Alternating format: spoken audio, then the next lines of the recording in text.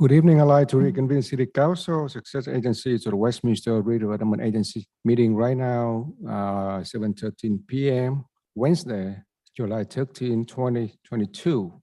Roll call. Thank you. Mayor Top, I'm here. Vice Mayor Manzo, Here. Councilmember Doe, I'm here. Councilmember Ho, Here. Councilmember Nguyen. I'm here. Mayor, you have a quorum. Thank you so much. Next, we have salute to the flag will be Vice Mayor Manzo, invocation with Councilmember Nguyen. Please stand. Ready? Begin. I pledge allegiance to the flag of the United States of America and to the republic for which it stands, one nation, under God, indivisible, with liberty and justice for all. Please bow your head for invocations. Heavenly Father, provider of strength, we pray that as leaders of our community, we might have the insight and courage to serve the citizens of Westminster with wisdom and truth. We ask for your guidance in making decisions that affected our community. Ensuring that decisions made this evening are in the best interest of our city and all its citizens. Amen. Thank you, Vice Mayor Manzo and Councilmember Nguyen. Next, we have City Attorney closed report. There were two items of potential litigation on the closed session. Those were discussed by the council, and there's nothing to report on those two items. City Manager? Yes, regarding item number 2, which is the public employee performance evaluation, City Council had discussion and there's also nothing to report. Thank you so much for that. Next, we have ex parte communication. None. Next, we have City Clerk report. Thank you, Mayor. Once again, I'd like to invite the members of the community to please look at our website. We still have openings, current vacancies, various commissions, so please visit our website. Also, we will be opening nominations for our general municipal election as called by this council beginning on Monday. So please contact our office for an appointment. They're strongly encouraged and recommended. And the closing deadline for that will be August 12th by 5. We also have today with us to present our emergency services COVID-19 update, our emergency service coordinator, David Segura. Welcome.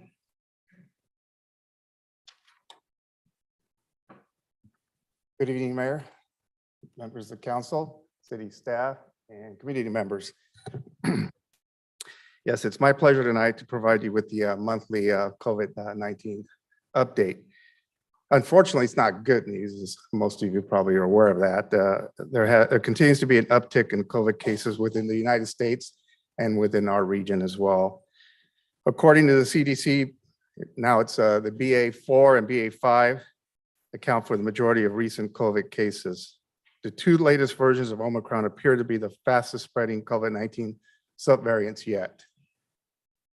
The latest modeling estimates from the California Department of Public Health suggest that the BA4 and BA5 proportions are increasing throughout our state as well. People with BA4 or BA5 infections reported runny nose, sore throat, headache, persistent cough, and fatigue as its most common symptoms. The symptoms are consistent with those reported in the spring when the BA2 subvariant was dominant at that time. People with COVID-19 have had a wide range of symptoms, ranging from mild symptoms to severe illness. Therefore, healthcare experts highly recommend, if you are experiencing even the slightest symptoms of COVID-19 or believe you have been exposed, get tested, wear a mask, maintain social distancing, and call your healthcare provider. Currently, the CDC's community level chart shows Orange County that currently remains at the medium level. For the CDC, there's no recommended changes to the current guidelines at the medium community level. The weekly metrics used to determine the county's current COVID-19 community level is as follows. Case rates per 100,000 population is currently this week at 293 compared to last month's rate at 215. New COVID-19 admissions per 100,000 population is currently at 9.7. Last month, it was a 5.3. The percent of staffed inpatient beds in use by patients with confirmed COVID-19 is currently at 4.5%. Last month, it was at 2.7. So the numbers are increasing. Hopefully, we're getting to the peak and begin to see a downward slope. Cross our fingers. The COVID-19 community level and associated metrics are updated weekly on Thursdays. Internally, we continue to experience a rise as well of COVID cases within our city workforce. However, I guess the good news, if any, most of our employees tend to be mild cases and do return to work within 5 to 10 days. And it has not really truly impacted our operations as of yet. And I don't anticipate it happening just based on our current numbers. At this point, that is at the end of my report, and I'm available for questions. Thank you so much for your report. We appreciate that. Any comment or any question regarding COVID-19 report? Have a Thank nice you. evening. Next, we have city manager report. Thank you, Mayor, members of the City Council, members of the community. First and foremost, it's wonderful to see all of your faces without our plexiglass filters. So July is Parks and Recreation Month. So we have a few activities that are coming up this month. So tomorrow we'll be holding our first movie night over at the Sunken Gardens. We'll be showing Encanto, which is it's a family-friendly movie. Pre-show activities begin at 6:30 with special guest appearances from Maribel and Isabella. I believe we'll also have food truck out there as well. So whether you want to talk about Bruno or not, definitely bring your family out, and it'll be a fun night. Safety Day is also back. It's been delayed because of COVID, but we're going to be holding our annual Safety Day event next Wednesday, July 20th, from 11:30 a.m. to 1:30 p.m. over at Sigler Park. It's a fun event. We'll be having some exciting demonstrations from our PD, Orange County Fire Authority, and we'll also have a helicopter landing with the SWAT team. So it's always a great event as well. So come out for that. And then we're excited that Queen Nation will finally be coming out for our summer concert series, kicking off next Thursday, July 21st at 6 p.m. Also in the Civic Center, Sunken Gardens. You definitely don't want to miss it. It's been, again, delayed because of COVID, but we're excited to have them. So if you have any more information on any of the events and details on other summer activities, visit the website. And again, Parks and Recreation Month. And so we definitely want to thank our Community Services and Recreation team for all the hard work that they do with the recreation programming and the events. And of course, with the FRC and Senior Center. So thank you. Last week, the police department held its annual awards banquet. And 51 medals were handed out for outstanding performance by officers and professional staff. So we want to commend them. Awards included life-saving, merit, and courage, just to name a few. Over the course of the next year, we'll be featuring some of those at our council meetings, just to highlight the good work that they do that people don't necessarily know that they do. With that, that's all I have for my report tonight. Thank you. Thanks, City Manager, for your detailed report. We appreciate that. And next, we have a special presentation, like introduction to the Westminster Chamber of Commerce. I'd like to introduce Mr. So Park O to come up to introduce about Westminster Chamber of Commerce.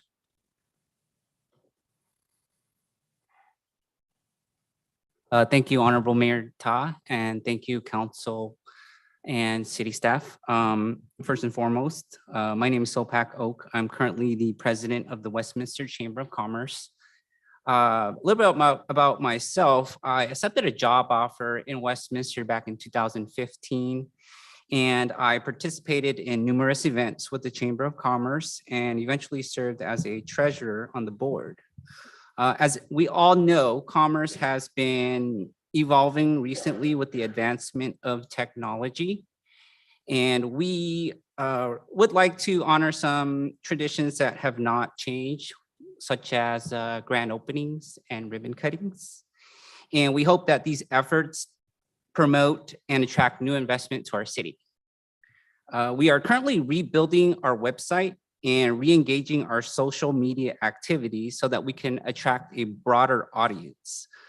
At our events, we are inviting state and local agencies to speak at our lunch mixers to provide business owners updates and resources that are relevant to their industry. To name a few, we've invited the Cal Savers organization, Westminster Police Department. Chief Lanier, Darren Lanier was kind enough to come speak to share his insights on public safety and the relationship between law enforcement and businesses. And also recently we had a speaker from the California Alcoholic Beverage Control to share the new mandates regarding alcoholic beverage service industry. In addition to inviting state and local agencies, we have been working with social organizations, Kiwanis Club, which was rechartered, and we've been reconnecting with the Westminster Family Resource Center.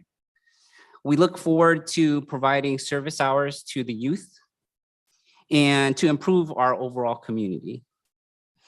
Our other initiative is to cultivate and develop a visitor/tourist bureau to make Westminster a global tourist travel destination. We would like to thank the mayor and all the council members and city management for participating in many of the events. And based on the business community, we're seeing a lot of engagement from you guys. So I just want to say thank you to Vice Mayor Monzo, Councilmember Ho, Mayor Ta, Councilmember Nguyen, and Councilmember Doe, as well as Christine Corden and Adolfo, who also have been very supportive. With that, we look forward to assisting the city in our capacity, and thank you for the time. We appreciate the opportunity, and we welcome everybody to attend our events. It's a great opportunity for you to network and promote your business, and we look forward to seeing you guys at our next event. So, thank you very much. Thank you so much. On behalf of City Council, I want to thank you for your dedication in supporting of the business community in Westminster. Thank you. So before I continue agenda with all the communication, I'd like to ask the City Council to consider to move to item 4, item 7.2 and 7.3 forward. Yes. You need a motion? Second. All right, so we have the motion and a second to move item 7.2 and 7.3 forward. Thank you. That motion was made by Vice Mayor Monzo, seconded by Councilmember Doe to move item 7.3 and 7. Oh, the mayor, I'm sorry. I apologize. By the mayor, he made the motion, seconded by Councilmember Doe. So just to be clear, this would be before the consent calendar? Yes. before Okay, the but consent. after public After the comments. public hearing, okay. Oh, after the public comments, sorry. Okay. Thank you, Councilmember Doe, Yes. Councilmember Ho, Yes. Councilmember Nguyen, Yes. Vice Mayor Monzo, Yes. Mayor Ta. Yes. And carries 5-0. Before I open oral communication, I'd like to remind all members in the community that all of us that we really appreciate your coming here and speak your mind on as well as raise all the concerns that you may have. But I hope that we keep everything peaceful and no personal attack. I really appreciate that on behalf of the City Council. So now I open all the communication. Thank you, Mayor. This is a time of the meeting that members of the public may address the City Council regarding any item on the agenda or not on the agenda and within the subject matter jurisdiction of the City Council. Public hearing items will be held separately. Anyone wishing to speak has 5 minutes. Vào lúc này nếu có quý vị nào muốn phát biểu thì xin cho chúng tôi biết, quý vị sẽ có 5 phút để phát biểu. Thank you. We did have an advance request on Zoom, and the person that requested that does not seem to be on there yet. And at this time, I would like to call Pam Gremlin. If she's here. Gremlin.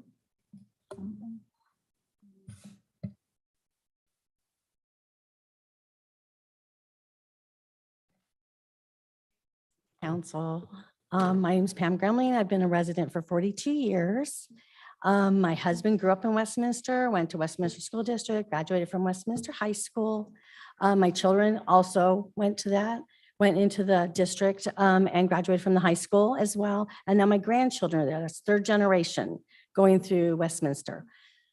I want to bring your attention to I know we're talking about Quan Tree, and I know you guys have got a lot on your plate with that. But I'm really worried about the tax. That I think that out of 90,000 people plus that live here in the city, 5 people shouldn't be making that choice. I think it should be up to everyone, including you. I mean, you also have that right to vote as well. That's what worries me. I mean, our police department, I love our police department.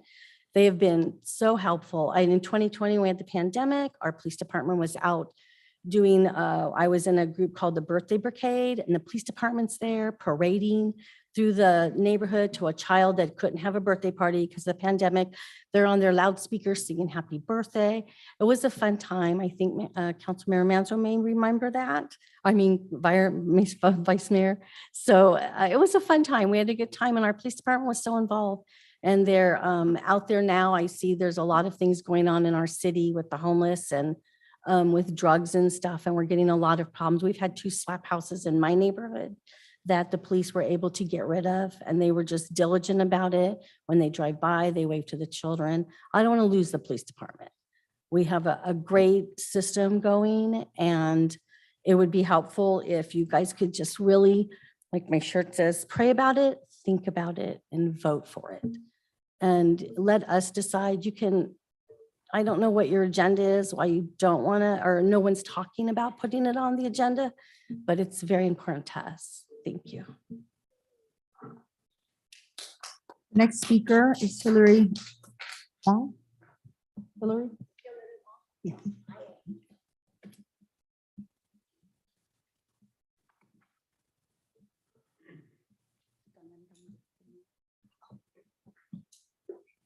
Chào ngài thị trưởng, ngài phó thị trưởng, tất cả nghị viên và nhân viên của thành phố Westminster.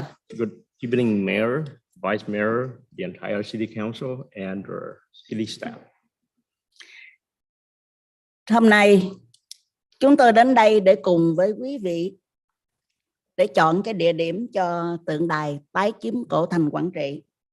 I'm here tonight together with all of you to select a site for the country monument. Thưa quý vị, tượng đài là biểu tượng lịch sử thiêng liêng của một trận chiến đẫm máu khốc liệt xảy ra ở Việt Nam.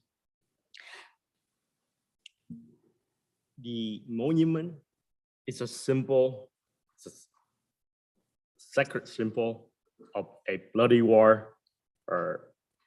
in Vietnam. Tượng đài có một tầm vóc và giá trị giá trị nghệ thuật thật là xứng đáng. The monument has a significant historical and artistic value. Nên chúng tôi xin quý vị hoan hỷ, vui lòng và quý vị sẽ cho một cái chỗ để cái tượng đài được cái sự chiêm ngưỡng và được sự thăm viếng của tất cả mọi người. So I'm pleading, I'm asking you to give us a site that all can visit and adore the monument.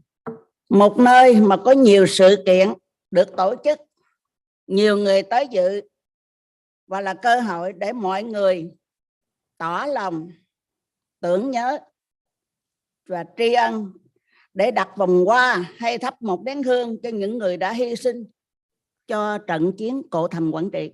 It would be a site where there would be a lot of events a lot of people would visit to pay their respect, place flower to the people who have made the ultimate sacrifice for the recapture or retake of Quan Prix.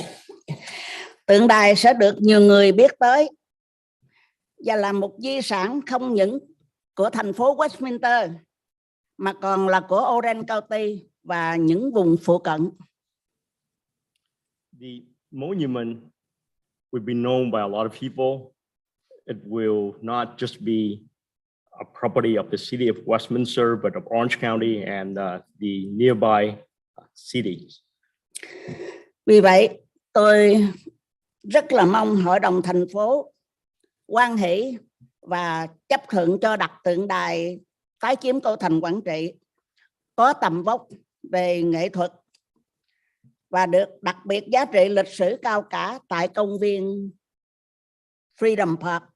And because of that, I sincerely hope and pray that the City Council approve Freedom Park as the site for the monument, because this monument has historical and artistic value.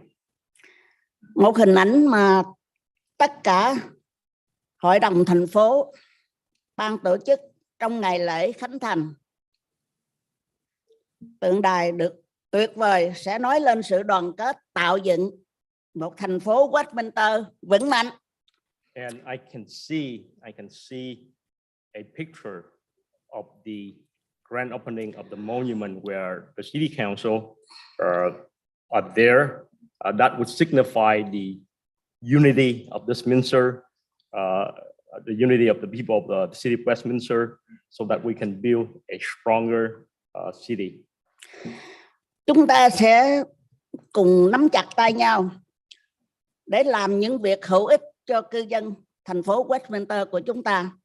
So we're going to work hand in hand to do things that are beneficial to the residents and the citizens of the city of Westminster. Một lần nữa tôi thành thật cảm ơn tất cả quý vị trong hội đồng thành phố và rất là mong quý vị phải hoan hỷ, quý vị chấp nhận cái lời cẩn thiết, tha thiết và chúng tôi ao ước được quý vị chấp thuận thì chúng tôi sẽ vui và chúng tôi rất là vui vì chúng tôi là cư dân của thành phố Westminster. Once again, I would like to thank the entire city council. I hope that you would approve and granted our wish so that I can be proud to be a resident of the city of Westminster. Vì tượng đài được đặt ở đây những ngày lễ, những ngày Tết, chúng ta sẽ được nhiều người đến đây, trước là thăm thành phố, sau là thăm viếng những di tích lịch sử mà tôi nghĩ rằng chỉ có thành phố Westminster của chúng ta là number one. So if the monument is placed here, the people that visit the city, not only that they can visit the city, but they can visit historical monument. And I think there would be no other city that has such historical monument like us. And so we are number one.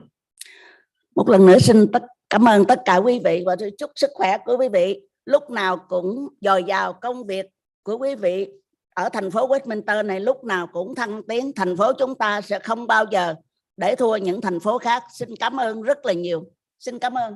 Cảm ơn. And once again, I wish you good health and so that you can guide the city so that the city can be would not be second to any other city. And on that, I would like to say thank you.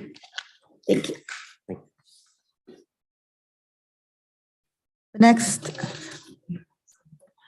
The next person is Mai Nguyen.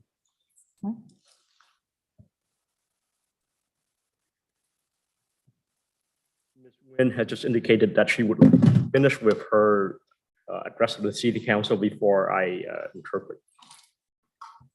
Xin kính chào thị trưởng Tạ Đức Chí và phó thị trưởng Carlos Menzo và các nghị viên Charlie Nguyễn Mạnh Trí, Kim Buckley Hồ và Tài Đỗ và tất cả các thành viên trong hội đồng thành phố Westminster. Kính thưa quý vị, tôi tên là Xuân Mai, cư dân của Orange County tượng đài tái chiếm cổ thành Quảng Trị, cha ông của chúng ta đã đổ biết bao xương máu, hy sinh thân mình trong trận đánh để cắm cờ trên cổ thành Quảng Trị, giành lại chiến thắng oai phong lẫy lừng của quân lực Việt Nam Cộng Hòa. Thưa thị trưởng và phó thị trưởng Carlos và các nghị viên, chân dung tượng đài 5 người lính thủy quân lục chiến và đồng đội đã nằm xuống, đổ biết bao nhiêu xương máu để cắm cờ trên cổ thành Đinh Công Tráng, và để vinh danh những người chiến sĩ quân lực Việt Nam Cộng Hòa còn sống sót là niềm hãnh diện, là niềm hãnh diện cho thế hệ trẻ của chúng ta và con cháu muôn đời phải ghi nhớ. Khẩn thiết xin thị trưởng Vice Mayor Carlos và tất cả các thành viên trong hội đồng thành phố hãy để tượng đài đặt ở Public Park, nơi xứng đáng với sự hy sinh của toàn quân dân cán chính trong quân lực Việt Nam Cộng Hòa đã hy sinh tái chiếm cổ thành Quảng Trị. Xin thưa, chúng ta đã vinh danh những người chiến sĩ quân lực Việt Nam Cộng Hòa còn sống sót. Tuyệt đối không thể để họ ở nghĩa trang mất đi sự trang nghiêm. Chúng ta phải tôn trọng họ, vinh danh các chiến sĩ quân lực Việt Nam Cộng Hòa để các cựu quân nhân, các binh chủng là niềm vui suốt đời của họ còn lại trên đất nước Hoa Kỳ tự do này. Xin thưa, tôi là người đã đóng góp và tất cả con cháu của các binh chủng, đồng đội, cộng đồng đã đóng góp ủng hộ hiện kim cho tượng đài. Thành phố Westminster không thể quên đi lời hứa. Xin rất mong đặt tượng đài một nơi xứng đáng. Kính cảm ơn thị trưởng Vice Mayor Carlos và tất cả các thành viên của hội đồng thành phố. Xin rất trân trọng kính cảm ơn. Mayor Ta, Vice Mayor Manzo, and City Council Member Nguyen, Ho, and Doe, and the entire city staff. My name is Quan Mai. I am a resident of Orange County. The Quan Prix monument signify the sacrifice that was made in order to recapture and to raise the flag for that glorious victory of Arvin of the South, the South Vietnamese Army or the Republic of Vietnam. Mayor, Vice Mayor, and City Council member, the monument with 5 Marines and their brother-in-arms have laid their life so that that flag could be raised on the ancient citadel of Dinh Công Tráng, and to honor the surviving member of the Army of the Republic of Vietnam. That would bring pride to not only them, but the younger generation. So I sincerely request or pray that the mayor, vice mayor, and all city council member to allow the monument to be placed at a public park worthy of the sacrifice that was made to recapture the city. This is the time that we need to honor the sacrifice that was made. There's not a whole lot of those that fought in that battle that are still alive, so we need to honor them, and so that they can be happy for the remaining of their life. I, along with my family member, made monetary contribution to the monument. And so again, please place the monument at a place that is worthy of that victory. Thank you, Mayor, Vice Mayor, and the entire City Council member. Thank you. The next speaker is Sri Min Nguyen. Sri Min Nguyen. Sri Min.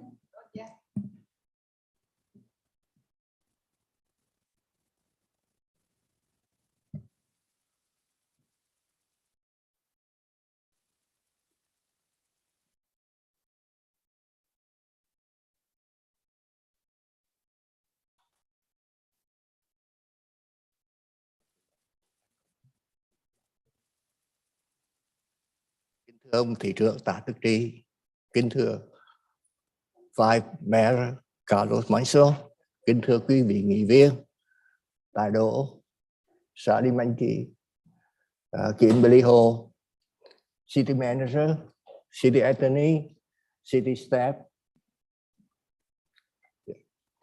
Tôi tên là Trì Nguyễn, tôi là cựu nhân viên của tỉnh Quảng Trị.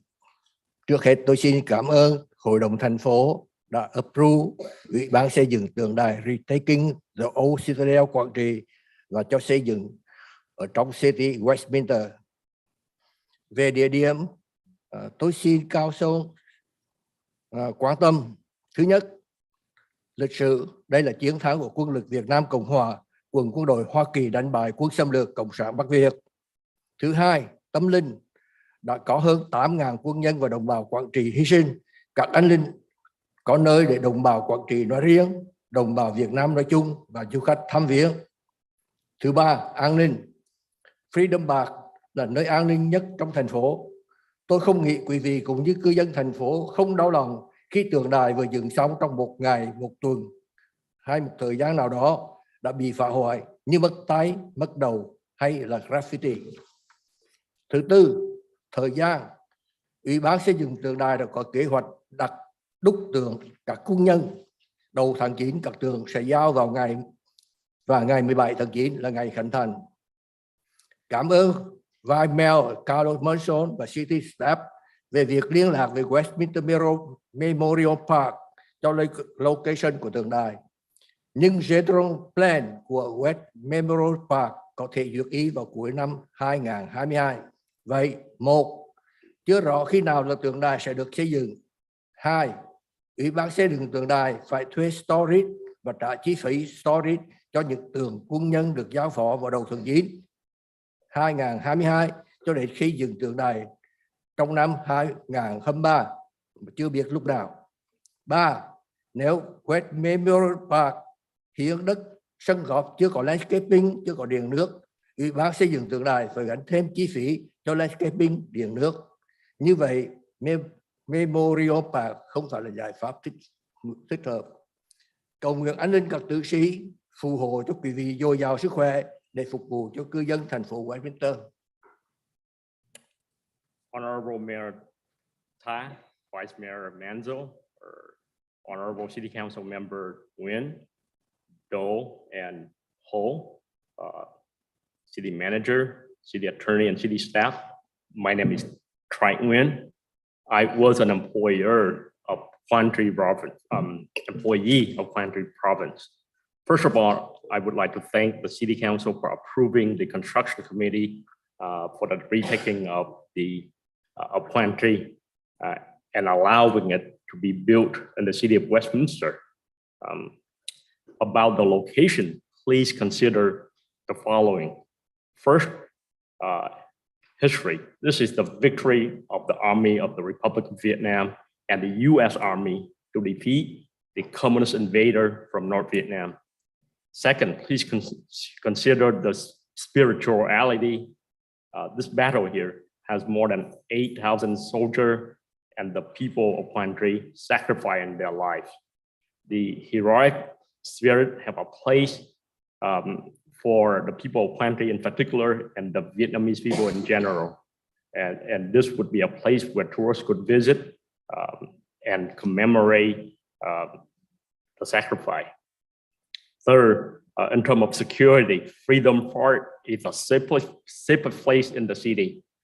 Where the monument, you don't want to have a monument where it had just been built for a few days and then it will be destroyed or defied, cutting up an arm, a head, or have graffiti written on it. 4, the committee has planned to order the statue of the soldier. In early September, the statue will be delivered, and on September 17th is the inauguration date. Thanks to Vice Mayor Carlos Manzo and city staff for contacting West Memorial Park for the location of the monument, but that general plan of West Memorial Park might not be approved by the end of 2022. So the date of the monument, the date that the monument would be built is unknown. And then the committee must rent storage and pay for storage costs. And we don't know when it's going to be built. And if West Memorial Park dedicate the golf course and land without landscaping, electricity, water, then the committee will have to bear those additional costs for landscaping, electricity, and water. Therefore, I don't think West Memorial Park location is the right solution or the right location. So again, thank you, and I hope the spirit of those heroes who make the ultimate sacrifice bless all of you with good health, so that you can serve the city of Westminster and its residents. Thank you. Thank you. The next speaker is Sando. Sando.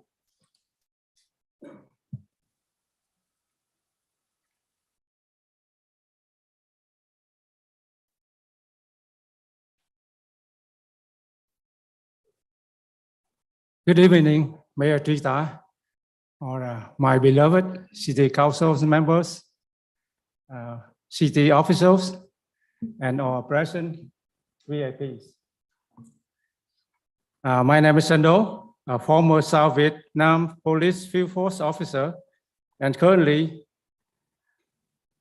I'm a senior certification engineer, a middle-class taxpayer, and I'm a Westminster resident. I'm frequent voters with my wife too. I'm incredibly pleased for our city to spend my tax dollars on a compelling cause to promote our young generation a sense of patriotism and encouragement, responsibility, and loyalty to our country.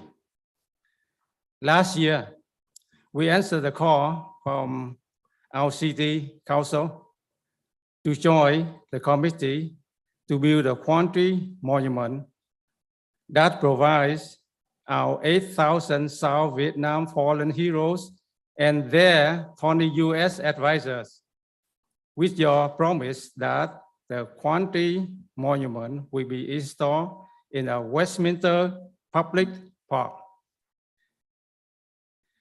This justified moral motion is in your 5 hands. Please be careful making the conscious decision with all your respect. There is a saying, better to fight the enemy in the gate than fight in the house. The Quan battle or Ukraine battle is a typical freedom defending fight. We need to promote freedom defending ideology to the next generation. The monument consists of 5 soldiers with their victory gesture. The background is the ancient citadel wall with a gate. There is a little temple above the gate. This is the martial temple. We will provide our ultimate sacrifice soldier and honor space to be situated. The rebuilt mini citadel wall is based on the original structure. The gate will give us a feeling of seeing the real citadel that was built by Emperor Yalom in 1809. The historic architecture is preserved and contribute to multiple culture of our city. beautify our park, and attracts national tourists. The Quan Monument statue monument with the two national flags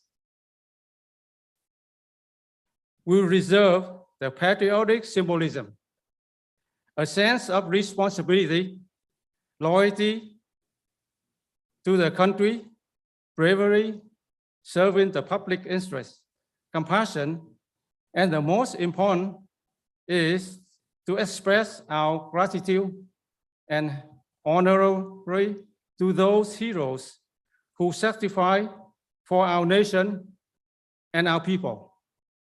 Hence, it must be in a public park. Thank you. The next speaker is Chris Nguyen.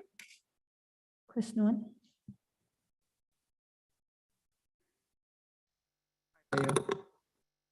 Several weeks ago, there was this gentleman up here.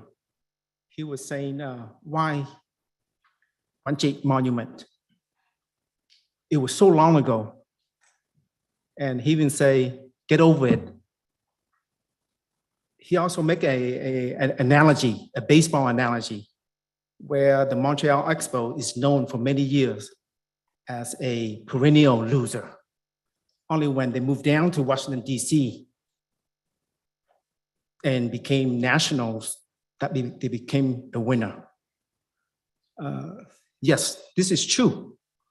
But if you ask a national fan or any baseball historian, they will tell you through these difficult years in Montreal, it leads the way so that the national can become champion. We, as a Vietnamese American community, we understand that we don't want to live in the past through this Quan Monument. What we like is to learn from the past through this monument so that in the present and in the future, we can live our life with dignity and decency. That's all we want. Thank you. Thank you for listening to us. Thank you for listening to our point of view. Thank you, Mayor, Vice Mayor, and the rest of the board. Thank you so much for listening to our point of view.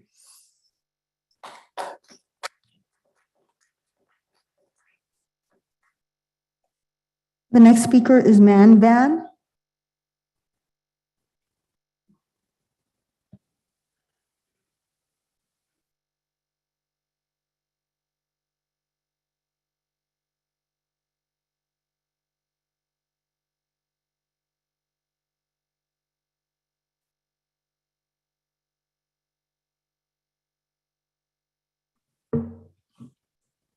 Mayors, vice mayors, and the council member.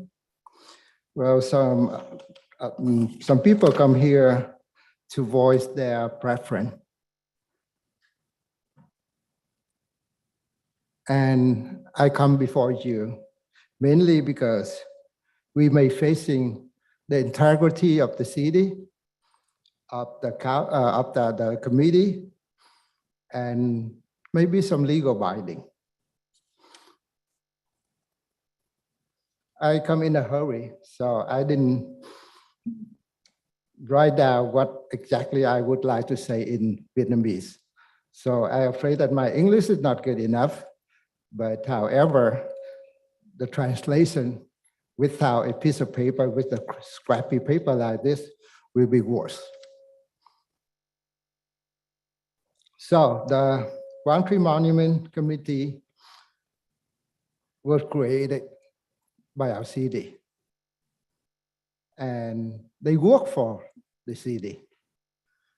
They've been going out and do fundraising. And I believe that they collect more than $200,000 for a project that may exceed $500,000. That's huge. Well, during the time that they do the fundraising, the donor strongly believe that this will be a piece of property belong to city, belong to its people. Did they lie to the people intentionally, or under certain guidance, some people even believe that this is some kind of bait and switch? Because if this $500 million belong to the city and belong to the people of the city, then we should not transfer it to any private identity. That is, we may even, the people will lose trust in the community, and people will act with voice. So remember, we have legal binding to make sure this piece of property belong to the city and belong to its people, and we are responsible to maintain it. Let's look at this way. We may see some tax saving down the road, but should we sacrifice, should we give up that $500 million to a private identity? Should we, or even let's say, should we give it to the next door neighbor? Should we give it to Garden Grove? No, even we transfer between the city, still we want to keep it for ourselves. So I appreciate the opportunity to be involved in this oral communication. And thank you for your time. And we wish all the successful of our city. Again, thank you so much. The next speaker is Hong Lee. Lee. Hong Lee. Người kế tiếp phát biểu là Lê Xuân Hùng.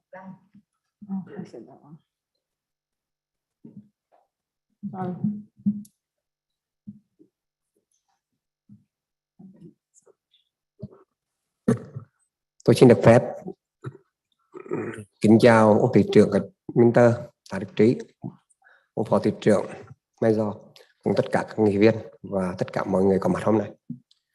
Good evening, Mayor Ta, Vice Mayor Manzo, the entire City Council, City staff, as well as everyone here tonight. Bản thân tôi tên là Lê Xuân Hùng, tên tiếng Mỹ là Henry Lee. My name is Hong Xuân Lee, or my English name is Henry Lee. Là người Việt, là người Mỹ gốc Việt. I am a Vietnamese American. Mặc dù tôi đến sau những sắc dân khác, nhưng cũng là người Mỹ đã đến đất Mỹ. Even though I came to this country Tôi rất tự hào. than people of other races, I am still an American. Và tôi là một chiến binh của South Vietnamese. I am a former soldier of the South Vietnamese Army. Và đương kim tôi là hội trưởng Hội đồng Hương Quảng Trị. And I am currently the president of the Quan Province Association. Kính thưa quý vị, tượng đài tái chiếm cổ thành Quảng Trị đó là một phần mà bản thân người Quảng Trị chúng tôi đã vận động tích cực để xây dựng, để tri ân vinh danh quân nhân cán chính quân lực Việt Nam Cộng Hòa. The monument, the Quan monument, we are the people of Quan have tried to build it so that we can honor the sacrifice made by people who would have laid down their life to recapture that city. Và rất nhiều người đã donation và họ tin rằng cái tượng đài được xây dựng trên thành phố Westminster ở một vùng đất public của thành phố. A lot of people have made contribution for the construction of the monument because they believe that the monument would be placed at a public park in the city of Westminster. Vì vậy, tôi kính mong quý vị quan tâm, quý vị đứng trên phương diện là thành phố quản lý và là bảo quản đồng như là chủ cái tượng đài phải để một nơi xứng đáng mà sau này cái thời gian tất cả những người sẽ biết được thời gian này là thời gian của quý vị đang tại chức mà chúng tôi và tượng đài được đặt trên cái vị trí của thành phố Westminster do quý vị chỉ định.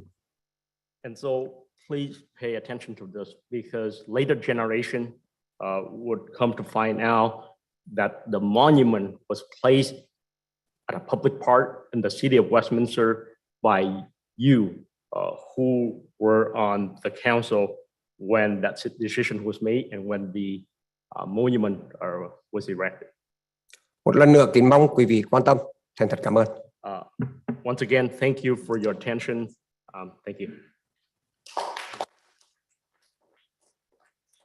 The next speaker is Quan Nguyen.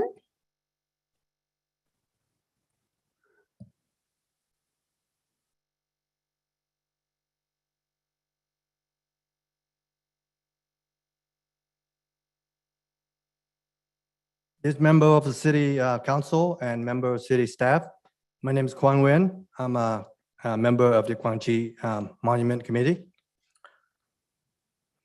America is the greatest country on earth because it is composed of many different ethnicities, each with its own unique culture and history. Over the years, millions of immigrants have come to American shore to seek freedom and opportunities.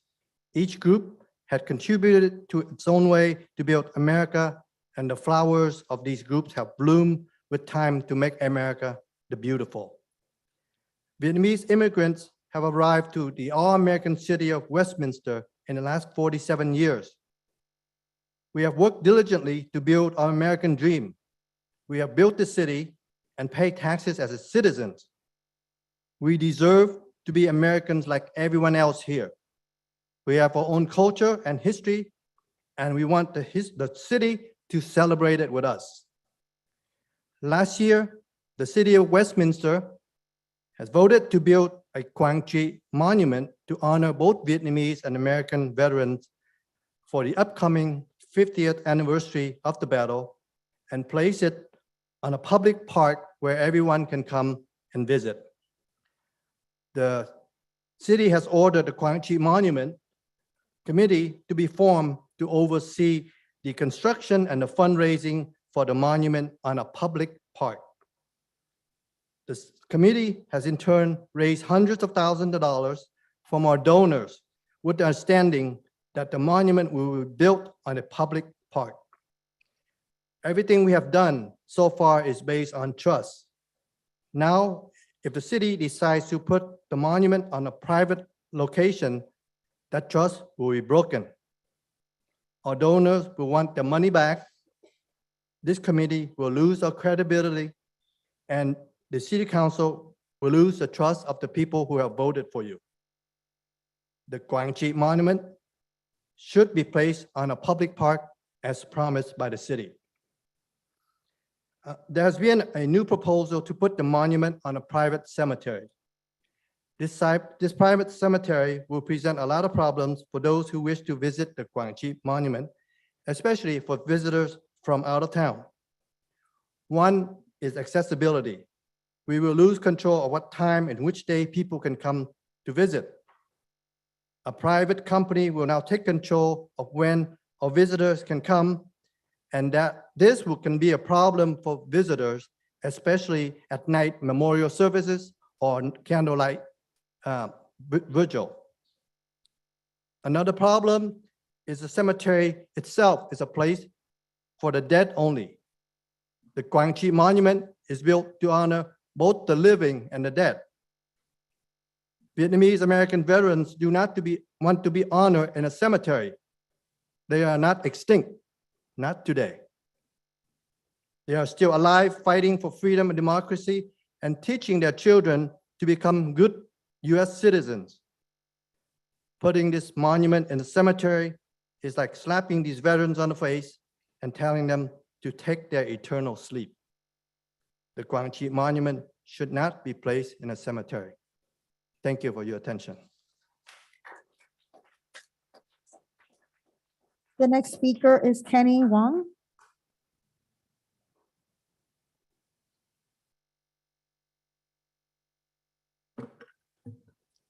Hello, I am Kenny Wan. Good evening, Mayor Chita and Vice Mayor Kalamanzo, and Councilwoman Kim Lee Ho, and Council Member Charlie Women G, and City Council Member Taido, and all City of Westminster staff, and everybody here.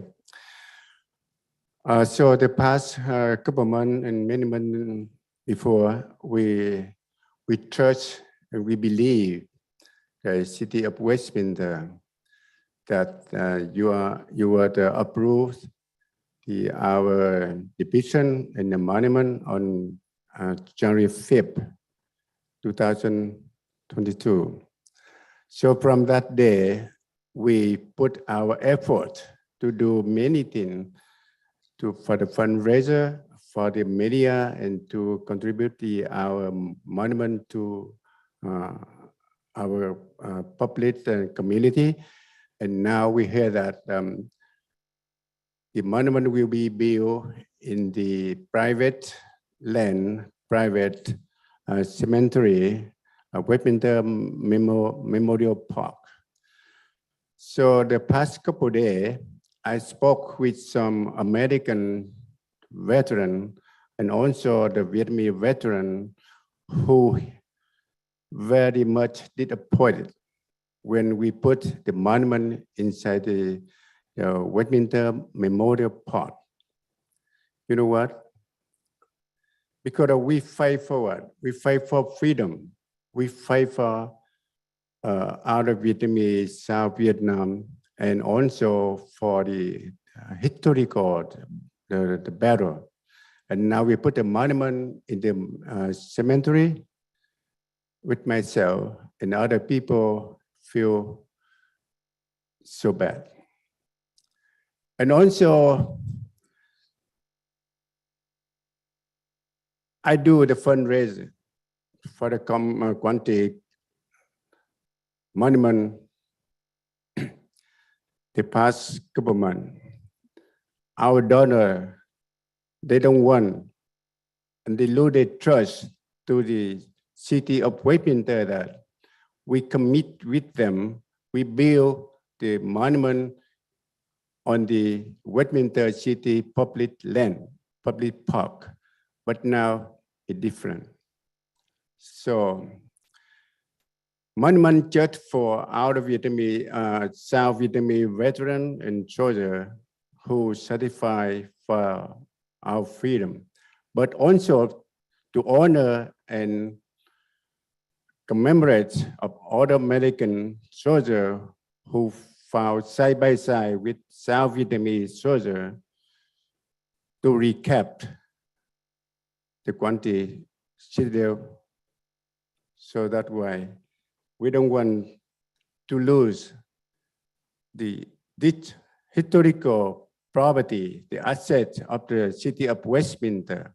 We don't want to lose the control of this monument to the private owner, a private association. So would you please do not put our Quan Tri monument in the Westminster Memorial Park? Because I spoke with some American veteran a couple of days ago. He side by side to fight with us that he also, they don't want to put the Quan Tri monument in the Westminster Memorial Park. they want to put on the public land, and every people can come to visit, to pray, to commemorate the certify for our country, and also for the freedom, not just for Vietnam and also, but also for everywhere in the world. Please do not put very much word on the historical monument in the cemetery, because cemetery just for the dead people, and it's not for monument to honor and to commemorate the people who fight and certify for our people, for American people, and for Vietnamese soldiers. Thank you.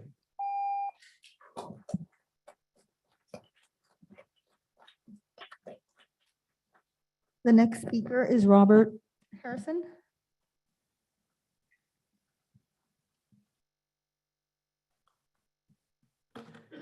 Mayor Ta, Vice Mayor Manso, and the rest of the City Council. I am for the Quan Monument and all the admirable things that have been said about it. And for all those that paid the ultimate price, American and Vietnamese. I'm here to talk about the two, 7.2 and 7.3. Tonight you have a chance to do your due diligence representing the whole city and not just a small group of people for a politician. Your questions should be many, starting with the historical accuracy of the depiction that's being presented to you.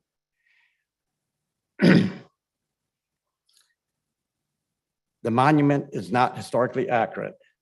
It wasn't open to the general public, and American Vietnam veterans are still being discriminated against. We did try to meet. It took me 3 weeks from the last city council meeting to even force the meeting. I had to use the city staff to make the meeting happen so we could talk with 5 people. We've talked, and it is really not a democratic process. We voted at the last Quan Monument Committee to present you a depiction today. I hope you take it, it's good. The one thing, it was 10-2 against all the patches being recognized properly for America and Vietnam. We should not have had to fight for the United States Marine Corps patch and the US Army patch, but we did. With division and above on the front being applied only to Americans. It's a double standard. I want to give you an example. It was mentioned here, 20 American advisors were in Quan on the ground. At least 12 of them gave their life. And most recently, a patch was added for the Vietnamese advisors who were not there. They were in Saigon. And it doesn't make sense. We were supposed to honor both the Americans and the Vietnamese. But there may be a solution tonight. Concerning 7.3 potential location of the Quan Monument, there's an answer looking us straight in the face. The Parks and Community Services did an extremely great job representing all the citizens of Westminster, and overwhelmingly, the comments against placement in the public park was 100-1. The council needs to respect all citizens. With the staff report, the agenda 7.3 location, there seems to be only one choice. With 4 parks selected, including Freedom Park, there's an overwhelming negatives that would be enhanced by placing the Quan Monument in a public park. The Quan depiction and design is extremely too large, will add further to the homelessness, drugs, vandalism, and liability to the city for personal injuries. Its design and main structure and the gap between it represents the city liabilities waiting to happen. The Westminster Police Department will be relieved of an increase in service calls with the monument being placed in Westminster Memorial Park. Placing the monument in Westminster Memorial Park will save an estimate of $6,500 annually, city cost maintenance. It'll also take away the liability for personal injuries. It will take away the bite of Van Trans furthering his lawsuit against the city. Placing the monument in Westminster Memorial Park will be secured at night with no further cost and liability to the city. This is a non-selfish no-brainer. It's going to be accessible to all people coming to Westminster. It's not going to be limited because it's in a private property. Not placing the Quan monument in the ideal location because of some 50-year September 22nd, 22 anniversary, it disrespects the city, the entire city.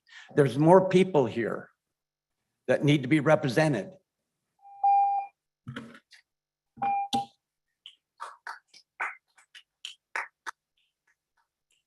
The next speaker is Terry Raines.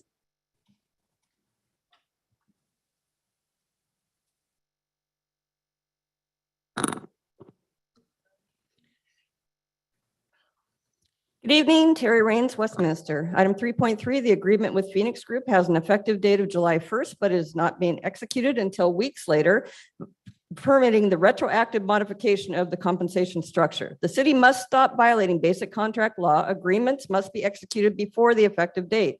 Item 5.2 is staff's research on commercial cannabis.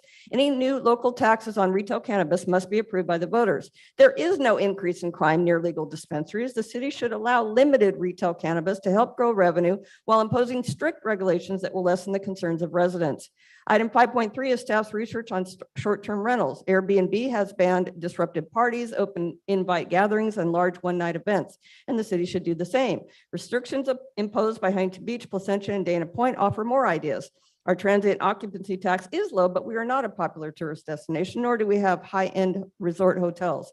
Any TOT increase must be approved by the voters. Westminster is not a party destination, but we do have a unique demographic that would rent STRs here, friends and family of our Vietnamese residents visiting from Vietnam or other states who wish to stay together in one home. The city should allow STRs to help grow revenue while imposing strict regulations that will lessen the concerns of residents. Item 7.2 is the Quan monument design. Some progress was made at the mini meeting on June 29th, but no full consensus. Kenny Hong, Paul Lee, and Quan wrongly opined that everything was final after that meeting before the full committee and this council even voted. Again, they submitted key agenda reports just 4 hours before the start of the July 5th meeting. Members refused to take the mandatory free online ethics training, constantly violated the Brown Act, and cost the city resources to hold an in-person training. Even then, 4 members have still not complied. Changes need to be to the base front include: 1, add the word "and" in between forces and "the." 2, replace "made" with "paid the ultimate sacrifice." 3, add the English translation of "Tu Kukian," either grateful country or national gratitude. 4, move the English title above the Vietnamese title. 5, remove the word "monument" from the title. 6, apply rules equally to both countries for emblems, must be division and above and have directly participated at Quan Chi. So either A, remove 6 to 7 Vietnamese emblems from the front and list them on the back that are not division and above or did not fight in this battle directly, or B, remove 5 of those 7 emblems, list them on the back and add a United States advisor and 2 helicopter squadron emblems on the front for a total of 18, 9 United States and 9 South Vietnamese. 8, the U.S. Navy, Marine Corps, and Army emblems look slightly different than those on the Department of Defense website, so please verify their accuracy. 9, who will obtain Department of Defense approval for the U.S. emblems? I presented staff with over 30 red line edits to the narrative at the July 5th meeting, and they had to convince members the edits were necessary by going over each one. Staff incorporated most in today's version, but not all. Number 1, United States, and the word United States must be spelled out and the word "the" in paragraph 7 removed. 2, Arvin First Corps should reflect the Roman numeral 1, aka capital I, per the emblem and all historical references, paragraphs 3, 4, and 11. And 3, United States should be credited in paragraph 8. The battle was to retake Quan Chi City, not the Citadel. The Citadel was the symbolic asset where the final fight took place. The Citadel was renamed Din Quan Trong Citadel in 1955, so the title and narrative should actually use that name to be historically accurate. The Citadel history related to the dimensions is inconsistent, and the reported height of 4 meters, about 13 feet, should be 9.4 meters, about 30 feet, to include the pagoda on the top per Vietnamese and American sources. Casualty list edits: 1, add combat or military to the title since no civilian losses are listed. 2, add North and South to aid visitors. 3, remove country estimate sources or put it on all. 4, use ranges, not exact numbers. 5, remove ARBN breakdown of Marines and Airborne. And 6, provide sources and further vet. Participant list edits: 1, remove the word respective from the title. 2, add Citadel to the title or remove it from everything. 3, check references to First Corps using the Roman numeral I-1. And 4, provide sources and further vet. Item 7.3 is potential locations for this monument. This feasibility study proves the only viable location is the new area of the Westminster Memorial Park or on private property along Bolsa, which is not even mentioned. Council, you must listen to staff and, more importantly, the people that you serve, the residents of this city. 100% of the almost 100 public comments from Vietnamese, Hispanic, and Caucasian residents alike at various cities meetings have all emphatically argued that this monument does not belong in any city park, period. 3, maybe 4 of you are running for mayor. So you'd better listen to the residents and do the right thing here. And also vote to put the tax measure on the ballot, or I promise you, we will make this campaign season a living hell for you, and you can bank on that. Thank you. Let us vote.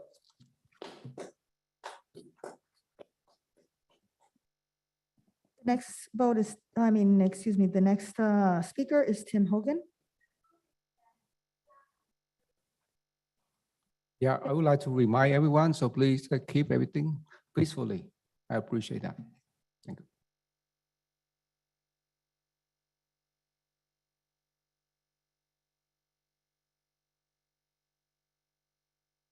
Todd, City Council, City Staff. Good evening. My name is Tim Hogan. I've been a resident of Westminster for over 35 years.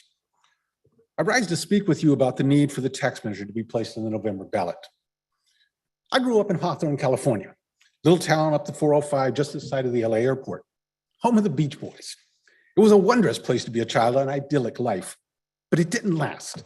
The town did not survive an onslaught of rapid change in the 1970s. And what had been a charming town of character quickly deteriorated to a land of blight and crime. I wish to speak with you this evening of this rapid deterioration. For though the forces that assailed the town of my youth are substantially different from those set to afflict my city today, the rapidity of the change will be the same, and the end result may be even more catastrophic. And once set upon this immutable course, recovery may prove nigh impossible.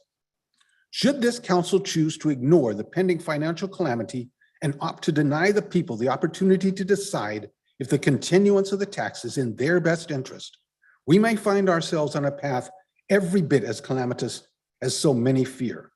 You must make the wise choice to protect what we have, to buy ourselves time and the opportunity to find alternate methods of revenue. As was said here just a few short weeks ago, we need to keep the lights on so we have the opportunity to find our solutions. The options this council will discuss this evening, cannabis revenue and short-term leasing, may prove a valued start, but they are only a start. We cannot hope to plug the gap with these limited sources of revenue. And until we can, at last, put aside the trivial that has consumed us and take up the true issues of our day, we must provide temporary stopgaps to see us through. That's what this tax should be, a temporary stopgap intended to ease our way to a sustainable future. For if we fail to address this issue, the path we will find ourselves upon runs downhill and is strewn with slippery rocks. And though the fallout shall rain upon us all, the least among us will be the most at risk. For make no mistake, no one will escape the ruin. In varied measure, it will affect us all, and none shall be immune, no matter what our standing or station.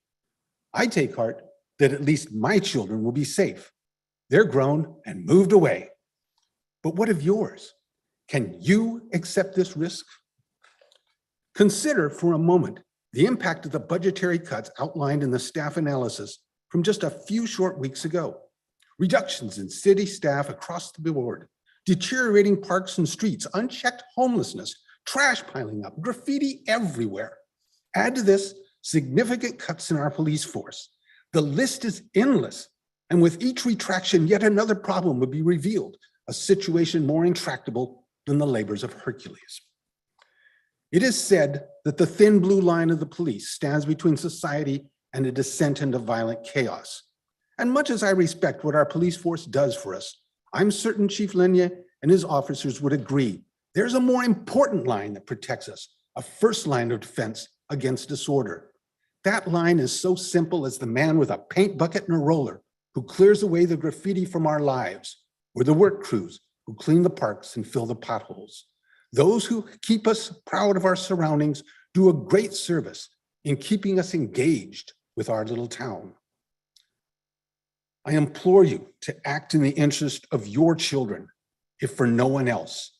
You cannot escape the judgment of the future, and your success or failure will light you down in honor or dishonor. To the latest generation, you must disenthrall yourselves from the blind adherence to stale political dogma and grant the people the opportunity to decide their own fate. Let the people decide. For when you have wisely chosen to let the chorus of the people proclaim its interests, then perhaps we will hear again the music of the spheres. Perhaps it will be the harmonious sounds of the Beach Boys. For God only knows we need some good vibrations here.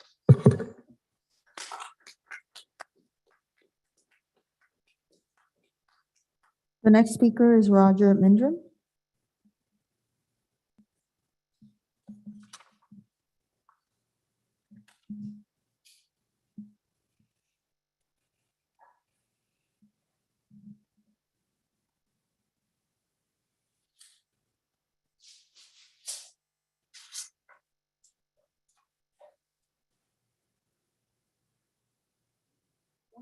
Feet. 25 feet. I don't even have enough tape measure. This room is probably smaller than this footprint of this proposed Quan monument. 34 feet by 30 feet by 30 feet high.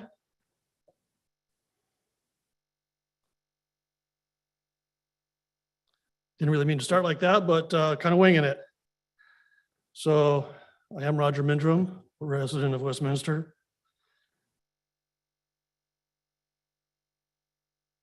You should only be considering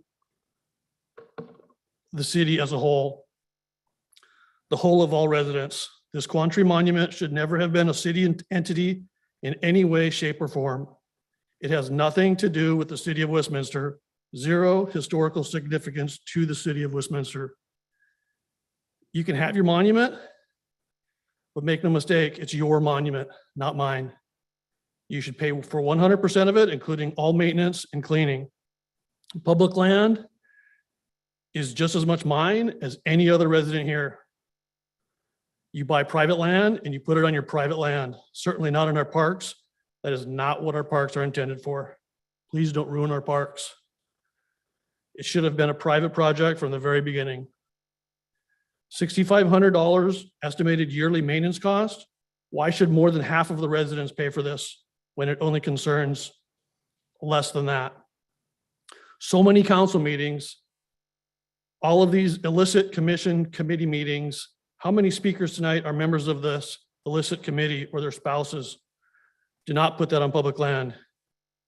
You should have canceled it quicker than the first one that was approved and very close to completion to install over a year ago. With all the documented egregious Brown Act violations and ethics training, obviously, by so many instances of Brown Act and ethics violations should have been canceled long ago. This entire process from beginning to end have been completely atrocious. I'm sure my words will anger many people here, but I mean no disrespect to anyone. I'm sure many of you here are not thinking of the rest of us residents. You don't want this monument, who don't want this monument. Respect mine and others' opinions that don't align with your opinions. As far as monuments go, that flag of red, white, and blue is the only monument that I need. Stop the monuments, all monuments. We don't need any new monuments. Thank you.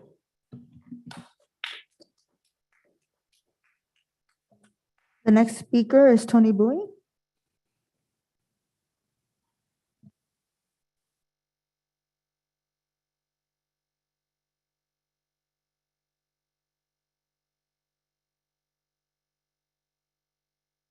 Good evening, Mayor.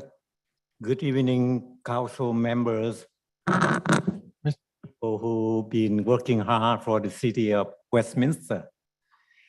I came here to the podium many times, and the only thing I raised concern is about efficiency of this city. What does it mean, efficiency? That means we have waste. You all waste the money of the taxpayer for many things that we wish not to be, should not to be waste. For example, some of you bring up the measure C to stop. So, sir, just, we want to be careful not to campaign, or I guess Yes, that measure is right. not. but- This is the past, and it has wasted our money, and this is part of my money. Okay, and people money put in for the taxpayer, and then you bring it up, try to take out the vote right of the people, and 60% of the people say, no, you are wrong. We have to protect our vote for the city mayor, because if you vote for a city mayor, he or she will be responsible for all the things that he make decision along with his city council. So you cannot, should not go backward. 30 years ago, Westminster already have voting for mayor. And now you try to go backward, do not vote for city mayor. And shame on you, people say, no, you're wrong. We people want to vote for the mayor. That is why I heard Council Member Ho, Council Member Do, Tai Do, they try to run for city mayor, even though they are the one who tell the people don't vote for it. Shame on you. You have a flip-flop policy. Those flip-flop policies has make our city waste a lot of money. For example, the Quan monument, 2 years ago, it already approved by all of you here.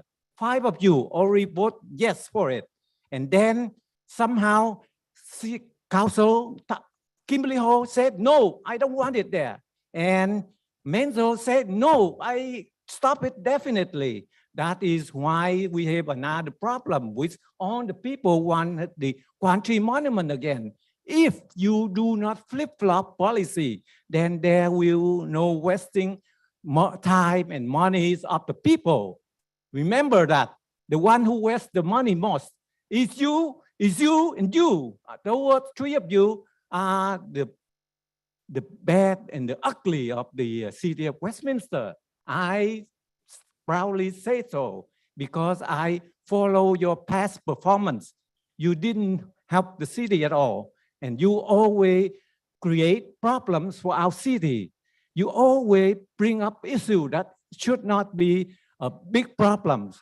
And you are now trying to run for a position as the mayor, even though you want the people don't vote for it. Shame on you. You flip-flop your policy. You are incapacity. You cannot run the city mayor effectively. If people keep voting for you, Council Do or Council Member Ho or even Menzo, in the future you will ruin our city because of your bias, because of your different idea. You want to do it for your own personal interest only. You are not serving for the people of Westminster. So I come here to tell all of you that we, the people of Westminster, want you to shape your mind to shape your action and to shape up your political view to help the people of Westminster rather than helping your own instinct, your own ego, your own political career. Shame on three of you who put a lot of burden to the city of Westminster in the past couple years. Thank you for your concern. Bye. The next speaker is Mark Lawrence.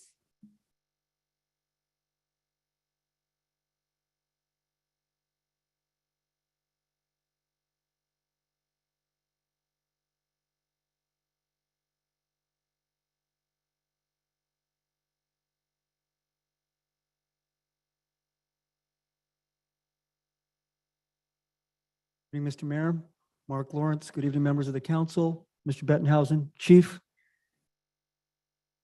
I think people have forgotten that it's not just Freedom Park, it's Sid Goldstein Freedom Park. The park was named after a World War II veteran who received the Distinguished Service Cross. So I think we need to remember that as well. Some of the comments that have been made tonight are accurate, some have not been. I have attended all of the Quan Monument meetings except the first one that was held on a Sunday. There was only a handful of us that have attended those meetings. Myself, Terry Raines, Roger Mindrum, Mr. Harrison, Mr. Gomez. None of us were treated with respect. Everybody was somewhat disingenuous to the members that had opposing views. This monument does not belong in a public park. If there's one alternative, it belongs in Westminster Memorial Park. Just like other speakers have said, it will be protected. It will not be left out in the open. It will not be subject to vandalism and the like.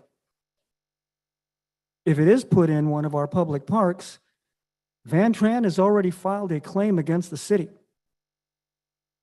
He has promised that he will file a lawsuit if it is put in a public park, costing the city more money, more heartache, and more division. Do we really want that? The city is teetering on bankruptcy. I'm on the Measure SS Oversight Committee. So we have been wrestling with this issue for years. And just like Vice Mayor Manzo said, it's only to keep the lights on. Well, what happens if we put it in a public park, Measure SS is not successful, and the lights go out? $6,500 to provide upkeep and maintenance. And we have one of the lowest park rate per citizen ratios in the entire county. I use Russell Paris Park daily. I walk my dogs there. However, the other parks are much smaller, much more compact. Russell Paris Park happens to be the largest park in the city at 12 acres. So I think the best alternative, and I respect these gentlemen, they served in war. However, the best alternative for the all-American city, all of us want to enjoy what we have precious. So please think about this. Please include all of our points of view. And please listen to those that have lived here for decades. My family moved here March 1st of 1971. I was the age of 6. I am now 56. I've known no other city. I love my city, but the divisiveness, the name calling, please let it stop. Please let it stop. And once again, the only and best alternative for this monument is in Westminster Memorial Park. It will be reverent. It will be right where the section is carved out for the Vietnamese memorials. How could they say that they're not going to have access to this?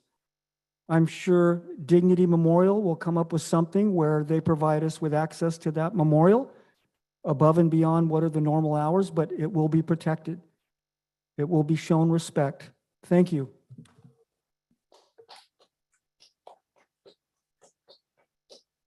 If there's anyone else wishing to speak at this time.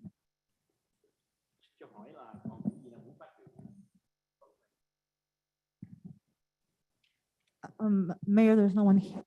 There's no one else here. The next speaker would be via Zoom, and Amy Walsh. You may unmute yourself. Just a moment, please. You may unmute yourself and begin speaking.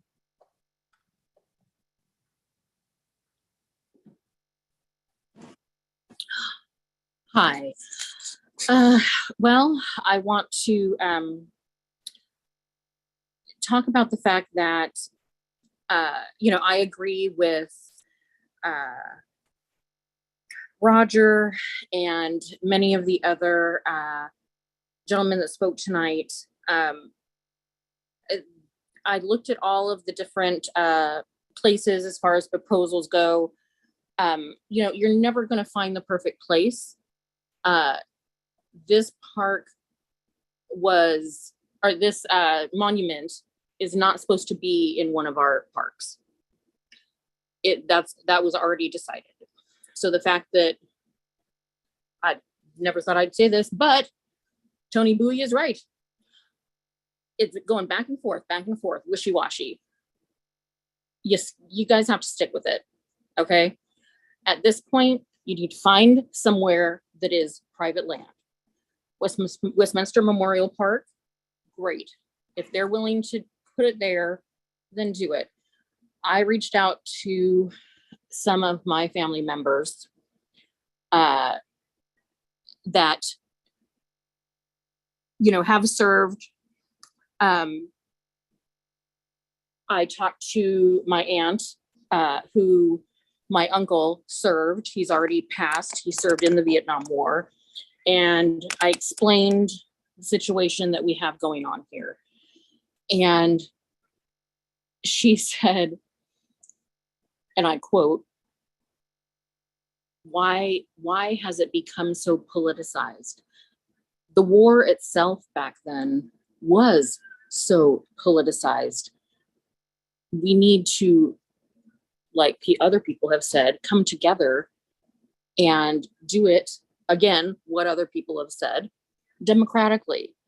A 10-2 vote to not put things in that the US veterans have requested, that's unacceptable.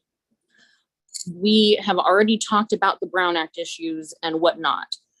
No one that comes to these meetings to talk, aside from the few people that do that, who knows if they're getting paid or, getting lunch or dinner from, some of these, some of the people that want this monument, I don't understand. It's like, the people that are doing this monument, the committee, do they have something on the council? Do they have something on you, Kimberly? Like, I don't understand why there's so much pressure to, rush this through. I mean, Mike, we just rushed this ahead of all of our other business, and it's a monument. It's huge. It's not actually, like other people have already said, it's not historically correct. I mean, that's what happens when you rush things. The bottom line is the majority of people in the city do not want this monument on park land, on public land. We don't have enough parks for our kids. We don't have enough parks that you can just go to and relax. I mean, I have no words because I spoke at closed session, and after speaking at closed session and then listening to some of the comments today, I just, it's a joke. Like, this is a joke. I feel like we're on a hidden camera joke or a show, and we're going to have John Cajones come out. I'm probably saying his name wrong, so laugh it up. He's going to come out and say, what would you do? You know, that's what I feel like is going on. We're on a bad reality show. I mean, I don't think I've ever seen anything run so poorly. And it's sad. It's depressing. It really is. Do better. Do better, council. Come on. Do better. That's all. The next speaker is Deborah Mariscal. Please unmute yourself and begin.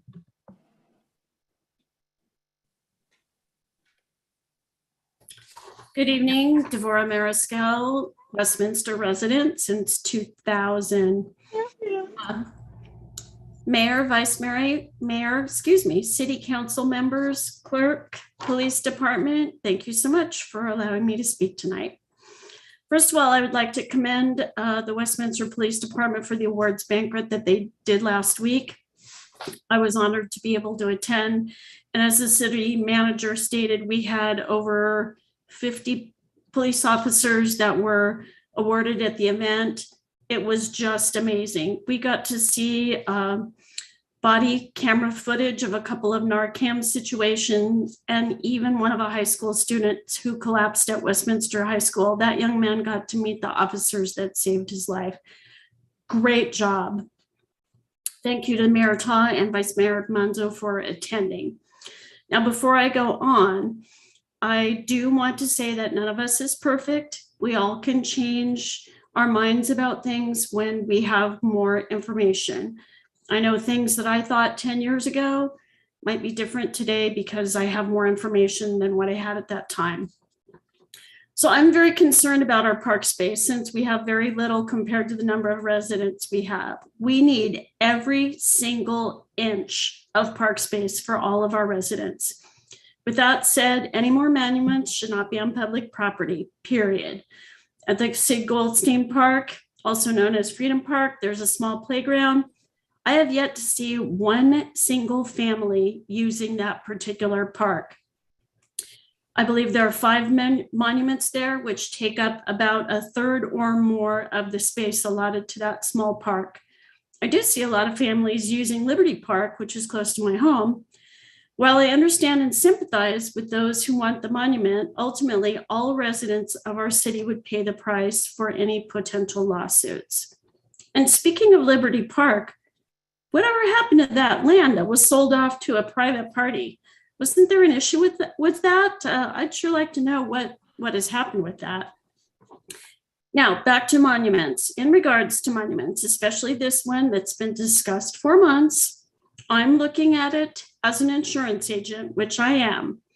The Tri-T monument is over 30 feet tall, 34 feet wide.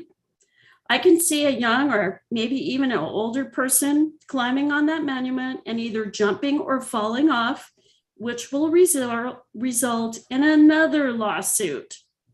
That is the very last thing that Westminster needs.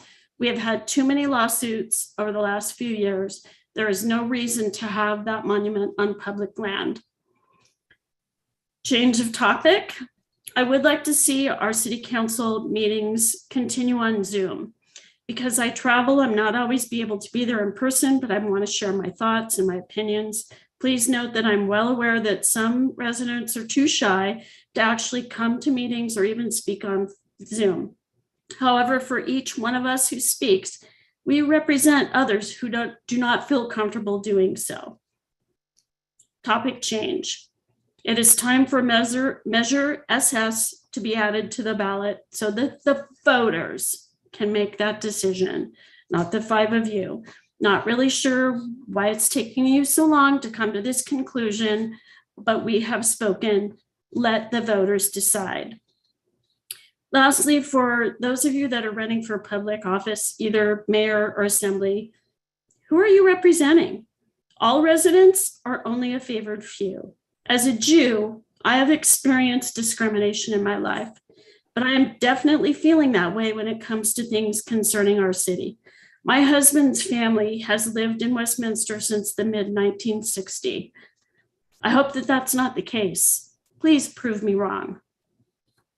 Thank you.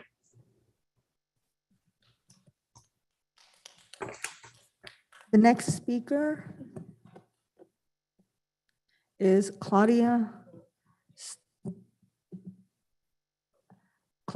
Steinmetz. You may begin.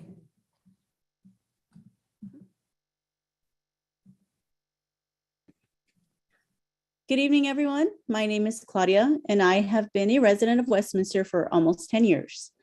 The Quan Monument is a piece of history that took place in Vietnam. I can understand how our Vietnamese community would feel passionate and maybe even nostalgic about this event, but it doesn't belong on our public city parks. This 34-foot monument is not a jungle gym where our children will be able to play on, and therefore does not belong in a city public park. I have volunteered multiple times at Westminster Memorial Park, placing flags for Memorial Day and Veterans Day over the last few years, and I couldn't think of a better place to commemorate such an event. The Westminster Memorial Park is spacious enough and would be the most appropriate setting for this monument. This monument will be protected on private property. Let's go with the option that makes the most sense, and that's the Westminster Memorial Park. Also, can we please stop wasting time and put the extension of Measure SS on the agenda? Time is money. Please stop wasting it. Thank you.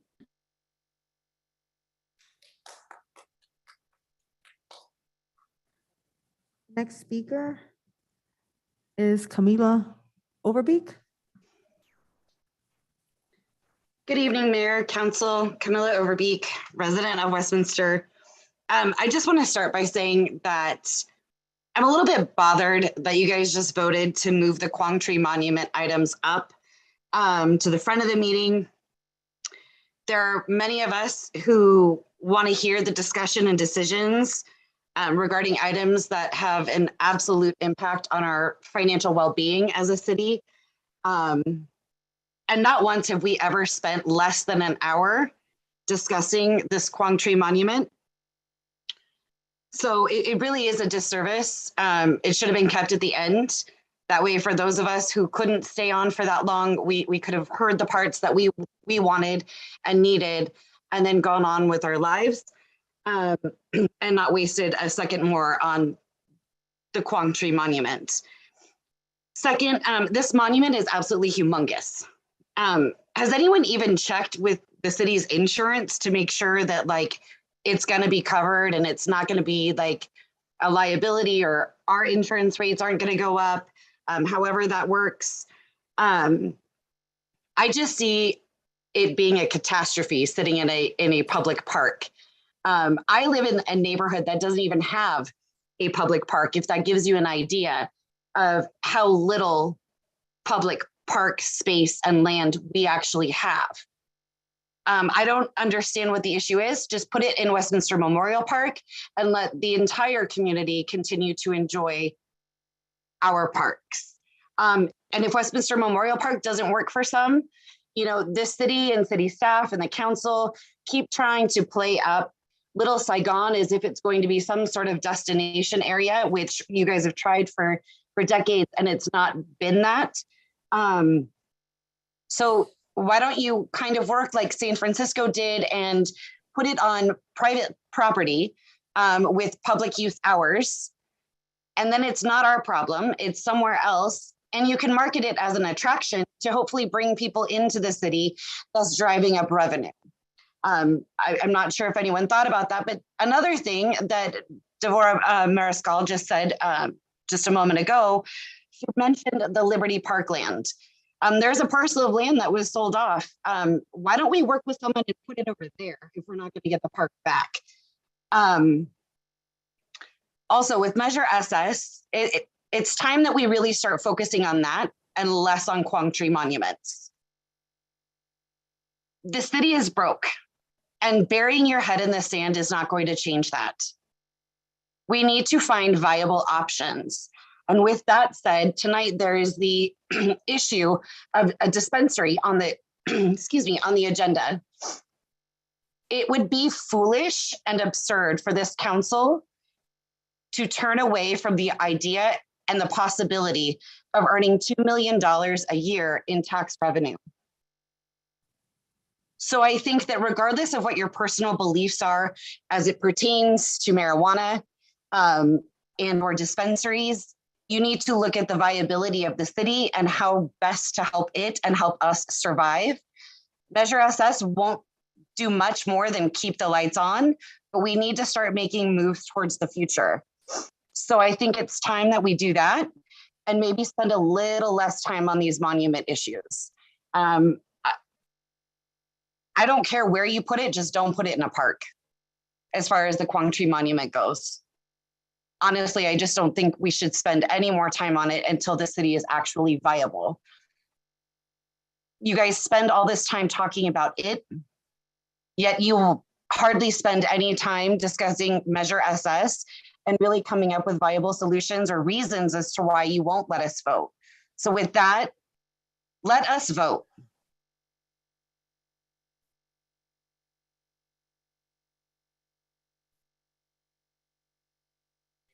If there's anyone else wishing to speak on Zoom at this time, please raise your hand.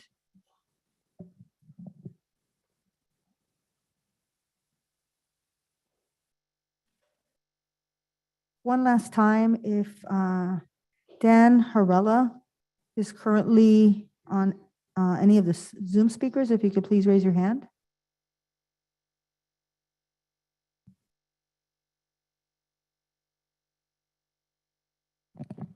Một lần nữa, nếu có quý vị nào muốn phát biểu thì xin cho chúng tôi biết.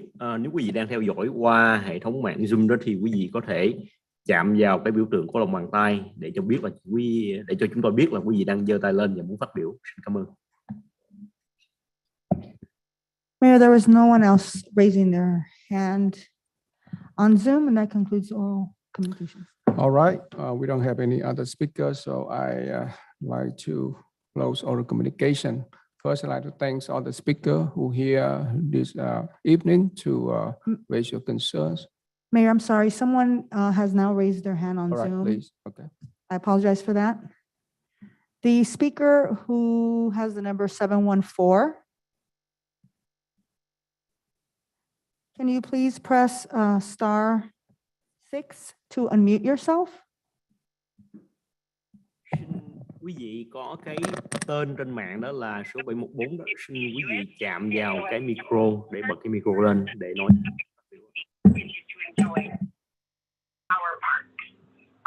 As if Westminster Memorial Park doesn't work for some, you know, this city and city staff and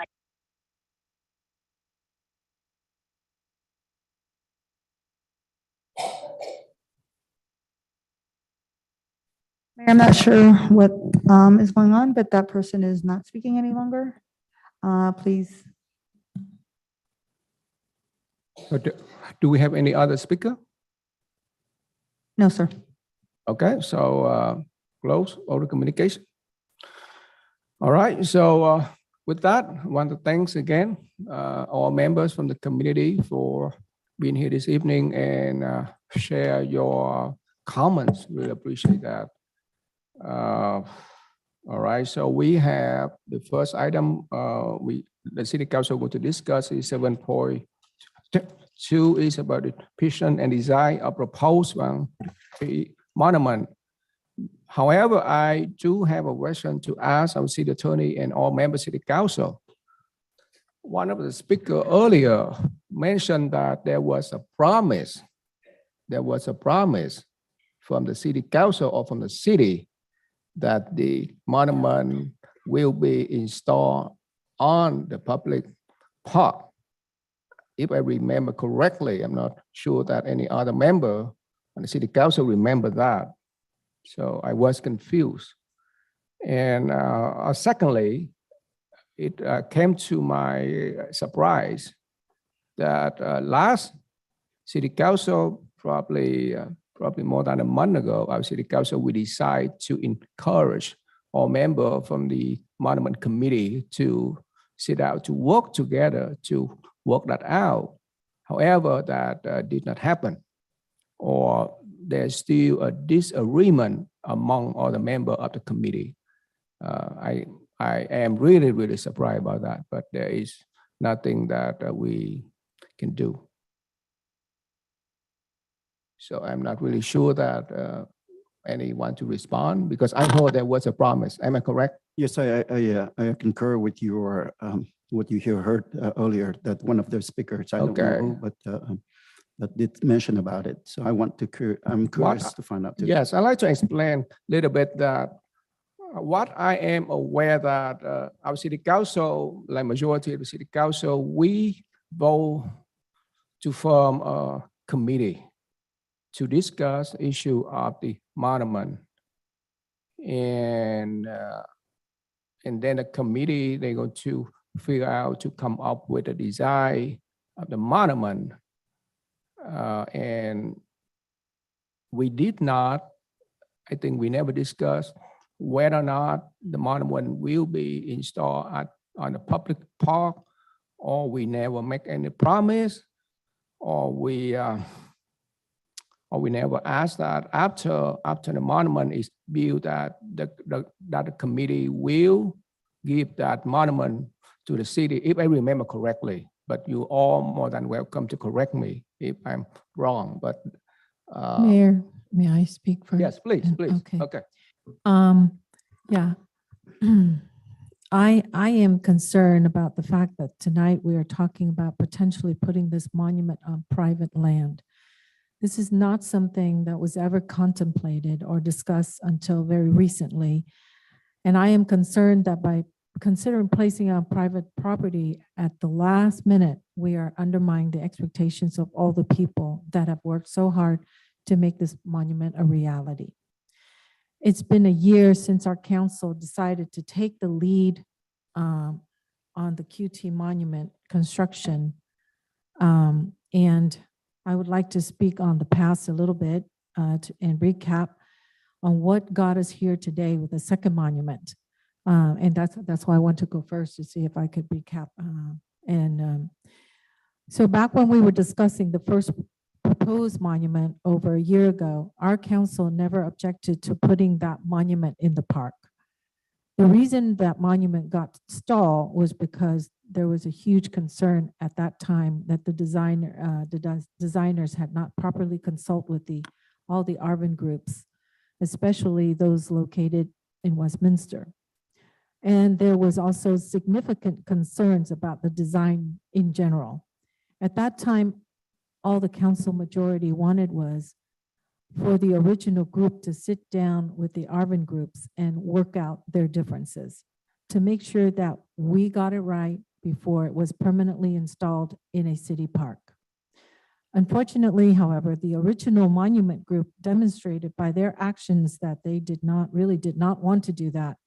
They set very short deadlines and refused to meet with the reasonable terms the city tried to set. I don't want to rehash, but I just wanted to kind of jog our memory. So the council set out to try and do the monument themselves, trying to help facilitate getting the Arvin groups together to come up with a design that they all agreed upon, and which also took into account the American armed forces that participated in that battle. So that was a bit of history on how the second QT monument came about. At no time did we ever discuss putting this monument on private land. The focus the entire time has always been on developing a monument. As a matter of fact, if you remember the very first monument, the agenda was approved to be put on Sid Goldstein Memorial, which we call Freedom Park. The focus the entire time, as I said, was developing a monument which would eventually be placed in a public place in a city park. And this is what was told to all the committee members and people who have contributed toward the construction of this monument we are talking about tonight. Our goal during the entire last year was to simply to make sure we got a monument that was correct in history, and which had the full support of the local Arvin and US soldier groups. This is important because in the end, the monument needs to be something which honors all the veterans who participated and not the people who built the monument. Our efforts to get this monument right are demonstrated by the council's recent vote to send the design back to the committee one additional time. I don't know how many times we've done that, but one additional time last month, because we were concerned that they weren't properly representing the interests of the US soldiers. So today, I don't know, I thought they have come to an agreement. And I'm sure there are many still, there's some minor disagreements, but in large part of the groups have agreed on this final design. What concerns me is that this entire time we have been talking about finalizing the design and then choosing a park to place the monument in. There has never been any discussion by our council about putting it on private land. To the contrary, all the members of the Quan Committee and all the people who gave funds towards its construction have always been operating under the impression that once the design was approved, it would go into a city park. We need to honor our words. So why are we suddenly changing the focus to potentially placing it on private land is shocking. I get it that some people may want to see it as a quick fix and a way to avoid making a decision on this, but that is not what all of these people worked so hard for and what they all donated their money for, and it is not what they intended. We need to respect the covenant of good faith and fair dealings always. So the members of the Quan Committee and all the donors of this monument are expecting and have always expected that the monument would be placed in a public park. Why is this important? Because similar to the other monuments the city has installed, they feel this is an important public asset, something which needs to be protected and displayed so that it will be remembered. If it is in a park, they will be able to visit it with their children, grandchildren at any time. So number one is public asset, and number two is being able to visit anytime. This would not be the case if it's on private property, which has gates, which are closed, has hours of operation, and not to even mention the fact that you have to relinquish your ownership to that monument. And rules on when and how it can be accessed, it's simply not the same thing, not even close. Furthermore, if the monument is placed in public park, they have much greater assurance that the monument will remain a public asset. On private property, it's always possible that the monument might be moved or removed or otherwise. There's simply no guarantee that what might happen to it or what access will be allowed on this private property. But if it goes into one of our parks, the people who fought this battle, those who worked so hard to help make this monument happen, and those who donated towards it, its construction can be assured that they will have access to it. If it's a public park, they will always be able to go directly to their elected council members to ensure the monument remains and is maintained. That is not the case if it's located on private land. So the only question I see is whether it's right and proper to take something which this council has repeatedly acknowledged as being an important and tried to hide it on private property, on land over which we have no control. I say no, this is not right. This is not what we discussed, what was discussed at the time during last year. It goes against everything that was promised to the people who worked so hard to make this happen and to the veterans who feel this monument is so important. We have to be truthful. If your goal is to simply to put this monument on private land at the last minute, you really have no interest in seeing this monument built. You're just trying to get rid of the monument, trying to hide it because it's convenient to put it there, and you really don't care. But that is not how I feel. This monument is important. We need to give it a prominent place to honor in one of our parks. This is what has always been discussed, and this is always what was intended and promised.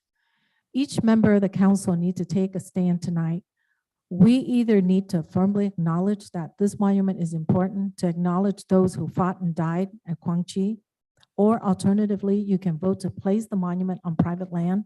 But if you do, it's clear that you don't think this monument is important, and you don't think and that you want to hide this monument behind gates and private property where the city has no control. I hope you stand with me. Rather, I stand with you and move forward and choose a park for it.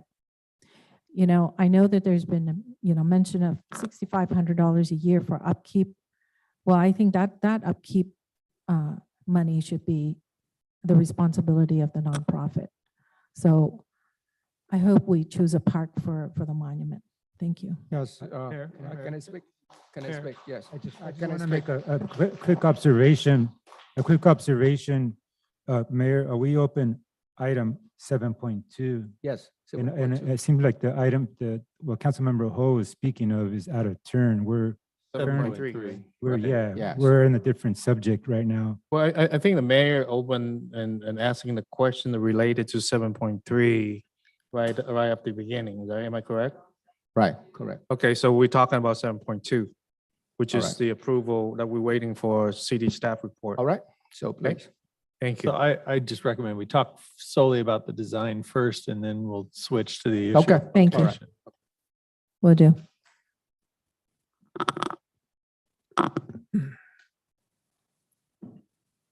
Thank you. I do have a presentation, so I'll let PCTA bring that up as I begin. Good evening, Mayor, Vice Mayor, and City Council members. I'm here tonight on behalf of the Quang Tri Monument Committee. On July 5th, the committee met to review and finalize the depiction, the summary of the narrative, participants, and loss estimates. Prior to this full committee meeting, a small group, including Chair Paul Lee, Vice Chair Kenny Huang, Dr. Quan Nguyen, Robert Harrison, and Conrad Gomez, met in compliance with the Brown Act on June 29th, as requested by the City Council at your May 25th meeting. Public Works Director Jake No and I were also present. At that meeting, a number of issues were discussed, including the summary of the battle losses, and emblems to be depicted. Some compromises were reached with a small group and were recommended to be taken to the entire committee for consideration. At the July 5th Quang Tri Monument Committee meeting, they reviewed and finalized their recommendations, which is what is before you tonight. The statue design remains featuring 5 Marines of the Army of Republic of Vietnam standing on top of the ruins, holding the South Vietnam flag. The base of the monument measures 20 feet by 11 feet by 6 feet. Behind the base is a section depicting the Quang Tri Citadel wall with dimensions of 24 feet by 4 feet by 11 feet with an 8 foot by 5.5 foot pagoda on top of the wall.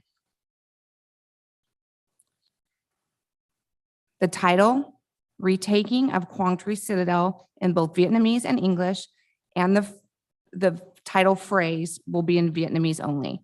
This remains unchanged as was presented at the May 25th City Council meeting.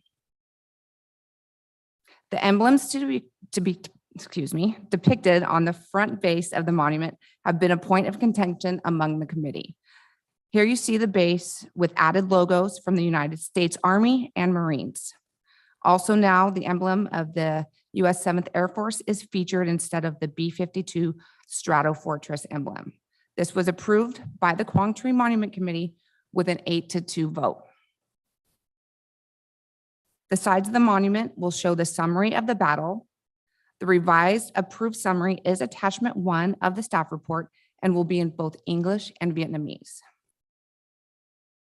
The summary was clarified and simplified and approved by the committee with a 10-0 vote. The layout will now be in 2 columns for easier reading by visitors. English will be on the left side and Vietnamese on the right side.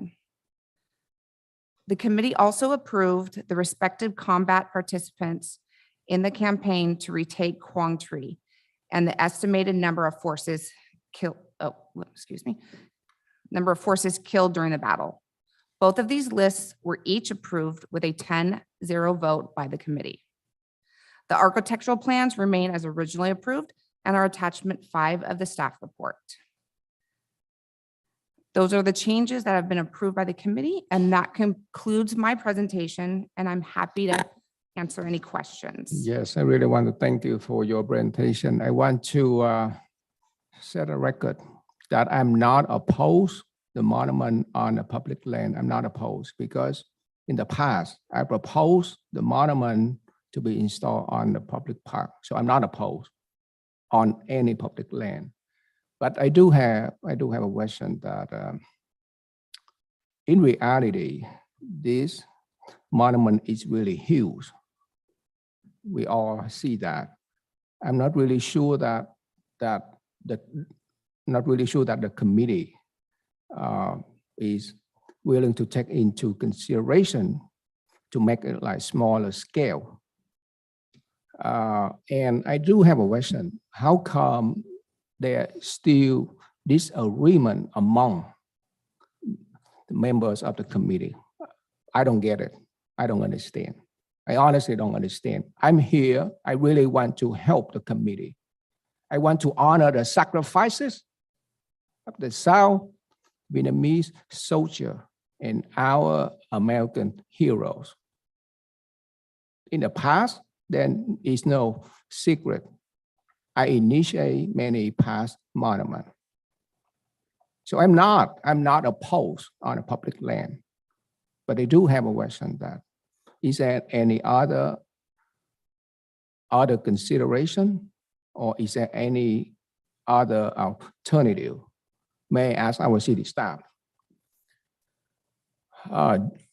Do we have any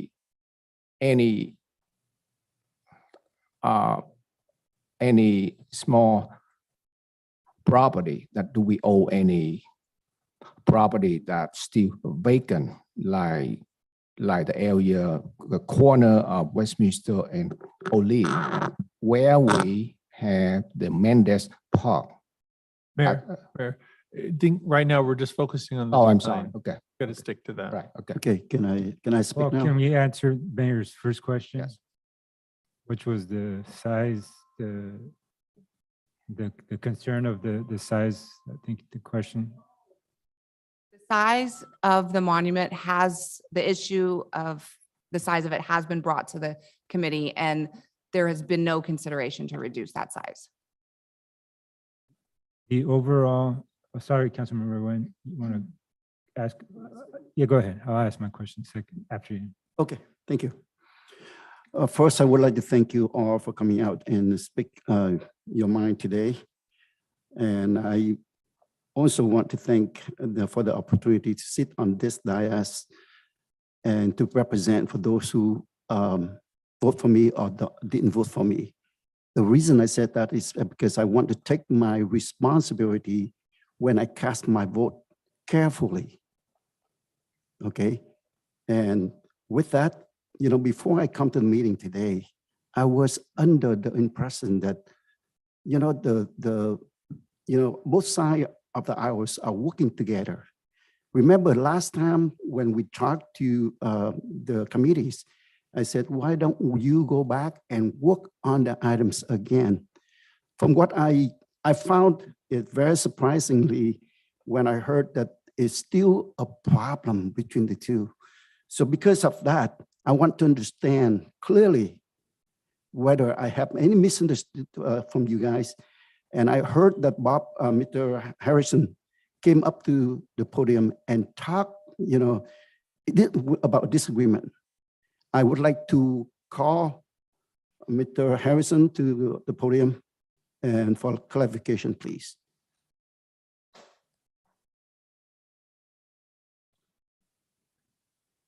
So from the last or previous meeting that the council asked you to go back and work with the committee.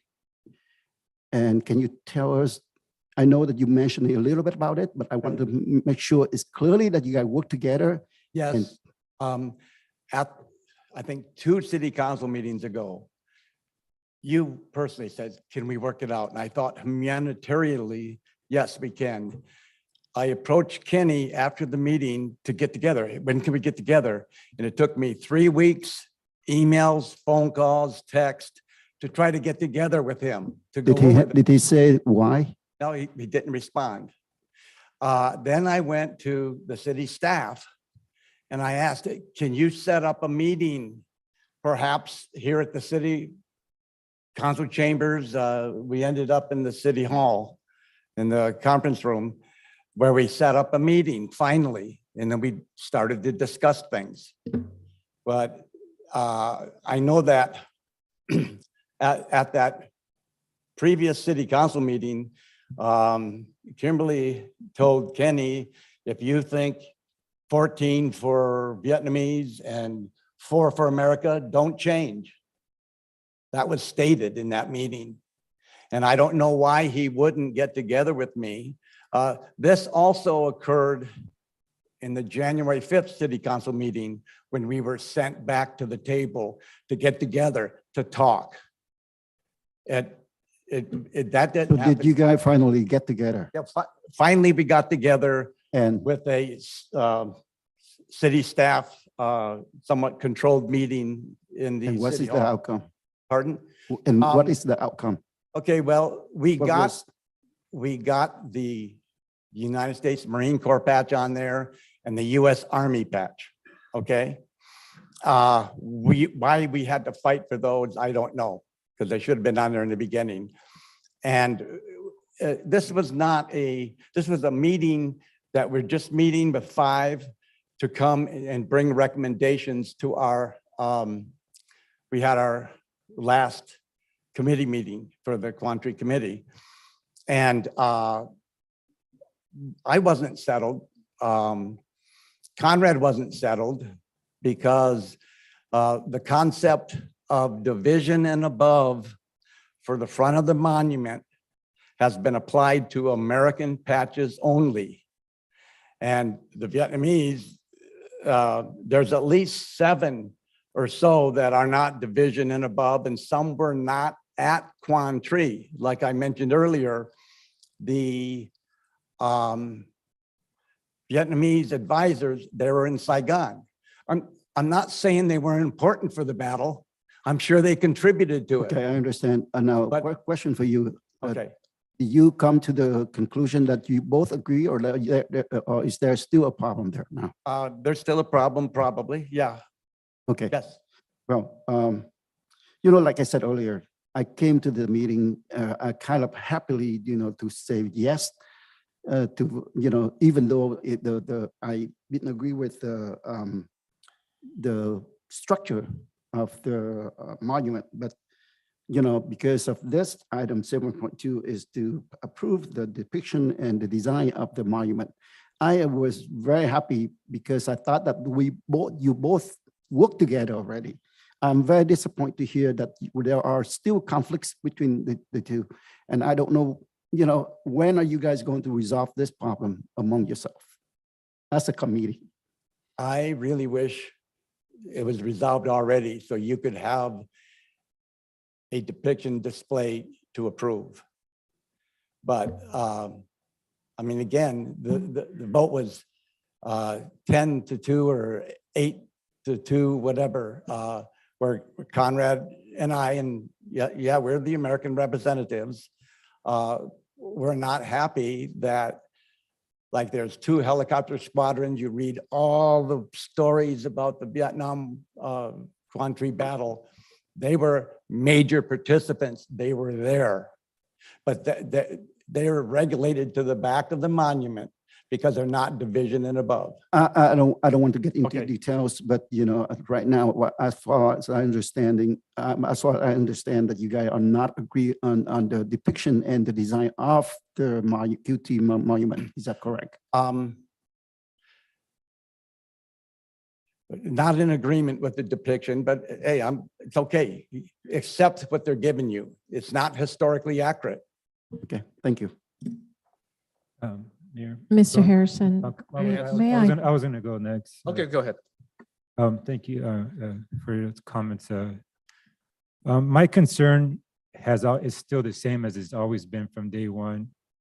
When this first was put on the agenda way back when, that the historical accuracy was incorrect, that the community members were not working together, the RVN veterans were not being included with the original proposal. Those are all concerns that I had from the beginning. They're still the same concerns today. It appears to me, just reading the staff report and speaking to Mr. Harrison and speaking to and also just looking at what's happened from way, I mean, I can't even remember way back when we started this. We still have the same issues as far as putting such an emphasis on getting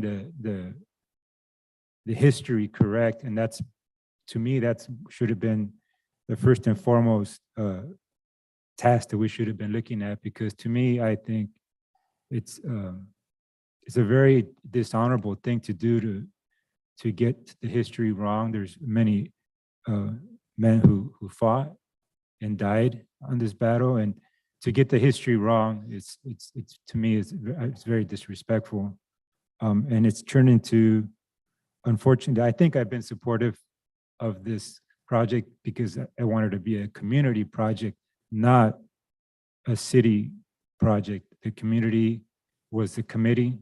The community was supposed to get together and work on getting it right. And there's been issues from the get-go, getting it right and working together. And it seems like it's still the same. From what I understand, the patches have changed over time. And my concern is how these patches have been vetted to make sure that the history is correct, that the folks, the brigades, divisions that are being proposed were there on the battle, that we're not turning this into a monument to honor committee members or families of donors or just folks who contributed to this monument, instead of making sure that the folks who are being represented on this monument, history is correct. That's been my concern from the get-go, and it seems like it's still an issue. I don't ever remember there's ever been a conversation about location. I know there's been a conversation of where not to put it, but not ever a conversation as public or private. I don't ever remember that. I could be wrong, but I don't remember that. But my concern is still the historical accuracy of this monument. May I go? And I don't think it's there. It's not quite there. And the size, originally I was trying to be as supportive as I could, but the fact of the matter is that this size is very large. It's 34 feet wide. That's very large, very tall. I think that's just, it's asking a lot for the community to have this structure this large at a, I know I'm speaking out of item here, but a structure this large at a public and a community park. But still, back again to the design, we need to make sure that the history is correct, and we need to take the time.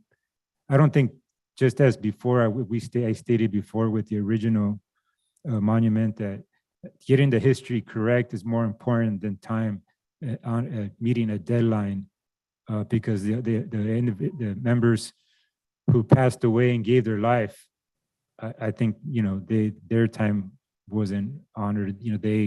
I'm sure they would want to make sure that getting it correct is more important than meeting an anniversary date. We need to make sure it's correct.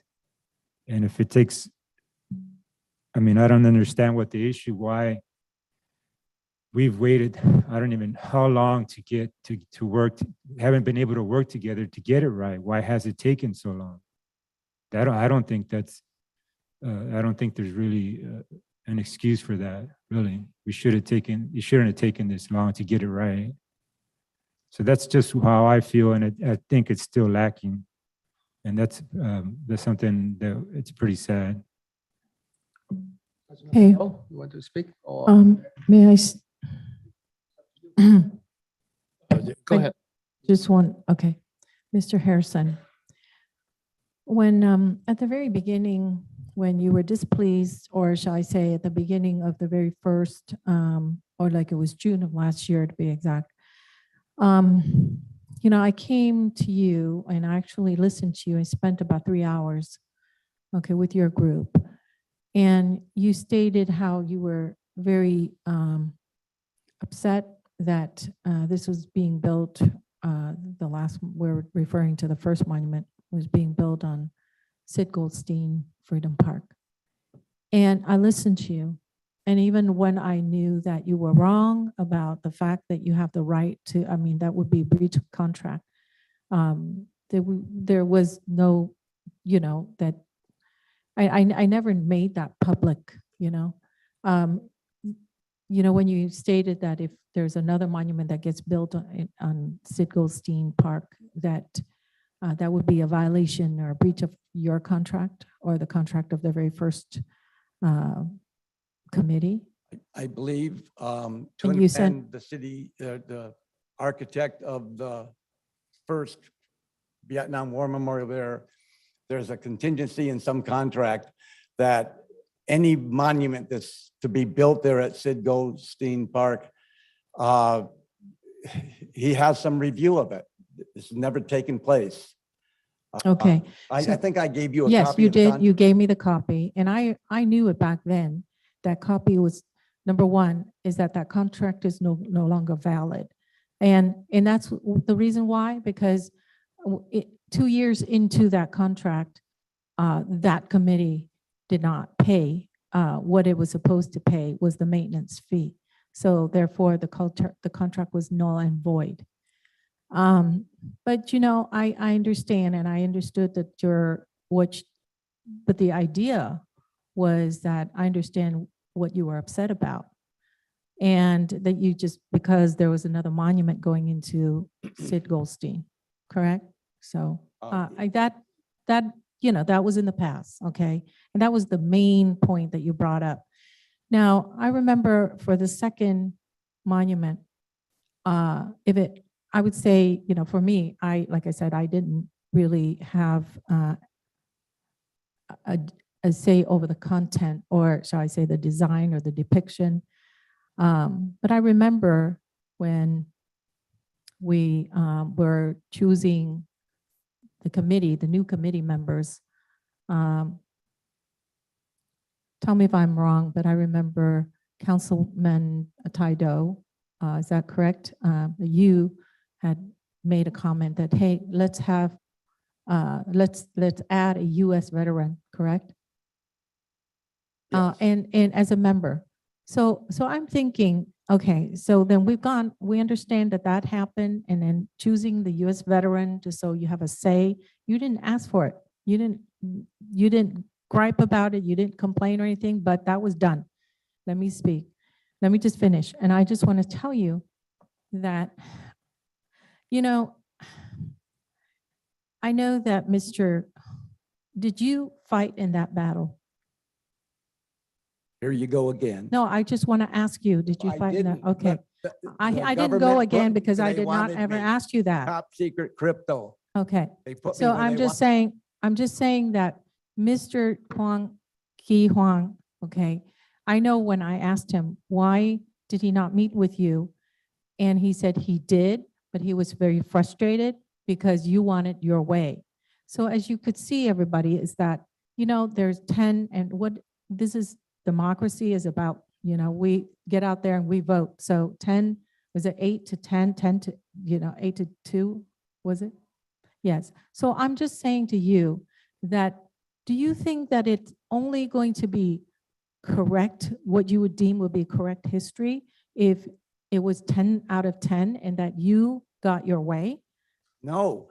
Okay. Well, I'm just asking because you know what? I know that they've tried really hard. And I know you came back and you had a meeting with them. And I thought today, just like everybody else who's mentioned here, quite disappointingly that, you know, again, you're not happy. And so I think to send us back and again and again and again, I think, you know, you mentioned the logos, they should have been there on there in the first place. I think because they really felt like they're being sent back again, they try hard to compromise and they gave in. But then to go back again and again is to ask them to do it your way, then that your way would be right and their way would be wrong. So who's going to be the judge of what's wrong and what's right in terms of history? So I'm just saying because this is what's been happening. And to be fair, you know, I think Mr. Ki Huang should come up and talk to us and let us understand why you had that meeting. And today we thought we were going to be approving this 7.2. And then now we're saying that it's not good. This is not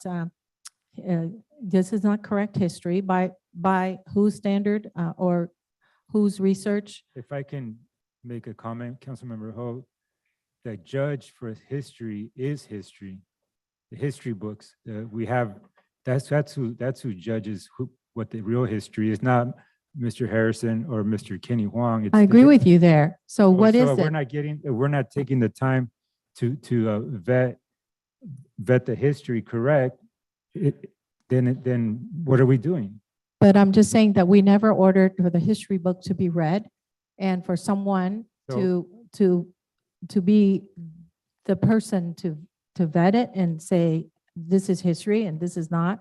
But you are asking Mr. Harrison, and I know that Mr. Huang, I've pretty much pleaded with him and say, have you sat down? And yes, and to a point where he got sick. And he just said, you know, I know that Mr. Harrison, if I don't say this, we're just gonna blindly send them back to, you know, and it's gonna be back and forth, the same thing over and over again. Yes, I like to honor Councilmember Ho's request. Yes, I think Councilmember Ho, she had the right to invite Yeah, for sure. members. So please, yes. Please. So my concern is that why is it that we have this before us and that I was so happy to see, and I think you know, the rest of the council members are also. And then now we hear that, okay, this is going to be sent back because it's not correct history, because Mr. Harrison saying that it's not correct. Did you try to sit down and work with him? Okay, thank you. After a couple of times, Bob Harrison sent me the email, text message, and also he called me, and I did return his email, and we made appointment with him at his home office 2 times. We came to his home office 2 times, and then not just only me, but also Chung Do over there, and also Kenneth Fan. We come together to his home office. We discussed with him 2 times, not just 1, but 2. And then after we discussed with him, and he agreed some point.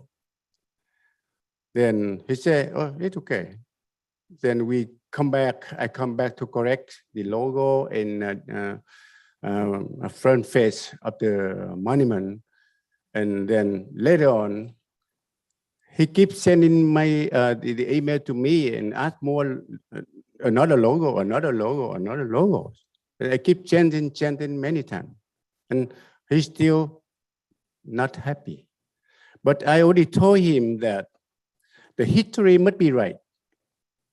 And I found on that battle from the first day to the last day on the Quan Citadel and nearby and surrounding. And then I tell him that. He said, it's okay. And then he keeps sending me another subunit and logo. He asked me to put in front, but I said it's too much crowded in front face. The other unit from division and equivalent and higher. It put in front face of the monument, but the below and under that level, we will list on the back of the bay of the monument. We agree that. We come and we talk, then we talk. And after that, and I was in the accident in the Procard in Warner. And then I let him know. And then I was in the hospital. And I say, I am now, I was in the accident, I am sitting now, and I will work with you later. And later on, I contact with them, and then I keep chanting. I ask more.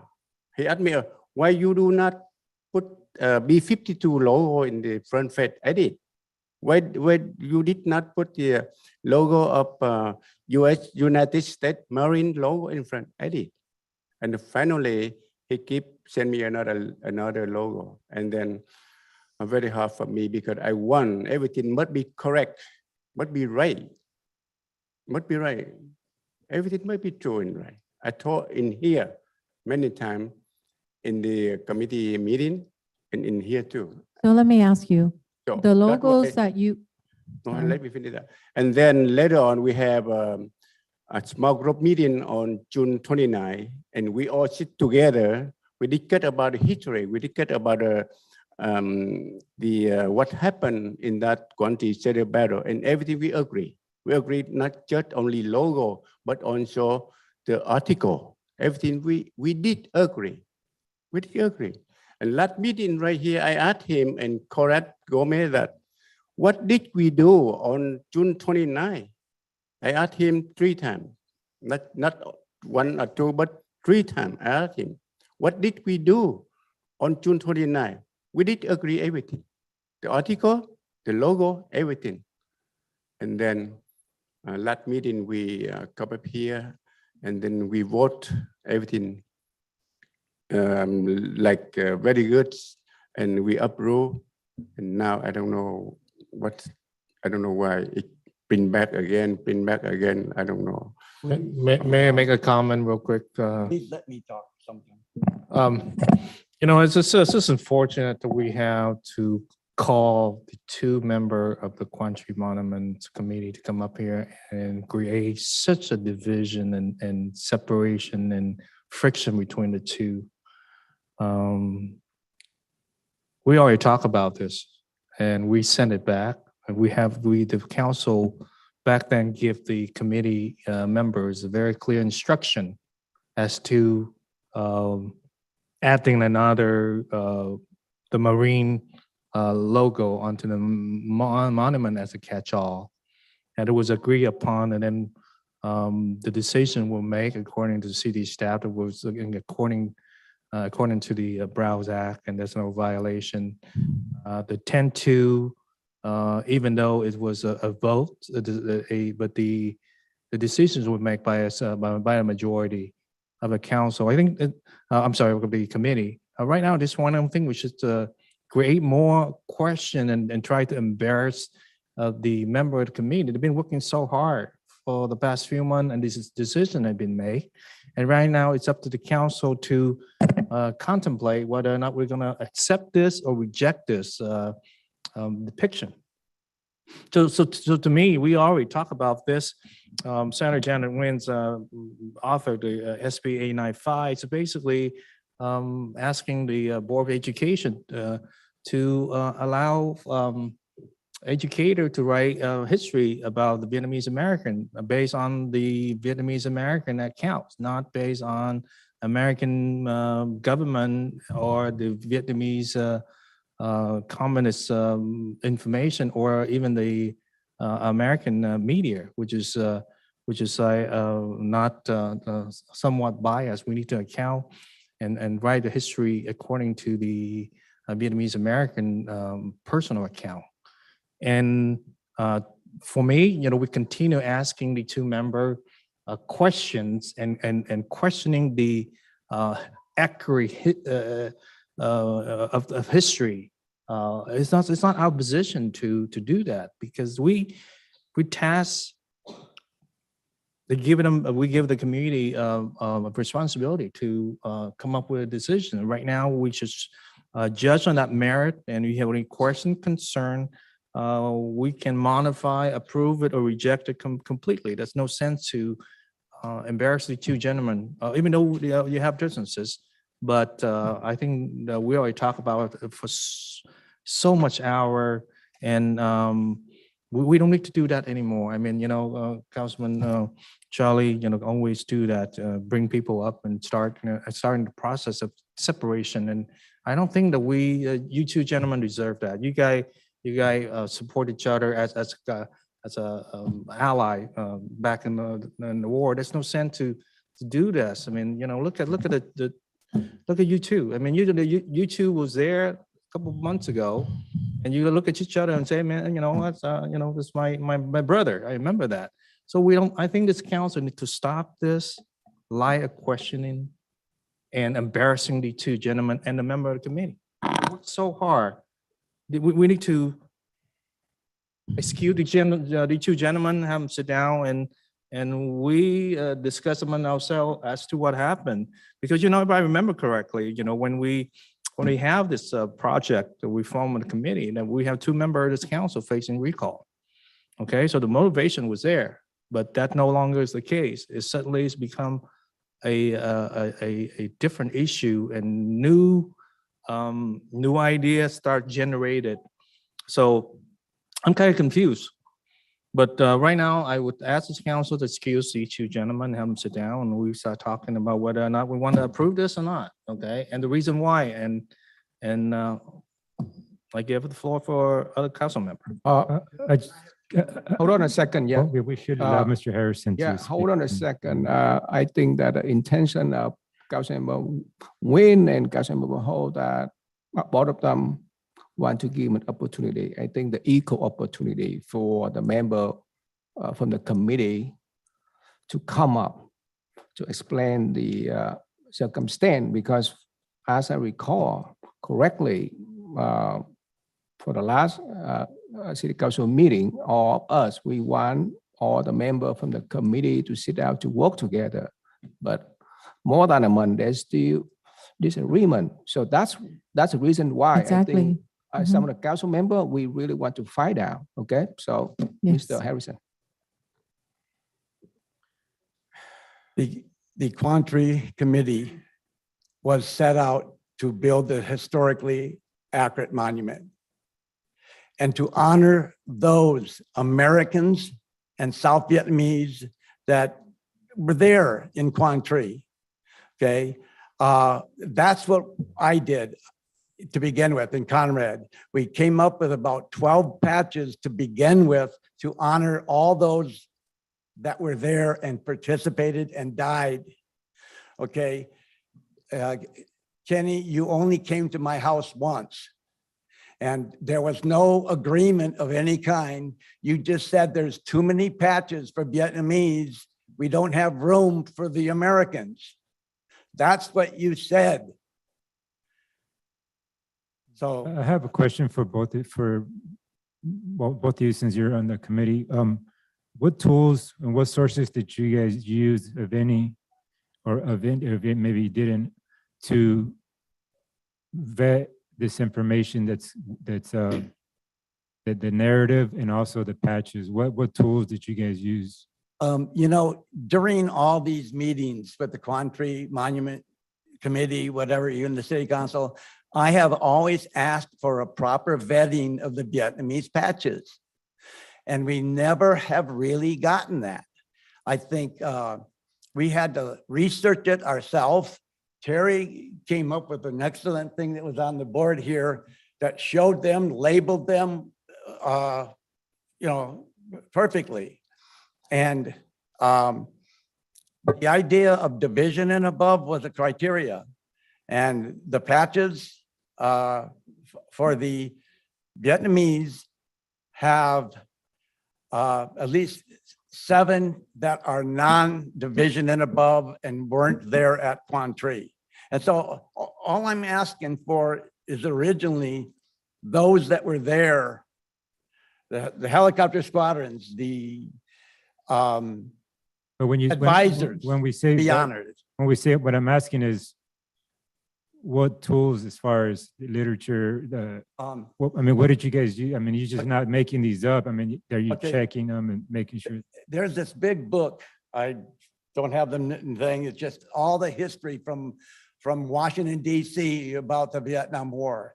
We've got articles. You all received a magazine about Vietnam, and that was one of them. But there's multiple magazines and information that we took it from to substantiate those American veterans that should be heroes and should be honored.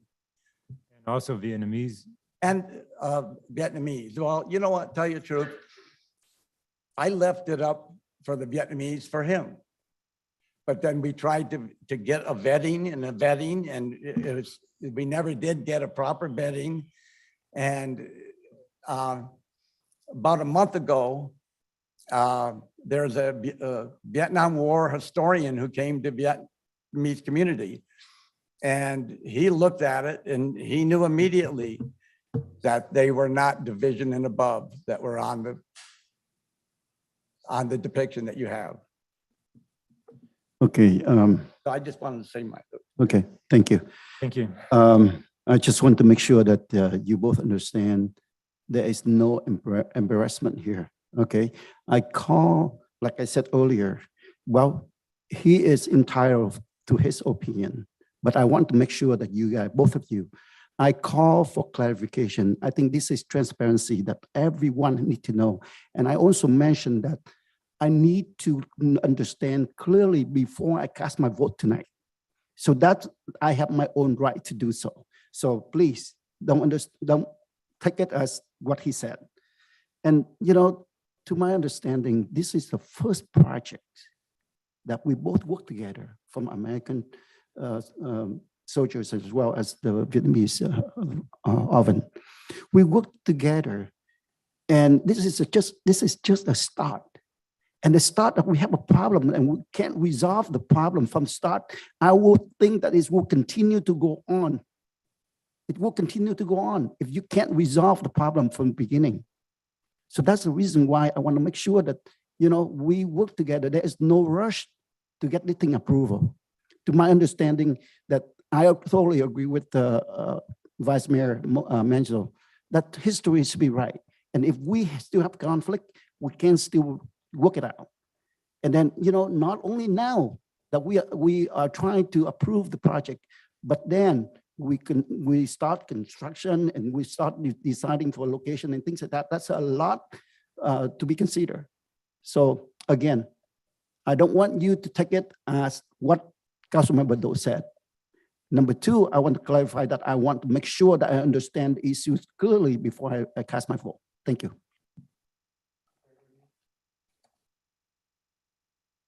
Sorry, Bob, because I never say that no room for American patches. No, I didn't say that.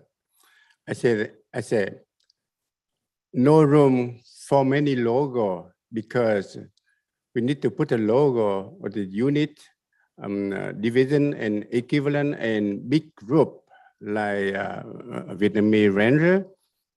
They more than to division, but it not did not form the division. That's why we call the Biệt Động Quân. It means Vietnamese Ranger group. It's bigger than division, but we put there. And also we already agree that all main force involved and participate in that battle. Like we put the logo in front. From division, equivalent or higher. That we agree. And I think Bob knew that. But I still listen to him because I want to honor him and I want to honor American veteran who involved in that battle because I put advisor, United States Marine Division, and also United States Army logo. I put everything on, even they did not involve too much. It's not main force. But I honor you and I honor the American hero and always I respect American people, American soldier, American veteran. But I do the right. We want everything historical must be right, not be wrong. And later on, oh, who did that? Who did that? And why we put that logo on that? I want everything be right. And we discussed on many times, and also June 29, in front of Jack Ngo and also Vanessa Johnson, we did agree everything. And now it's changing. I don't know. May I ask, in your opinion, is the history right? Do you have history right this time? Is it right? Correct? I did right.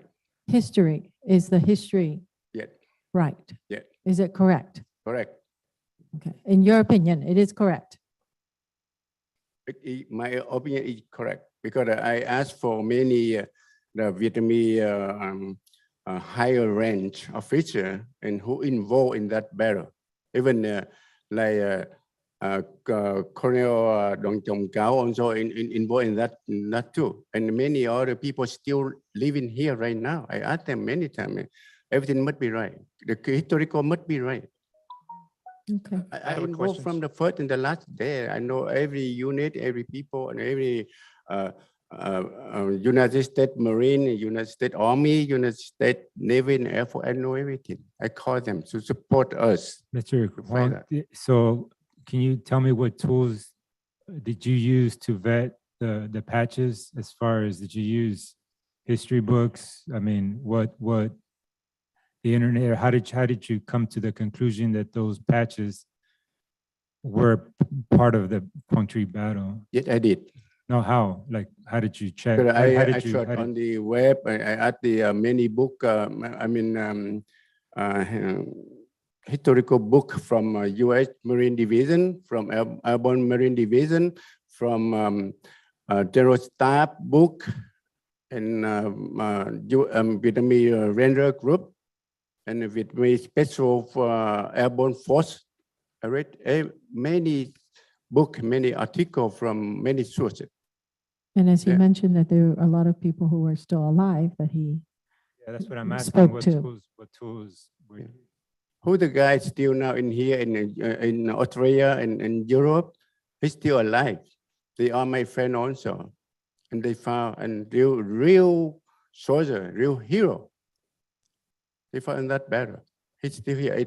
He will come here when we celebrate the finish of the monument. They will be here, and he will very happy to stand together with all the city of Westminster, mayor, vice mayor, and all council and staff in our committees stand nearby, side by side, and take a good picture, good image to unify the Westminster city, and it's a very good picture for our future. I don't want to argue too much with him because I know him very good guy. I recommend him to many things. In this one, I always respect him, always. I have a But question for. everything, the historical must be right. I don't want something from later. Hey, Mr. Kenny or Bob Harrison, why you put that thing? Why you do that thing? It's wrong. We cannot remove it and to do it again. No, very hard. Very hard. It's not easy. Thank you, Thank sir. you. A question for you, Mr. Johnson. You remember the instruction that the council given to the two gentlemen on the last time that they met here? Yes, they were told to try to come to a compromise. I think we have a little bit more specific direction that one particular logo was agreed I upon don't to. think, I don't think it was specific to number or specific logos.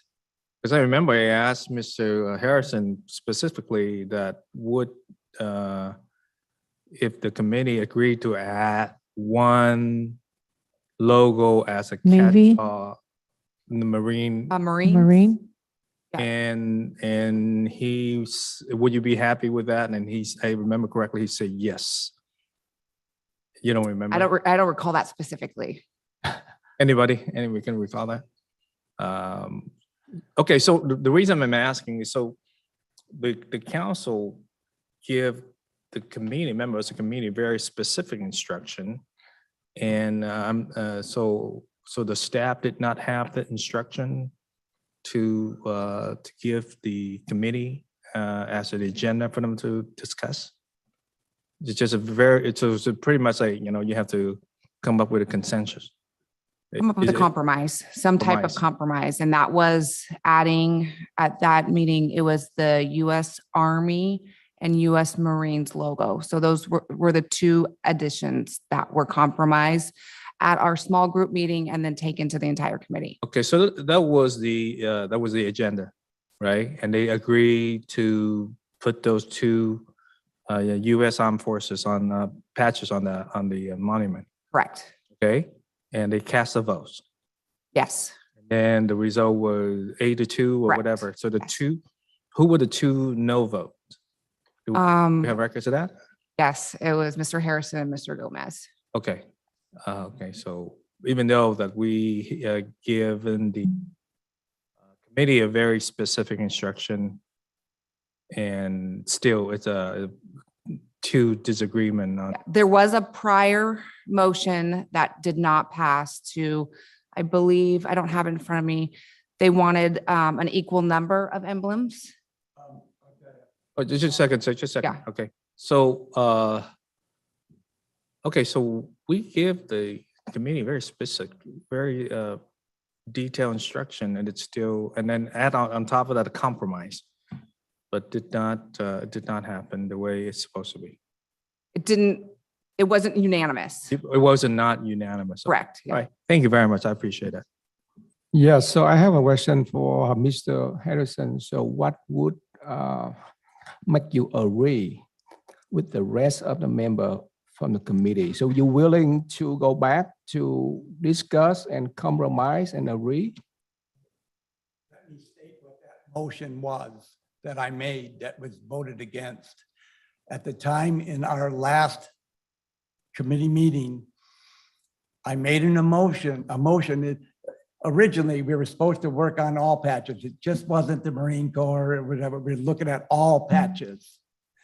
And because I knew it wasn't going to go anywhere, I made a motion to recognize the two Marine Corps helicopter squadrons and the American advisors who were really there and paid the price. And that's what I would be happy with, okay?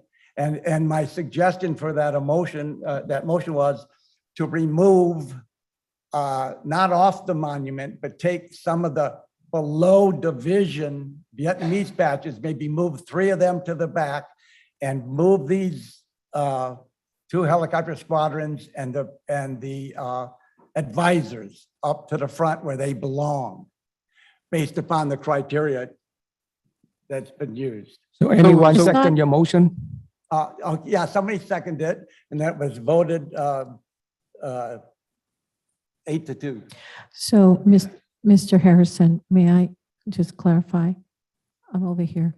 Just want to clarify that you mentioned that, so you're saying that the history is not wrong, it's just the location of the logos, that if those were moved to the location that you would want, then that would make history correct. Is that right? I've stated along the way that the depiction is not historically accurate. You don't have a citadel that was remaining. It must have been rubble, moon. And we have here this monument of 5 Marines raising a flag, and then you have this big a citadel wall with a pagoda on top of it. That's not historically correct. You can see it in actual videos of that time. You can see it in pictures. And but I let them have it. I was concerned with the patches, but So, we can Mr. go into a lot of historical. So the patches, so let's go back to the patches. So, Mr. Huang, what he's asking about the patches, and the location, since I'm not even sure what he's saying, but I'm sure you understand what he's saying. To move those to where he wants. You would be happy with that? Would you be able to accommodate? I already answered him and discussed with him and a response to him that the package he gave to me, but he said that he need to put helicopter 8 mm something 164 is fine.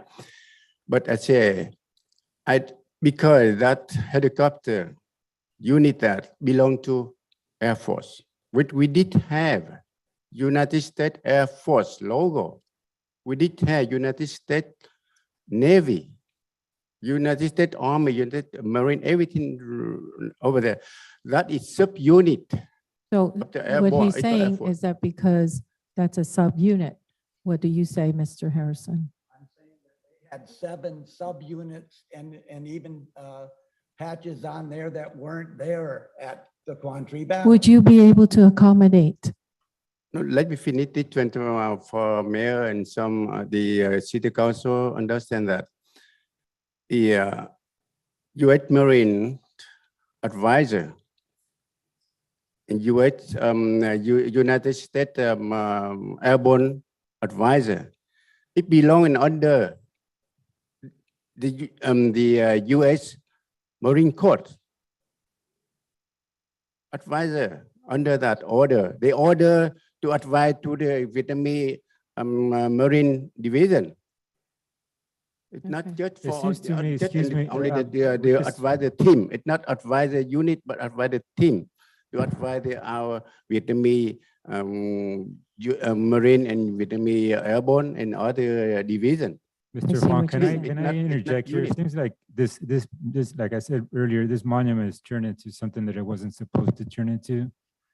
This creating the division that we were trying to prevent. And we're gonna sit here, it seems to me, we've been doing this, arguing about patches for a very long time. It seems to me that we need to come up with some other sort of design that is just gonna have the narrative and 2 things to say in Arvin, American, and then be done, instead of sitting here arguing about how many patches. You get 10, he gets 6, he gets 14, and this is not gonna go anywhere. Right. So we need to come up with some other design that is just gonna have something that it's for Arvin and American, and one of each, and be done with it. Because this is turning into another division. This is dividing our city. I agree with that. These and are I'd say- dividing our city completely. And this is specifically why Councilmember Ho and I, and also Councilmember Doe interjected about the original monument, that it was dividing our city, and here we are, a year plus later, talking about the exact same thing, a division. On the past meeting, we already agree, we already voted in every approval, and now he come back again. I don't know. Mr. Mayor, I know that we've been spending a lot of time talking about this, and I can assure you that it's not going anywhere. And I am very disappointed that, the both sides cannot work together. And I Can am we sure that, compromise? hold on, let me finish, please. When I'm sure that everything can be worked out. It's just that we need to get together. And again, if we can't finish this time, or we can get, agreement this time, we can always discuss about it. There is no rush to have this built. And this is, like I said, this is a start. And if we can't iron out the problem right now, it will continue forever and ever. And this is a community project. This is a community project. We need to work together on this. So my motion right now is to have them come back, go back and meet on this, and then come back with the agreement so that we can approve the depiction of the design of the QT monument. if I may, I think that they've been back and forth so many times, and I think that, you know, the democracy system is such that, you know, we've got an agreement here, correct, our staff? And it's already been, you know, the committee met and they voted on it, and today we either accept this or reject it. And I don't think it's just about the number of patches. So I think I would make a substitute motion. Well, I want to, accept- I think I want to second Councilmember Nguyen's motion because I think there was a criteria set and the criteria needs to be the same for both.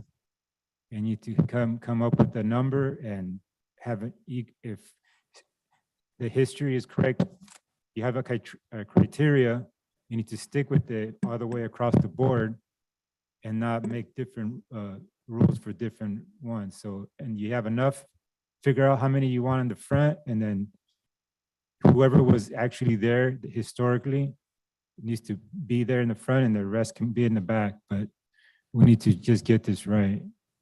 And we no more back and forth. Can I ask a question in my comments real quick? Okay, so Mr. Harrison, what would make you happy, sir? You want other patches on the monument, or you want to scrap the whole monument altogether? No, I want America to be recognized and honored. And I'm saying we could end this thing tonight. We put the real American patches up there, the two helicopter squadrons, HMM 164 and 165, and then the American advisors that died and were there, and move 3 of the subdivision, lower division Vietnamese on the back, and where they're going to be recognized. So was that the agreement for last time that that you was Is there something asking? new? Was there something new? No, that was my motion at the. Wait. Was that the agreement that you have with the council when you talked to Mr. No. Mr. Quan, if we check the record of that recording, we're gonna hear something different, right? We were supposed to work on patches. And to No. come up and honor. I remember very There wasn't one specifically. or two or Marine Corps or whatever. Okay, so that's it. That will make you happy, not scrapping the whole thing, throw it right. away. So if the council approve that with the modification of what you asked for, would that make you happy? It's not making me happy. I want to do it historically right. I'm Would happy. would that make you I'm happy, sir? Yes. Is that a we yes can- or no? Yes. Okay, I make a modification. No, there's modify. already a second. Okay, so we have to So we vote have on to that? vote, yeah. Yeah, there is Call a the question. motion. Have a substitute, made can I by have a do a Councilmember- substitute motion, please? What? I already made I a substitute guess- motion. I guess that with the modification here from the committee, there's only 2 people here talking about it, and then the council take up on what they agree, both of them agree. What about the whole team? So I don't think that we can modify the condition here with the 2 of them Can we? agreement today. Yes, we can. We do Ultimately, anything. Council Council has can do anything. discretion. Yeah. So I made so can we make a substitute motion also? Do we have to vote? Yeah, we Okay, I'd have like the- to make a substitute motion Hold to, on, hold on a second. Councilmember Nguyen already make his motion and Vice Mayor Menzo second. Councilmember Nguyen motion. So now the time for you to make All a right. substitute motion. so Yeah. I would make a substitute motion to approve item 7.2 and to accommodate 2 logos. And what was that, Mr. Harrison? The helicopter squadrons HMM 164 and HMM 165, they're Marine Corps helicopter squadrons. Okay. All right, And the- that's and what the- I would do. And the advisory. The advisor patch. Yep, just as he said. Second that. Hold on a second. You know, I know that you already have your acceptable motion, but I believe that it's not, five of us here, we give them the order, you have to do that. I think they need to have a meeting and they need to compromise. They need to agree with all the patches they're going to put on the monument. I don't want to force, Mr. Quan, because, he need to discuss with other member from the committee. Am I correct? And also the other thing that I need to, the mayor asked about this, sorry, Mayor, asked about this, and I think this is also something that needs to be looked at is the size of how large this monument is. I mean, have you considered that, how large it is? 34 feet width and 30 feet tall? Have you really sat and measured how big that is? I mean, that's something, it's costing, that also comes into the cost. I mean, that's a very large, that's bigger than the existing Vietnam War Memorial. No, excuse me, I think that you mentioned about the dimension, right? Yes. From the original, the first my draw, that dimension is 24 feet long. But after that, we do to only 20 feet long. It's not big. Five bronze statue. How wide? How big for one? And we add it together, 5 statues. How it long? And also the weapon and the helmet, something like that, and the rubber base underneath that, and come up together. It means the statutes only 15 feet, and the rubber base and the monument base, it come up together only 20 feet. It's not too long, because I came to the part, I measured tape. It's not too long. It's not too big. It's not big like memorial. I mean, Freedom Park, the statue right now. It's not big that much. Only 1/4 of them. Very short. Only 20 feet. Only 20 feet long. So the 34 feet long is a base, right? It's a foundation of cement. Yeah, so basically the All right. 34 feet wide, that's including, that is a footprint of the entire That's the monument. entire footprint, okay, That's but the- including the sidewalk all around the monument. So you For the have, monument, about 20 by 10 or something, right? By Yeah. Yeah, 20. 10 by 5.5. So that 34 foot is a footprint of that foundation. Am I correct? is a footprint, not a foundation. There's the sidewalk also outside of the foundation. Yeah, Correct. okay, I could see it from the depiction. So the 20, so I think Roger would measure it from back there to the podium is about 25 feet. It's not big, Am it's I not right? long. So it's about 20 feet, probably a lot smaller than the footprint, the sidewalk. Thank you. Mr. City Attorney, I want to come back with what the mayor said earlier. And just for the record, I want you to clarify that it's okay for the council to make decision based on these two, decide whether they agree with each other and they don't care about any other member of the committee. Let's say that they come back and one of them is not agree with them, or the rest of them, let's say the rest of them vote no, then what? I want you to clarify that for the record, please. Can I have 1 more minute, please? Because everything we already cut, we already agree and we vote already. So how come we back and forth? I put down $200,000 to the beach statute company and to make the statute, and they will deliver on schedule. And now back and forth, keep delay on this monument and this project. And then they leave it here, and how can we keep that 5 statute?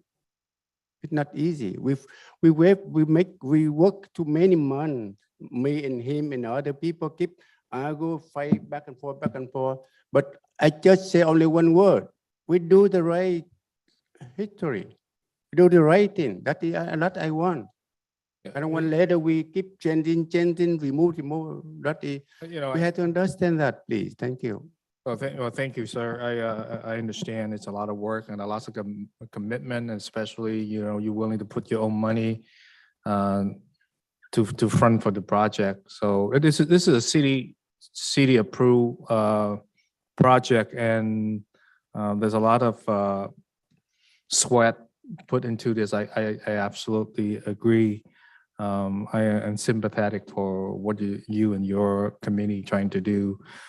So, you know, I understand that Councilman Nguyen trying to did not approve this, did not support this. So, you know, he tried to do what he has to do to delay this project. It's very unfortunate, but originally we, the council agreed to have this project moving forward.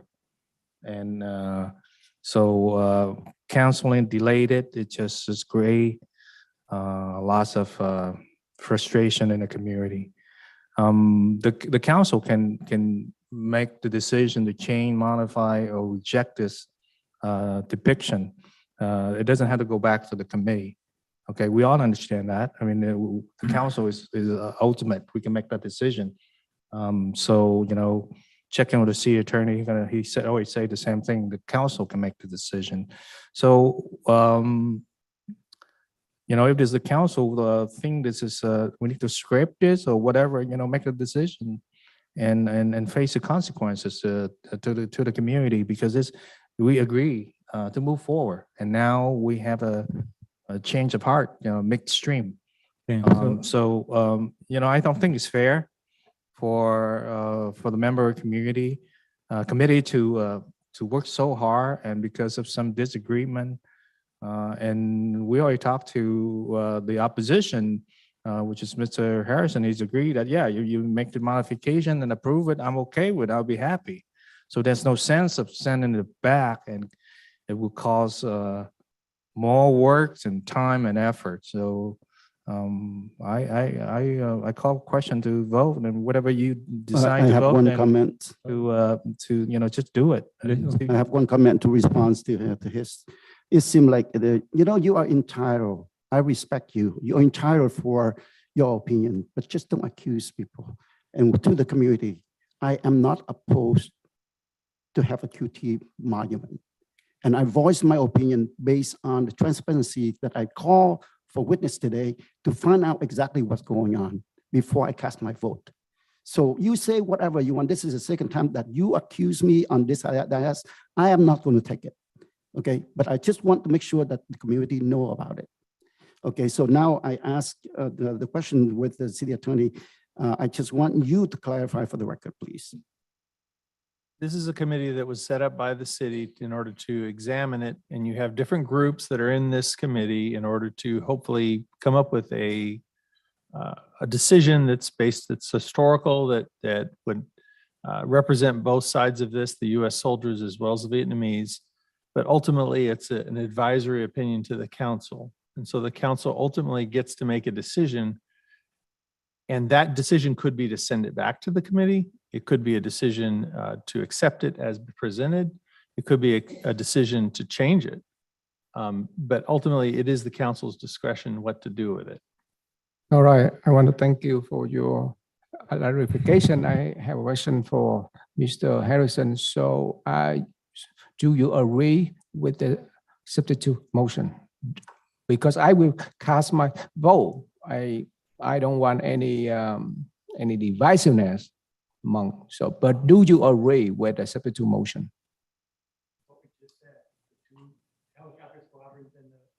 Could you speak to the microphone, sir? I agree. Could you speak to the microphone, sir? We're talking about the substitute motion with the 2 helicopter squadrons and the American advisors. Yes, I agree. How about Mr. Quan, please? I just say that I want everything might be right. And I already told them, helicopter HM167, that the under a subunit under the United States Air Force logo, it's been there already. It's not So- separate. It's not separate. So your answer, to make it simple, that so you do not agree with the substitute motion from the council, am I correct? I don't think put the logo of two helicopter unit, the 8M177. So there's still a disagreement with the substitute motion. Okay, so Mr. thank you. Mr. Hong, you want to rethink that? That's going to cause a delay on your project. Okay. And I'm telling you that throwing it, giving it back and forth is only going to delay, and that's not what you wanted. And we wanted, and so will you accept? Okay. And before that, I want to clear and verify in front of the city attorney that the money I deposit to the Big Statue Company, it's not my money, but the money from the donor and contributor. It's not my money. I want to clear that. So we have a, Mayor, we have a, All right, so we have the substitute motion and a second of the substitute motion on the floor. Yes. So at this time, it is a substitute motion made by Councilmember Ho and seconded by Councilmember Doe to approve agenda item 7.2 to accommodate the additional logos of the two helicopter squadrons and the American advisors. Councilmember Doe, Yes. Councilmember Ho, Yes. Councilmember Nguyen, Abstain. Vice Mayor Manzo. yes. Yes. Motion carries with one abstention. Just for the record, I abstain. My vote is because I want to make sure that, the committee are in agreement with that. Thank you. Mayor and Council, if I may, I anticipate that 7.3 will be just as lively of a discussion. We actually have a public hearing. Our interpreter's still here just in case, so I was All right. wondering if 4.1 up so I can excuse staff and the interpreter. All right. Bowie is recommended. We have a second to move it. Second, Okay. What item is that? 4.1, Oh, public hearing. public hearing, okay. All right, public hearing 2022 report on water quality relative. I'm to sorry, public- we need a vote to yeah. move Oh, it. we need to vote. Councilmember Doe, Yes. Yes. Thank you. Councilmember Ho, Yes. Councilmember Nguyen, Yes. Vice Mayor Manzo, yes. Mayor Ta. Yes. Motion carries to move that item 4.1 public hearing up. Thank you. All right, open a public hearing. Make the announcement related to public hearing. Okay, public hearing 2022 report on water quality related to public health goals. Staff report, please. Good evening, Mayor, Vice Mayor, and council members. We do have the Water Superintendent, Scott Miller, here in the audience, and he's going to do the presentation for this public hearing item. Good evening, Mayor, members of the council, city manager. Before you tonight is a public hearing for the 2022 report on water quality as it's related to public health goals. What that means for us, the purpose of this report is the amount of contaminants in drinking water that fall into two categories. One category involves maximum contaminant levels, or MCL, which is the regulatory definition of what is safe and the criteria used to determine the water system's compliance. The other is a public health goal. Unlike MCLs, that demands corrective procedure. PHGs, or public health goals, are non-enforceable drinking water quality goals set by the California Office of Environmental Health Hazard Assessment, OEHA. And you are not required to meet any of these public health goals, but they are put in place so that we can keep track of them as technology catches up and as treatment processes get better. The goal is to eventually meet these.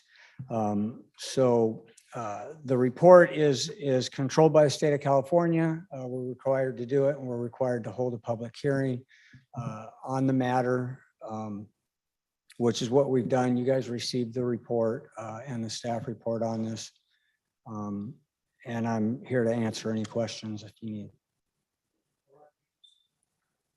Thank you so much for your report. Any questions or concerns from member of the city council? Not at this time. All right, so Captain. open for public comments. Thank you, Mayor. And this is the time for anyone wishing to speak on the public hearing item to please step forward. Cái này nếu mà có quý vị nào muốn phát biểu về cái đề tài này thì xin bước lên cho chúng tôi biết là quý vị muốn phát biểu ạ. Thank you. And Mayor, there's no one here wishing to speak or with their hands raised on Zoom at this time. All right, so do we have any speaker on this item? Okay, so I'll close our public comments. Council action. I had a question before I just had, when you speak about a best available treatment, can you speak on that? Yes, so part of the process with a public health goal is to also assess under current standards what the cost for treatment and what the effectiveness of treatment would be. Currently, for any goals that we exceed the number that is shown, right now the price tag is $36 million a year in order to remediate any of these to that standard. The belief is that as time goes on, that our technology and our ability will get better and less costly. And so that's taken into consideration when these public health goals are set, because ultimately the customer bears the cost. So it's kind of a place marker, if you will. It keeps it on everybody's mind. It keeps us working towards the goal of reducing the amount of these constituents in the water, but at a time that is more reasonable. So that's the intent or spirit of the report. And is there a recommendation for home property owners that they can do on their own as far as filtration systems? The levels that we're talking about are parts per billion and parts per trillion, and they're way below our action level or our MCL, which is maximum contaminant level. The water in the city of Westminster meets or exceeds every regulation that state and federal government has put on us. And because there's no effective treatment, because we don't have the technology to chase it at that level. Right now, there's no proven technology that would remove any of these constituents. And one more question. Sure. Where are we compared to other agencies? It lines up in all of North Orange County. All of these constituents are born from the ground, from the earth. They're all natural occurring. So we all pretty much have the same set that we take to our councils. I appreciate that. Thank you. Yeah, sure. I have a quick question for Yes, you. please. Which one of these ingredients like most toxic? Which one of these contaminants? If That I wouldn't Or be able to most tell you. That deadly. would- I mean, there's, they all have their challenges. I don't believe you can call one more toxic than the other. If you look at what the public health goal target is, I would think the ones with the smallest number would be the one of most concern. But again, if you compare them to the maximum contaminant level, we're nowhere near that. yeah, I'm glad. Thank you. Thanks for all you do. All right, thank you so much. So Thank may you, I have sir. a motion? Second, I think. All right, we had a- motion and second to approve as recommended.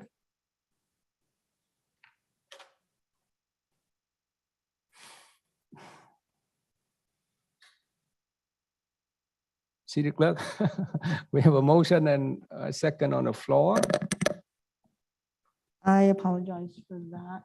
to approve as recommended. I think motion by Councilmember Doe, second by myself. Thank you. I apologize for that. Councilmember Doe, Yes.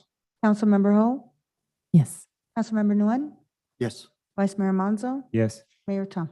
Yes. Motion carries 5-0. All right, so now we go back to item 7.43.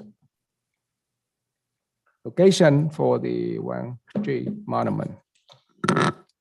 Staff report first. Good evening again, Mayor, Vice Mayor, and council members. At the council meeting on May 22nd, the city council directed city staff to provide a feasibility study for a potential location of the Quan Tree Monument.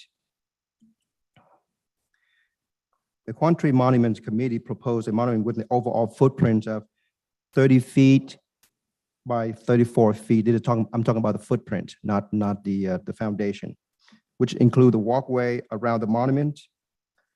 Since there's anticipating annual memorial event in September with a potential plus attendees, an ideal location for this monument as a minimum should have a parking lot and restroom facilities.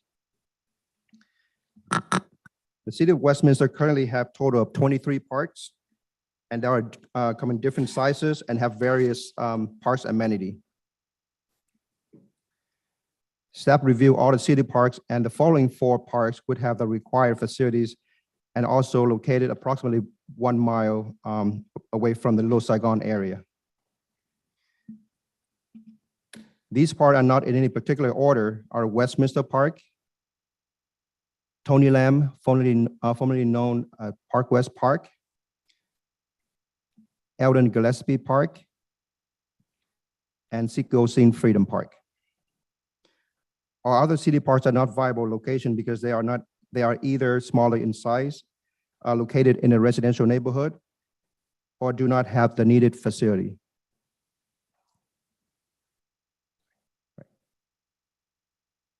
Westminster Park is about 8.7 acres. It's located in the northwest corner of the intersection of Magnolia and Hazard. The amenity here consists of basketball court, handball courts, playground, and the outdoor exercise area, shade shelters, 2 softball fields, and a restroom building, and a parking lot with 53 parking spaces. The monument can be placed in the grass area as is shown here on the south side of the playground and the outdoor exercise areas. At this location, the monument can be visible from both Magnolia Street and Hazard Avenue. There are potential conflicts and issues at this park that the local softball leagues, which including the Challenger League, are regularly using the ball diamonds or the ball fields for their tournaments year-round. There's a large homeless populations at this park who regularly use the shade shelters, the bleacher and the handball court, and generate a lot of trash and debris. Vandalism also an issue here at this park, which involved with damaging the restroom facility, park irrigation system, and other parks amenities. For the last fiscal year of 21-22, there are 390 PD service calls for this park. The next park is Tony Lamb, formerly known as Park West Park. It is about 5 acres. It's located on the north side of McFadden in between Beach Boulevard and Newland Street. The amenities here the park has 6 tennis courts, 2 shade shelters, a playground area, a softball field that belongs to the Westminster School District, the restroom building, and a parking lot with 53 parking spaces.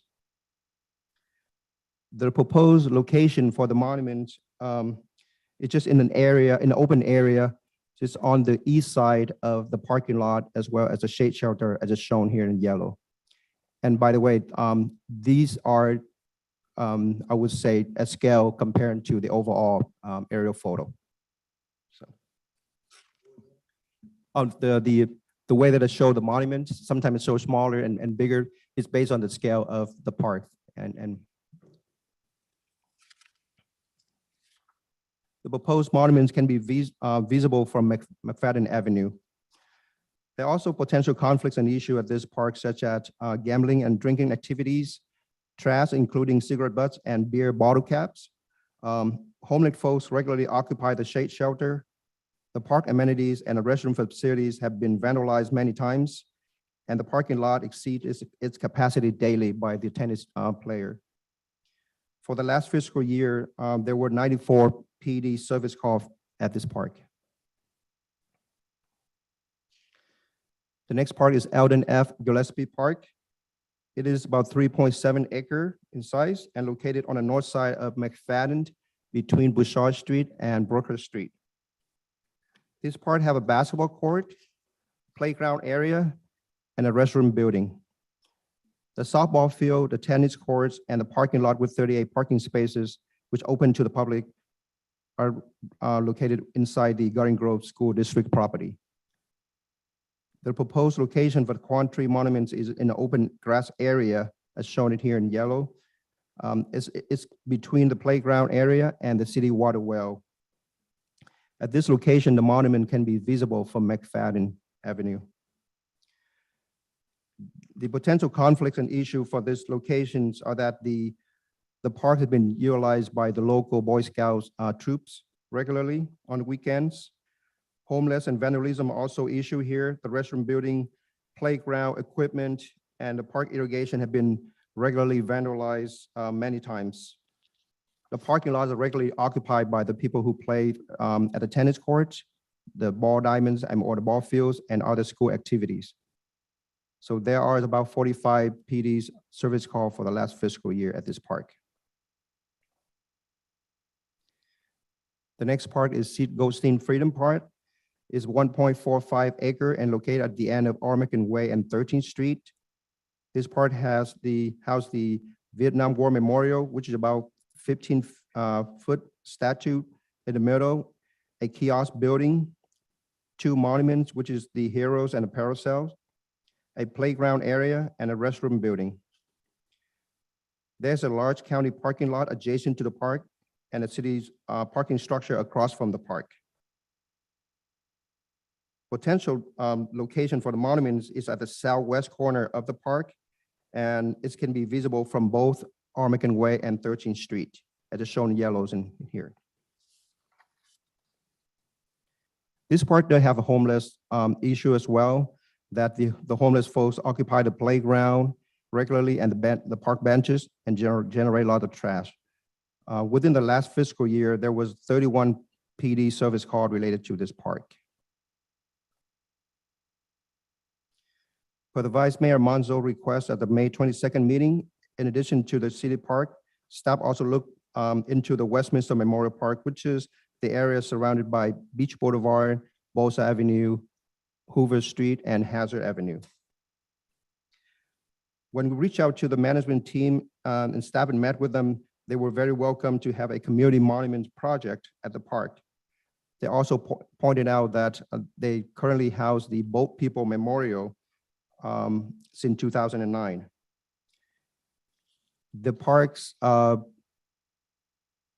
Memorial Park have been working with the city staff to convert the area that's shown right here in hatch.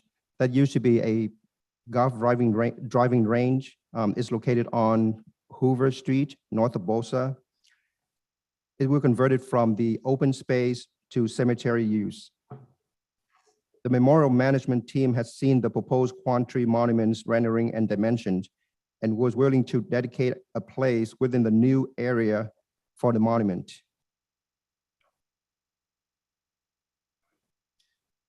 I'm talking about the maintenance cost for this monument. So staff estimated the annual cost around $6,500, which including the electricity for the monument lighting system, replacing the American flag and the South Vietnam flags. It's protecting coating for the statue. Pretty much every 2 years, we have to do that to protect the integrity of the statue. And also cleaning and applying the sealer for the granite and the concrete surfaces. And we also do every 2 years. This maintenance cost doesn't cover any costs related to graffiti or vandalism. If the monument is placed in the Westminster Memorial Park, the management team committed that the maintenance cost would be covered by them. This concludes staff report and I'm available to answer any question. Thank you so much for your report. Any comment, any concerns from member of the City Council? I have a question for Jake. In your report, when you were speaking of the other parks, you mentioned some of the negatives as far as parking issues and vandalism and such things as that nature. What about for the Memorial Park? Did you didn't, I don't remember you said anything about that. For the Memorial Park, I think I forgot to touch base on that. Because they do have security at night, so vandalism or graffiti is not very, it's minimal. So I haven't heard anything happen there at Memorial Park. And what about parking? Do you know anything about the parking situation there? So I can answer that. As part of the general plan amendment process that's ongoing, that began in January, there is no site design yet submitted to the city, so we would not be able to comment on that at this time. Oh, okay, got it. My feeling on this is that, as we just got done speaking on the design of this monument, it's how large it is. I think since it's that large, and one of the speakers mentioned that the cost was $500,000. I think one of the speakers said. I think that's a pretty big investment to have on something that the intent for this monument is not just for the existing generation to have place to honor the folks that they're trying to honor, but also for future generations to learn about the history of Quan. So this monument is meant to be in place for many years to come. And I think I've heard some of the committee members speak on the concerns as far as the vandalism and the safety of the monument. I think that's a big concern for. I'm pretty confident that that's everybody's concern. So I think the patients definitely has got to be somewhere where it's not going to be open to the public as far as homeless folks, is with the design, with the space between the monument and the back wall. I think that's a.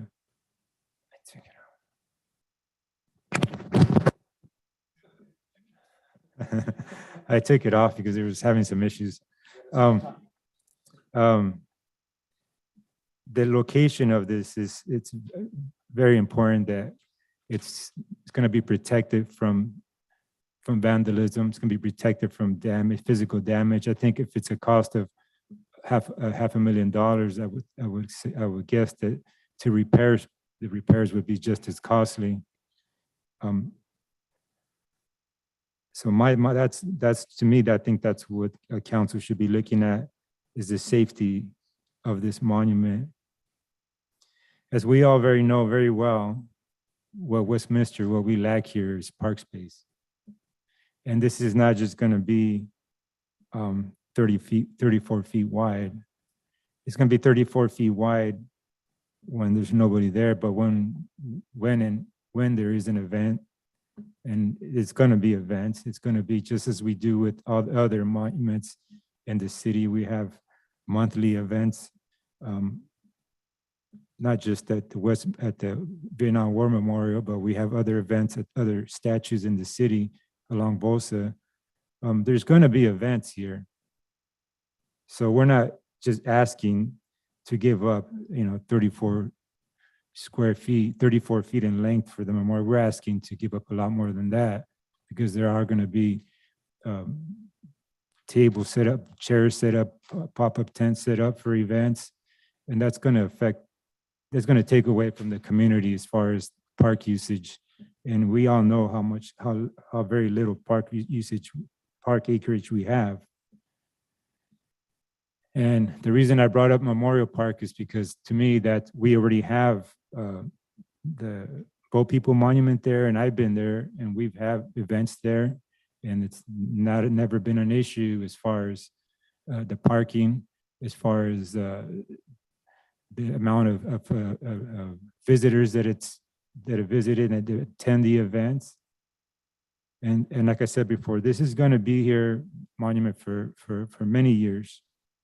And I don't think that we should be looking at, we got to meet a certain date because we want to have it in place for an anniversary. I think if you're talking about something that's going to be in place for future generations, you got to make sure that it is in the right place. It's going to be in a safe place. And it's not going to be an ongoing cost to keep repairing something, because we know the facts are that we have a large homeless population, that they just take over parks. We're going to have, this is perfect. To me, I look at it, they have areas where they can set up camp there between the 5 feet between the two structures. You're going to have the liability issue.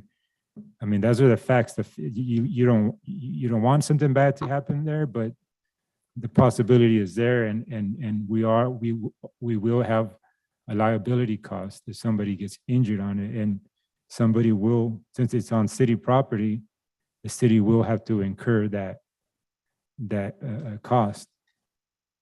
There's many factors that we had to look at as far as the potential impacts of this monument, since it's so large. I mean, it just clearly, in my mind, I mean, like I said before, we never really spoke that I remember about location. At the time, we were just concerned about the process and who was being excluded. I mean, I don't ever remember, I could be wrong, I don't ever remember us talking about location.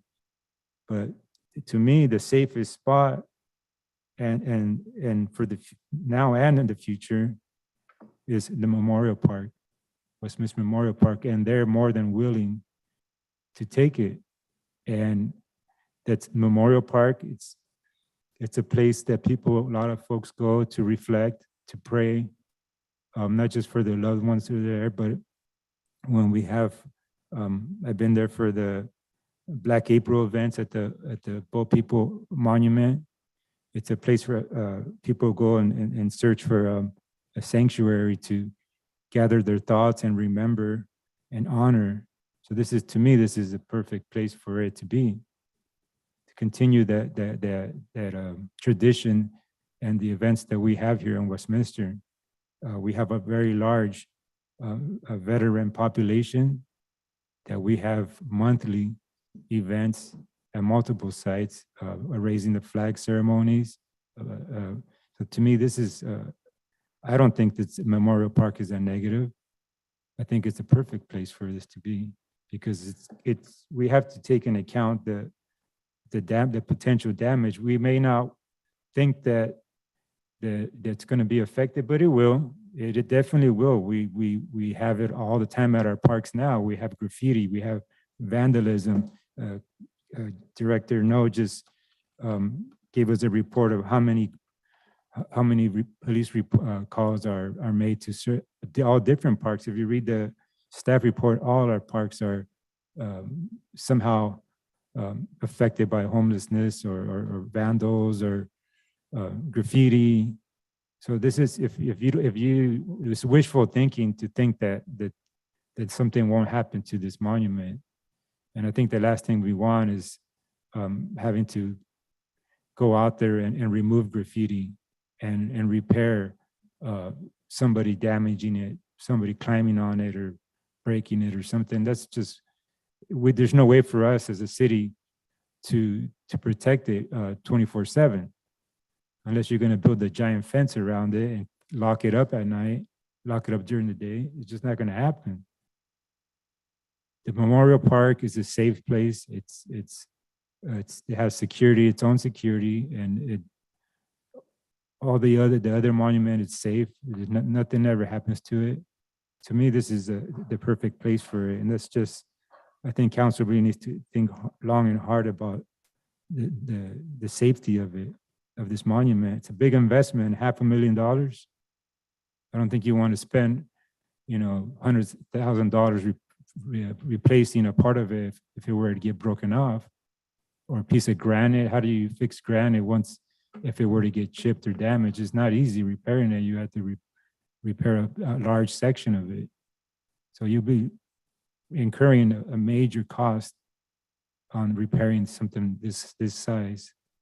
So I think that's my thought process on it. It's going to be here for many, many years to come.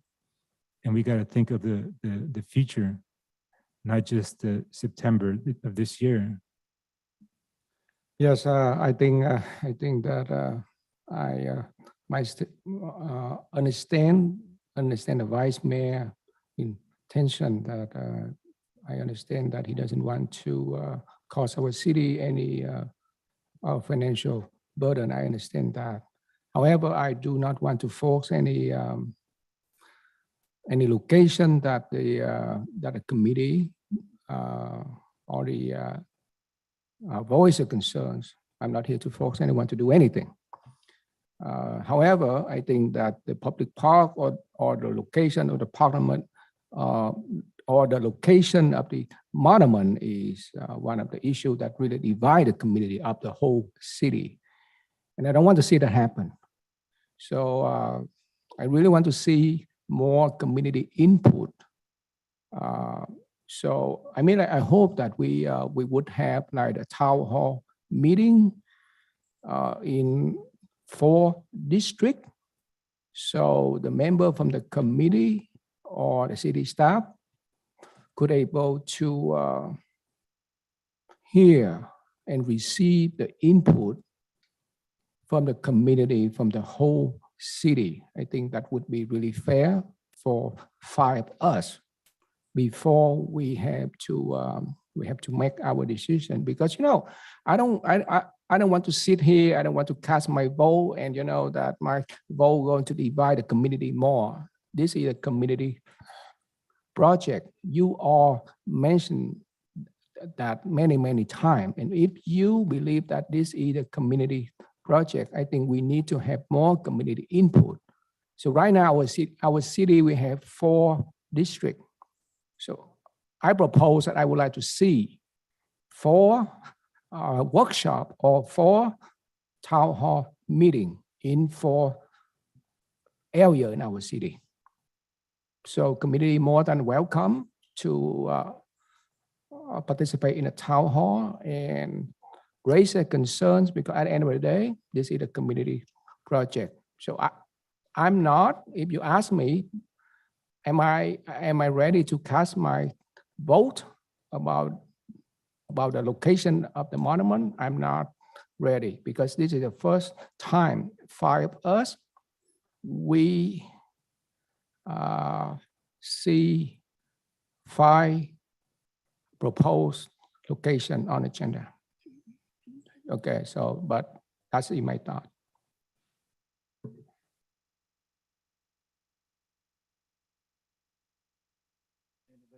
Not, I will. I agree to Mayor Ta with his recommendation. I think this is the first time that first of all, let me say to our staff, thank you for taking your time, invested in this. And I know that there's a lot of work for you to find out everything, and then put in there as a plus and minus when we if we approve certain parks. So we appreciate staff for that. And at the same time, this is the first time that the council see this recommendation as well as the community. And no matter where we put the monuments, it will affect those people around them. I'm pretty sure that there are people, will have their opinions. And because of that, I think it's better to have the, the town hall meeting, or not even the town hall meeting, you mentioned that the 4 district. What I would think that is better, the location that we were thinking of, we probably conduct the meeting around there. For those people who are, around the area can join and voice their opinion. I think it's more effective than, having 4 meetings at different district, and then, the people who are at the parks that we are, recommended to, then, they didn't have a chance to voice opinion if they don't know about it. So I think that it's wisely, this is a community projects. This is a community projects, and we know that, we identified from beginning. Like I said, I'm not opposed to the QT monument, but this is something that I think is better for the people to voice their opinion, because it is affecting them, affecting the community. That's it. Thank you.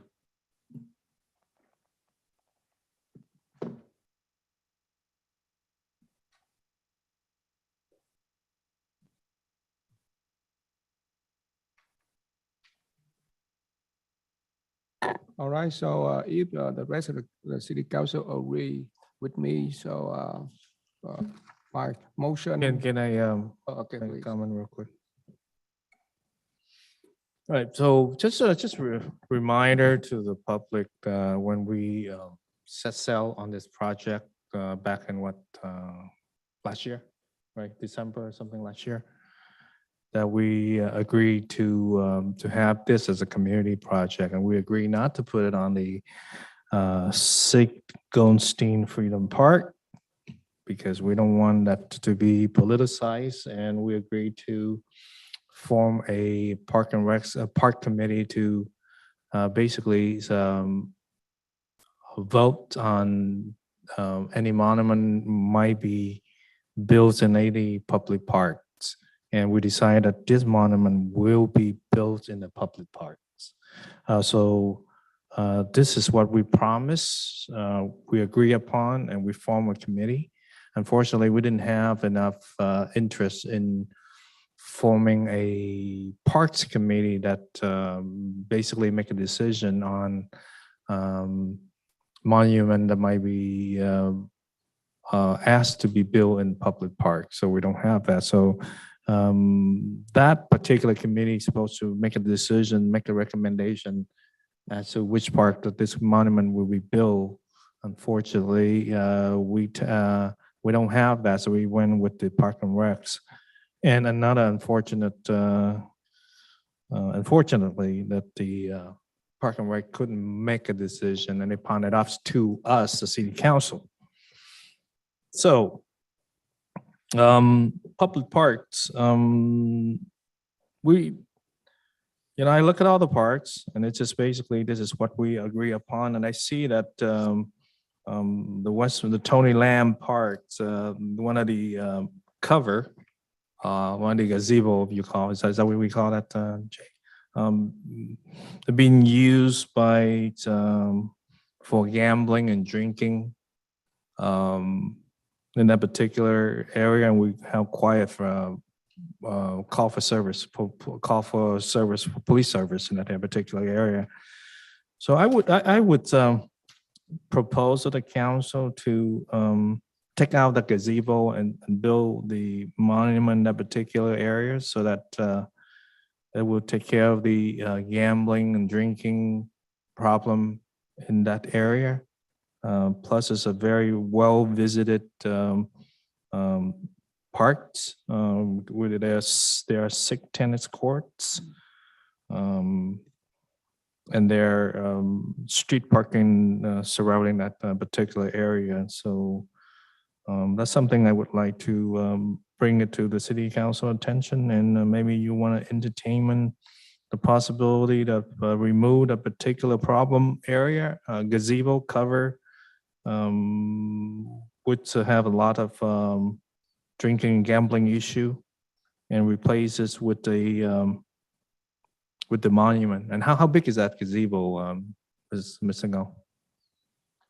Like 20 feet? Cross? Ballparks? I think, yeah, they're probably, I would say, maybe 15 to 20 feet in diameter. The diameter? Yeah. Okay.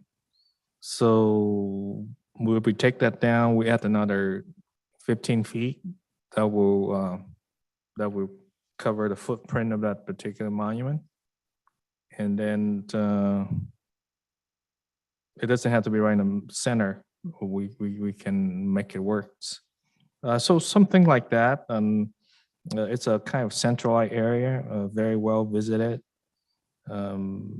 surrounded by residential area. So I think it's a prominent, it's a good location for the city council to contemplate and entertain the idea of proposing this site for the monument, because basically that's what we agree upon when we set sail on this project last year. What's isn't that a playground that's directly in front of it? Are you talking about the shade shelter that we have a problem with, or? Yeah, the what Councilmember Doe is speaking of. Yeah, that would be the one that in the middle of the, adjacent to the tennis court. That should be north of the playground area. Could you pop that on the? That's a playground. You know, what is it? Oh, they're gonna. Here you go.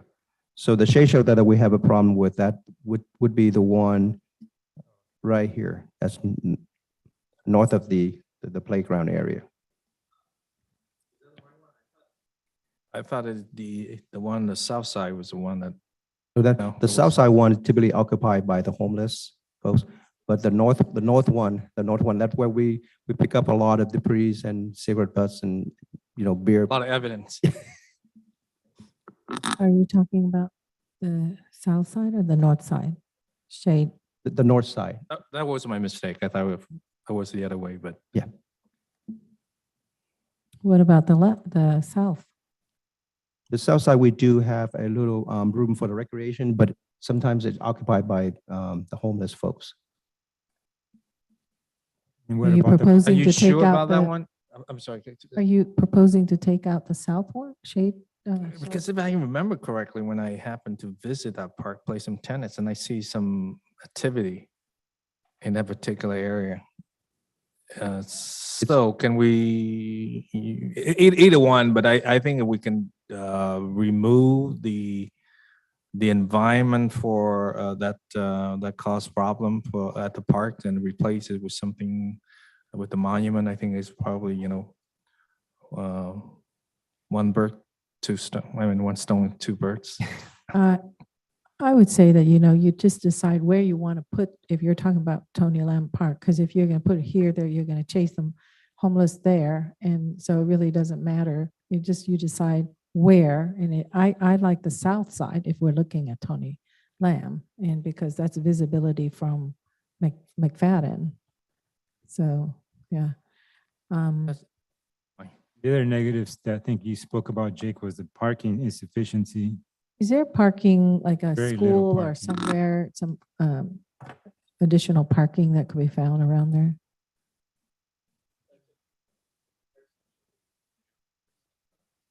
So not only are we going to remove, take away playground area for the community, but then you're going to impact all the neighbors, and by having folks parking all through their street, nice way to get a lot of people upset.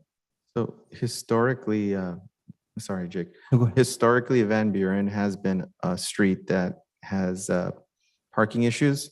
Part of the reasoning is one half of the street or a portion of the street is Westminster, enforced and swept on a different schedule than the other part of the street, which is county. And I think Jake was about to talk about the parking on the, to answer the question about school parking. Yeah, no, that's correct. That's what I'm trying to.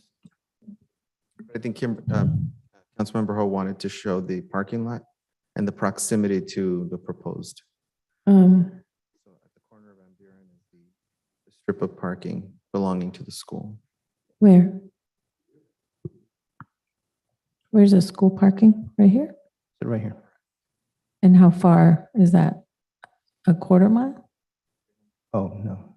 300 feet, according to my. What school is that? Van Buren School? That's the mill school, The middle school. the mill. Yeah, it's an Okay. elementary school in Westminster School District. But that's belong to Midway, right? The street, one side of the Midway. street is City of Westminster enforced and swept, and the other side is county. So I'm talking about Wilson and Devilwood, have parking along the park area. That's on the east side of. Those are It's residential. always packed and it was always busy because is it tennis players or, scouts and people just enjoy the park. And I think no matter what the council director No mentioned the 4 parks that even remotely can handle something like this is Westminster, Tony Lamb, Gillespie, and Freedom. And could we see? And all those are not only you're going to take away park space, but you're going to impact the residents around that. And I think that's the last thing we want to do, because on all those parks that we just mentioned, there's very little parking in those parks. Could we see Westminster Park? That would be the Magnolia Hazard. And I know I know staff looked at it at the very beginning. Is there a reason you looked at that park? That one has less parking. No, there's actually quite a few schools, and I know that in the community, they've used one of the elementary schools for events, and that's like the one, is there Hayden? Where's Hayden Elementary that they normally use for events? Where is that? Hayden's, if you look at this, I'm not sure you can see the aerial photo. This Zoom is the in. Westminster Park here. Hayden School is down here. Long walk. Or, So it's far away. So we no, do. not Hayden, but there's, wait, let me see. Is there a school near it? Like it's like across this, there's a Korean church, and that's one. That you can see them right there. Yeah, the Korean church is one. And then there's the Gospel Church. And I know there's a temple right next to it. Could you show the temple next to the Westminster Park? They share parking with another.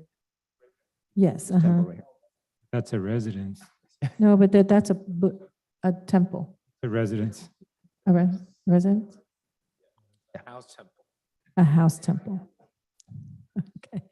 And where do they have their parking when they have events? They have zero parking. There's if I remember correctly, people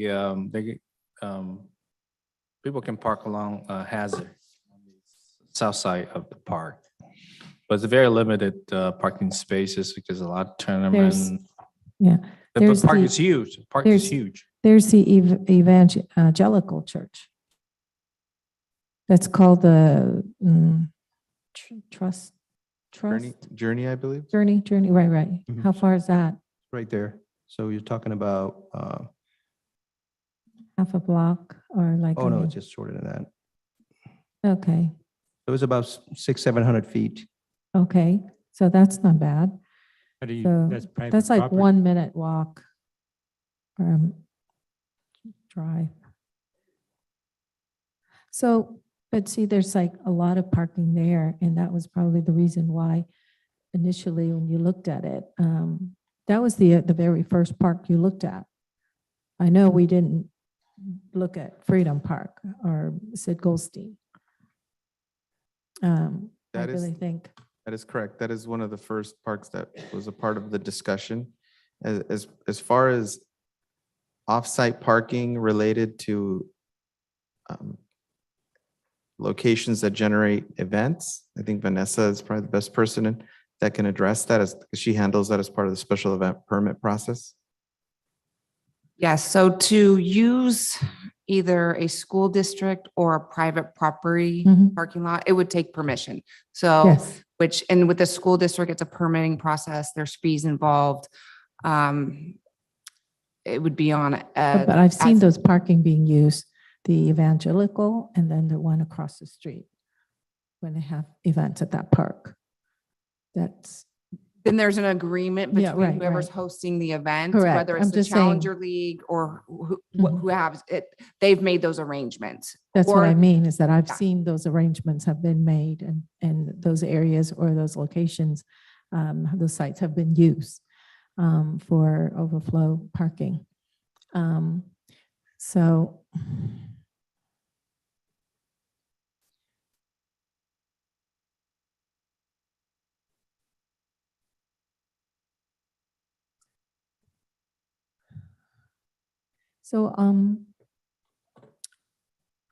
let's go. This is the park that I would, I mean, when staff looked at it and you looked at where you would put the monument, can you zoom in and show where you would propose to put the monument?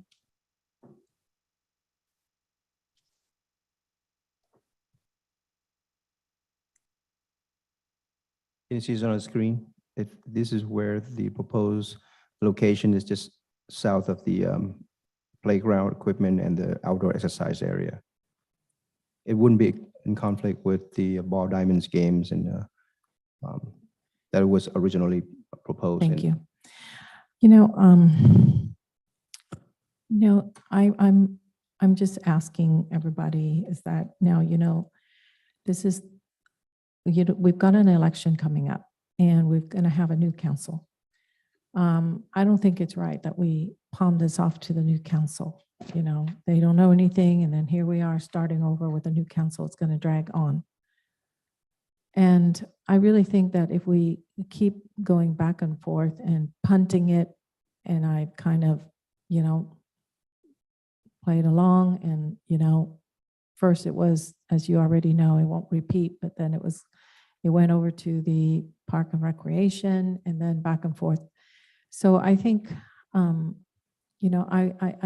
asking you, and if you could, we have committed, we have promised the people a park. And out of respect for the US veterans, and I talked to them, they said the reasons why they don't want it at Sid Goldstein, even though I know the contract was already expired and it's no longer valid, I still wanted to respect that. And so I wouldn't recommend it to be at Sid Goldstein.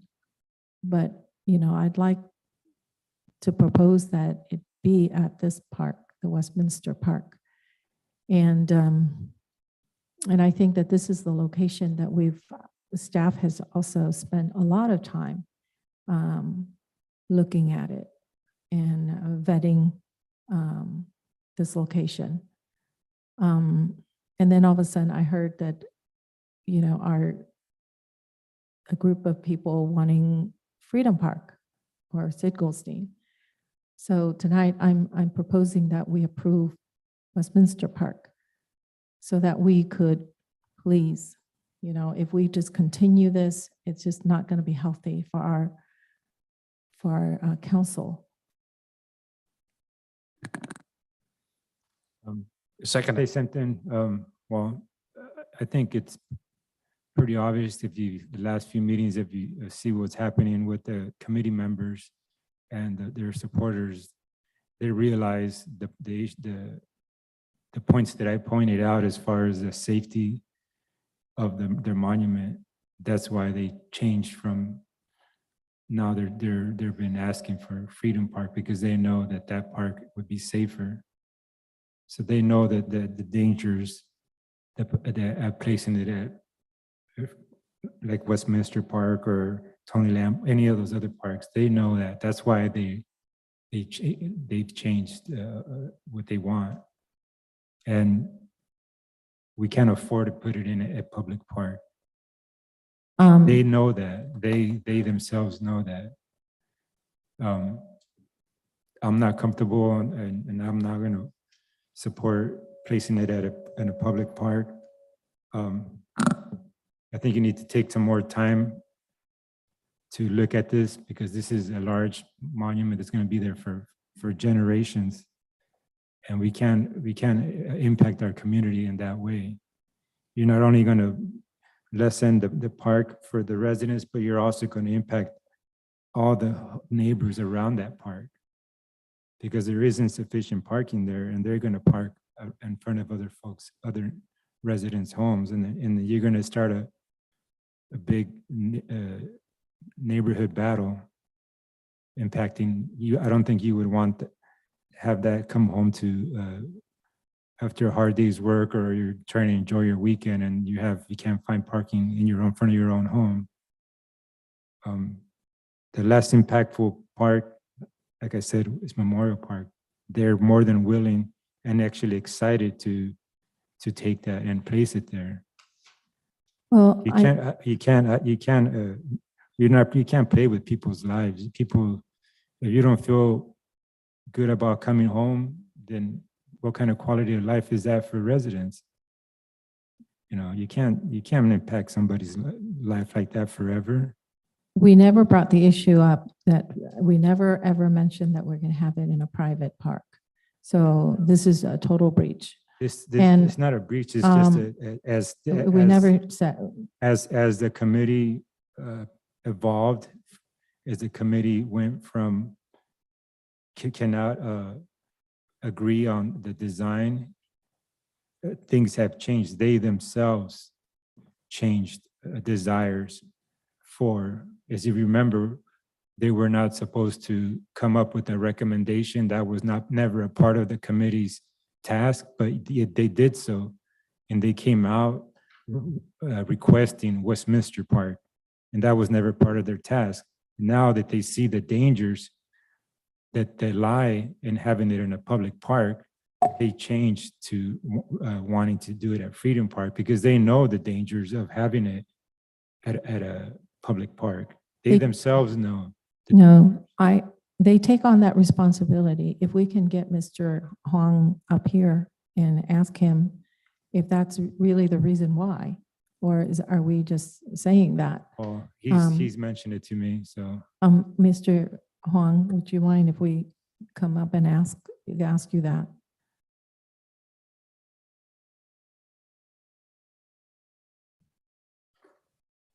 Yeah.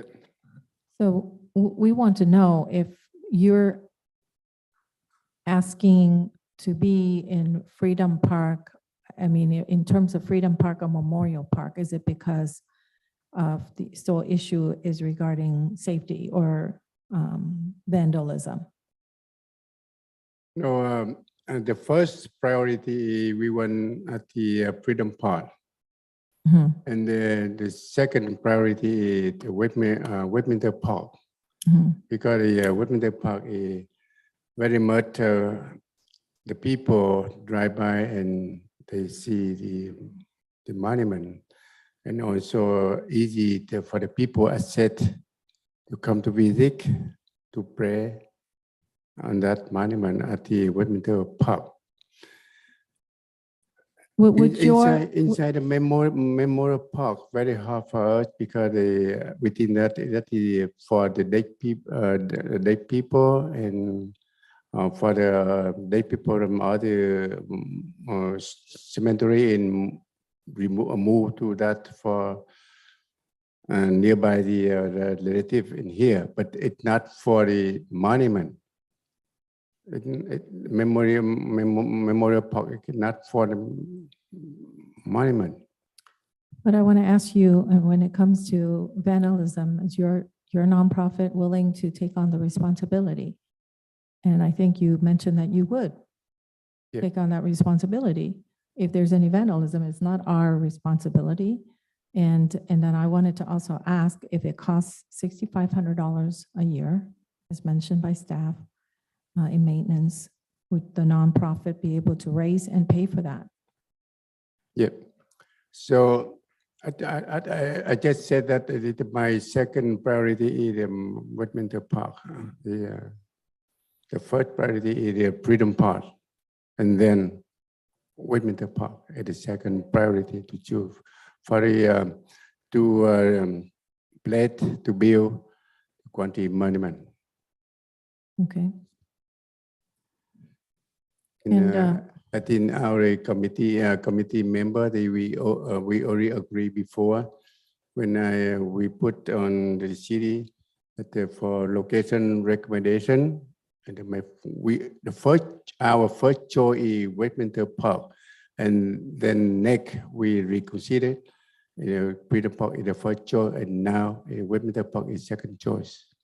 But why did you make that change? What was your thinking? What was the concern? We made a change because the Freedom Park is a place who we built to historical status like American and Vietnamese soldiers side by side at the Freedom Park, and then the out of Vietnamese hero, the general who certified on the Black April month, and then 74 hero he found with the China community to put the monument there. That we choose to move back to the Freedom Park. That is our reason why we choose the Freedom Park. And every year, many events it organized, and over there the Black Monday, Black April, and then Vietnamese Armed Force Celebration Day, and to many other events they organize at the Freedom Park. And that is the chance for the people come to visit and come to see and come to pray for Quanti Monument Soil Monument. That is very good chance for them to come to visit Quanti Monument. And everywhere in the world, in time of the United States, the people, they come to your Westminster City, they come to visit the Freedom Park, and they will see the Quanti Monument and the other monument over there. That is very exciting, a historical monument come together, same place. That we reconsider to put the monument in the Freedom Park. Thank you.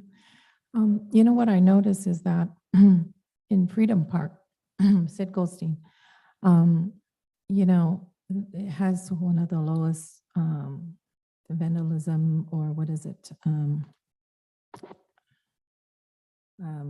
Service calls.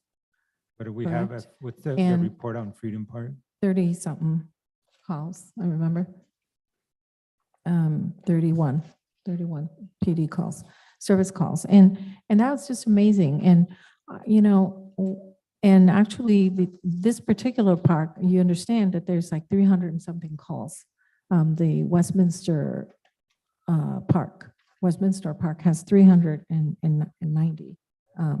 And so, you know, what I see is that when people, when a, you know, contrary to what you might think that, you know, there's going to be more vandalism and all that. But I think when you have monuments, people come, they frequent on foot, because once a year you would have this event that, you know, that may attract 100 people. And then if so, you've got those parking, private parking across the street and next to it that you could arrange. And you have done that before. And I know that our community has used those parking lots before. And so, you know, when you have people walking on foot just to come and pray and, you know, and just hang out, I think that's going to reduce the amount of calls for service. So really, you look at Sid Goldstein, only 31. And so, you know, I think it's a good thing. And like I said, you know, there's always going to be a complaint when you know, just like, you know, it's kind of a not in my backyard type of thing, you know, situation. So I know there's always going to be a complaint no matter where you choose. But we already took this, our city council already made a commitment we stated that it's going to be in one of the parks. And you can go back and you can look and you can listen again We have stated that clearly. And no time until May 22nd did that suggestion come up in terms of putting it in a private park like Memorial Park. But let me ask you, did you ask or did you tell your donors that it's going to be in one of the parks? Westminster, in Westminster? Yep. Or did you, how do you feel if your donors find out, or when you tell them that it's going to be in a cemetery, Westminster Memorial Park, private park?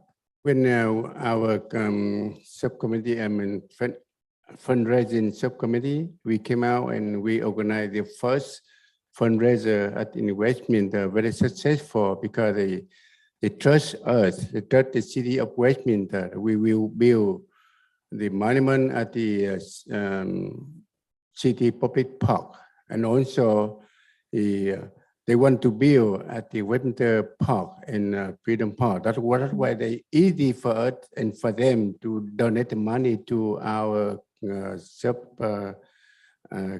committee. And we get up to now we got over $200,000, even just only one fundraising. Next coming we move to, we do the fundraising in Houston and San Diego, and then next is San Jose.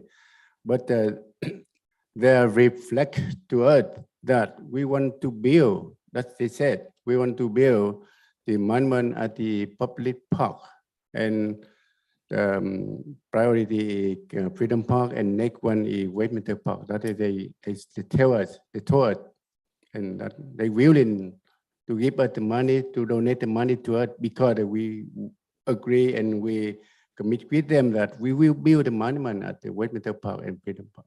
That is a good deal for that. Thank you.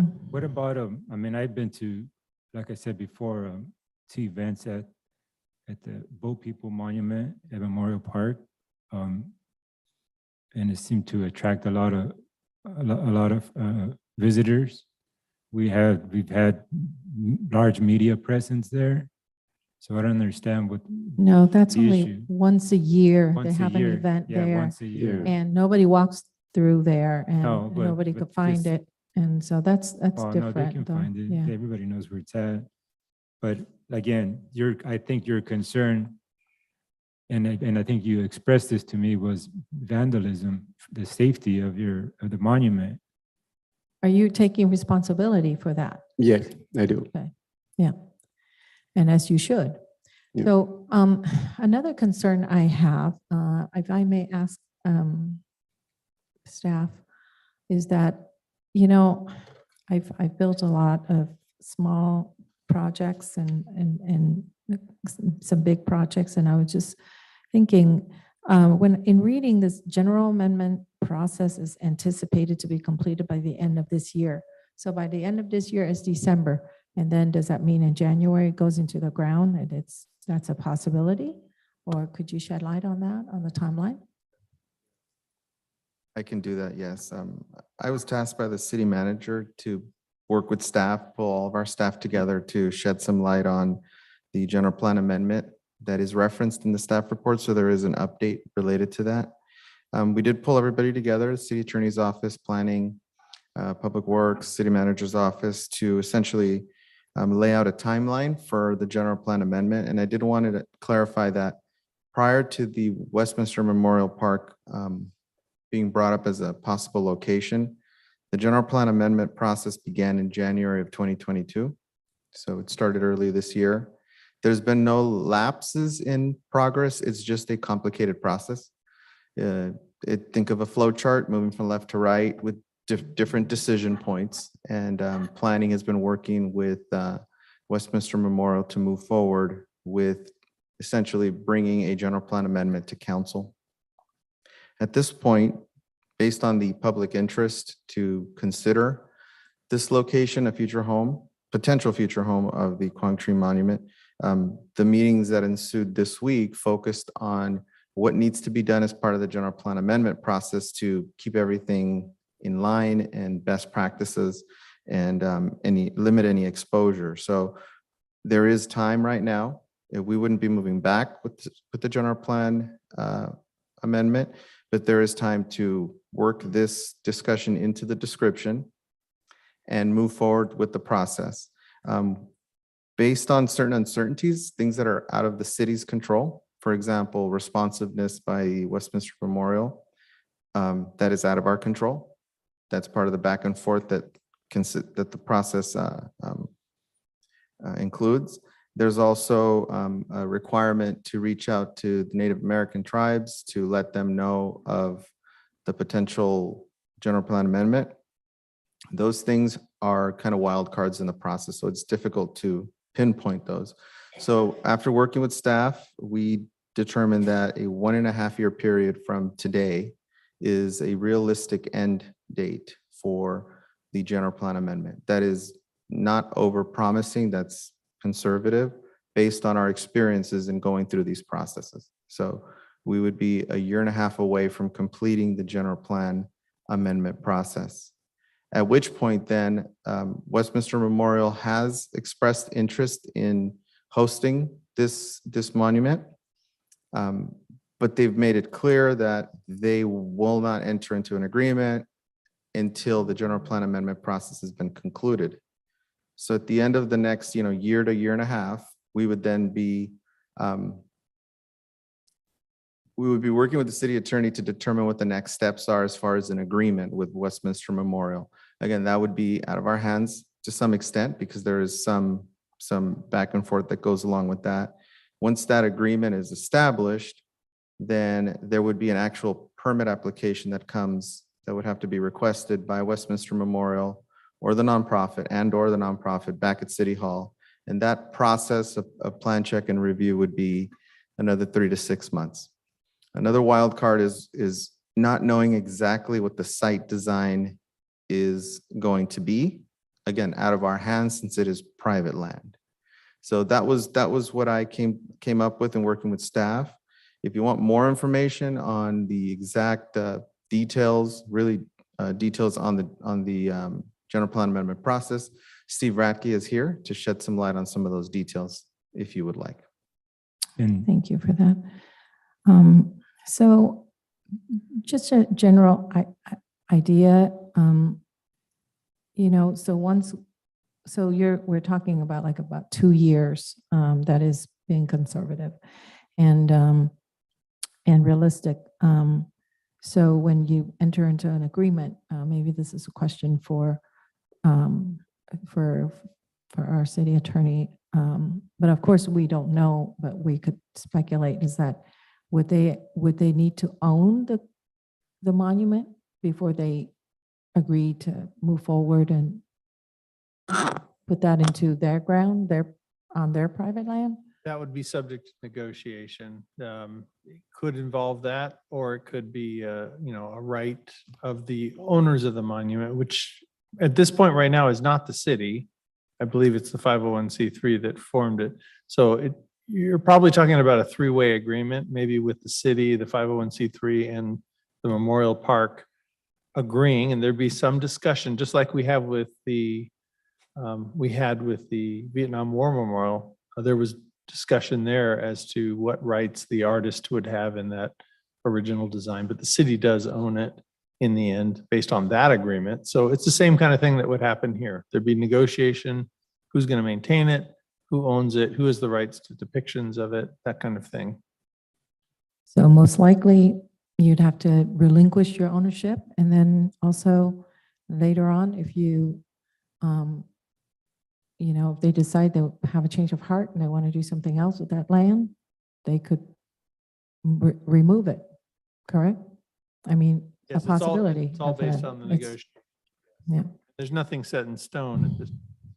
So, it's not our land, it's private land. And here we are making plans on a piece of land that's not even ours. So we are, I recommend that we really, really need to put this to bed, really, really, really. And we've been so patient, and we've, worked with our committee, so many different committees back and forth. And so I'm asking a council, just please, I know our city staff has looked at the Westminster Park. I would not approve Freedom Park. And I think that's out of respect for the US veterans, that I've talked to. And I think that, it's way too crowded there. And so, like I said, we already have a moratorium, no more parks, no more monuments for now. But that's what I propose. Well, if we can't make a decision, maybe we need to get back to Mayor's original suggestion, because this is gonna be placing it at any one of those parks you mentioned it's not gonna. I don't live there. I don't know. I don't know where everybody lives. I'm pretty confident none of us live near there. It's going to impact the residents' lives, and maybe we need to go back to the mayor's original suggestion and do some sort of, outreach or town hall or something to get the community input, because this is gonna be there long after we're still on this earth. So that's the last thing I want to do, is ruin somebody's quality of life, without their input. So we need to open it up for public input. I agree with the mayor and the vice mayor on that subject, but I'd like to ask for I want to ask for confirmation, as well as I probably have some issues with that for the Westminster Park, that when you mentioned about it. First of all, beside the size of the structure, it's too large to place on that park. I know that the recommendation from their staff to have the location, and at the same time, they also outlined the potential conflicts as well as issues. And some of these issues that I'm concerned with, number one, is insufficient parking for large public event. And I'm sure that there will be large public event during the year. Secondly, I know that there is 390 PD service call from July 21st to June 30th in a year timeframe. And another item is vandalism issues, such as graffiti and damaging the restroom and all facilities there. I heard that Councilmember Ho said that the nonprofit organization is going to be responsible for that. But the 6,500, whatever the amount, 6,500 less or more, whatever. So you will be taking care. The nonprofit is responsible to take care of the maintenance, as well as any graffiti or anything like that. You are the nonprofit, which is the one that you're talking about, going to take care of it. I don't know, staff, can you answer me? Have we ever had any things that nonprofit organizations saying that they take care of the problem, and then what the result is? Any of you, one of you can shed a light on that? I don't think currently we have anything like that. The only thing we might have is the Vietnam War Memorial that was formed by the, I would say, Vietnam War Committee. And I think that committee is no longer exists, I think, in a couple of years after the finished construction of the project. So who was responsible after they left? Okay, so after, I think that committee is supposed to do the maintenance of the Vietnam War Memorial, but I think the city ended up taking care of the maintenance. Okay, so the possibility of this nonprofit organization, I don't know, down the line, somebody is going to head, of that project, and it might fall back to the city again. Correct. That's a good point. That was exactly my concern. What Councilmember Nguyen just said. Question, I spoke about liability issues. I highly doubt it if the nonprofit is going to be, if there is an injury on this monument, that they're going to be responsible for covering that cost. And I doubt it if they're going to be around for, 2 years for the Vietnam War Memorial after, how long after are you going to plan on covering the cost for the life of it? 10 years, 15 years, 20, 50, how long? It's not, I guarantee, I'm almost certain that, and if that were to be the case, it'd be a couple of years max and it would be the same outcome. That's a lot of money for a nonprofit to be responsible for year after year, day after day, not just the damage, but the maintenance, the liability if somebody were to get hurt. It's just a lot to ask for a nonprofit to be responsible for.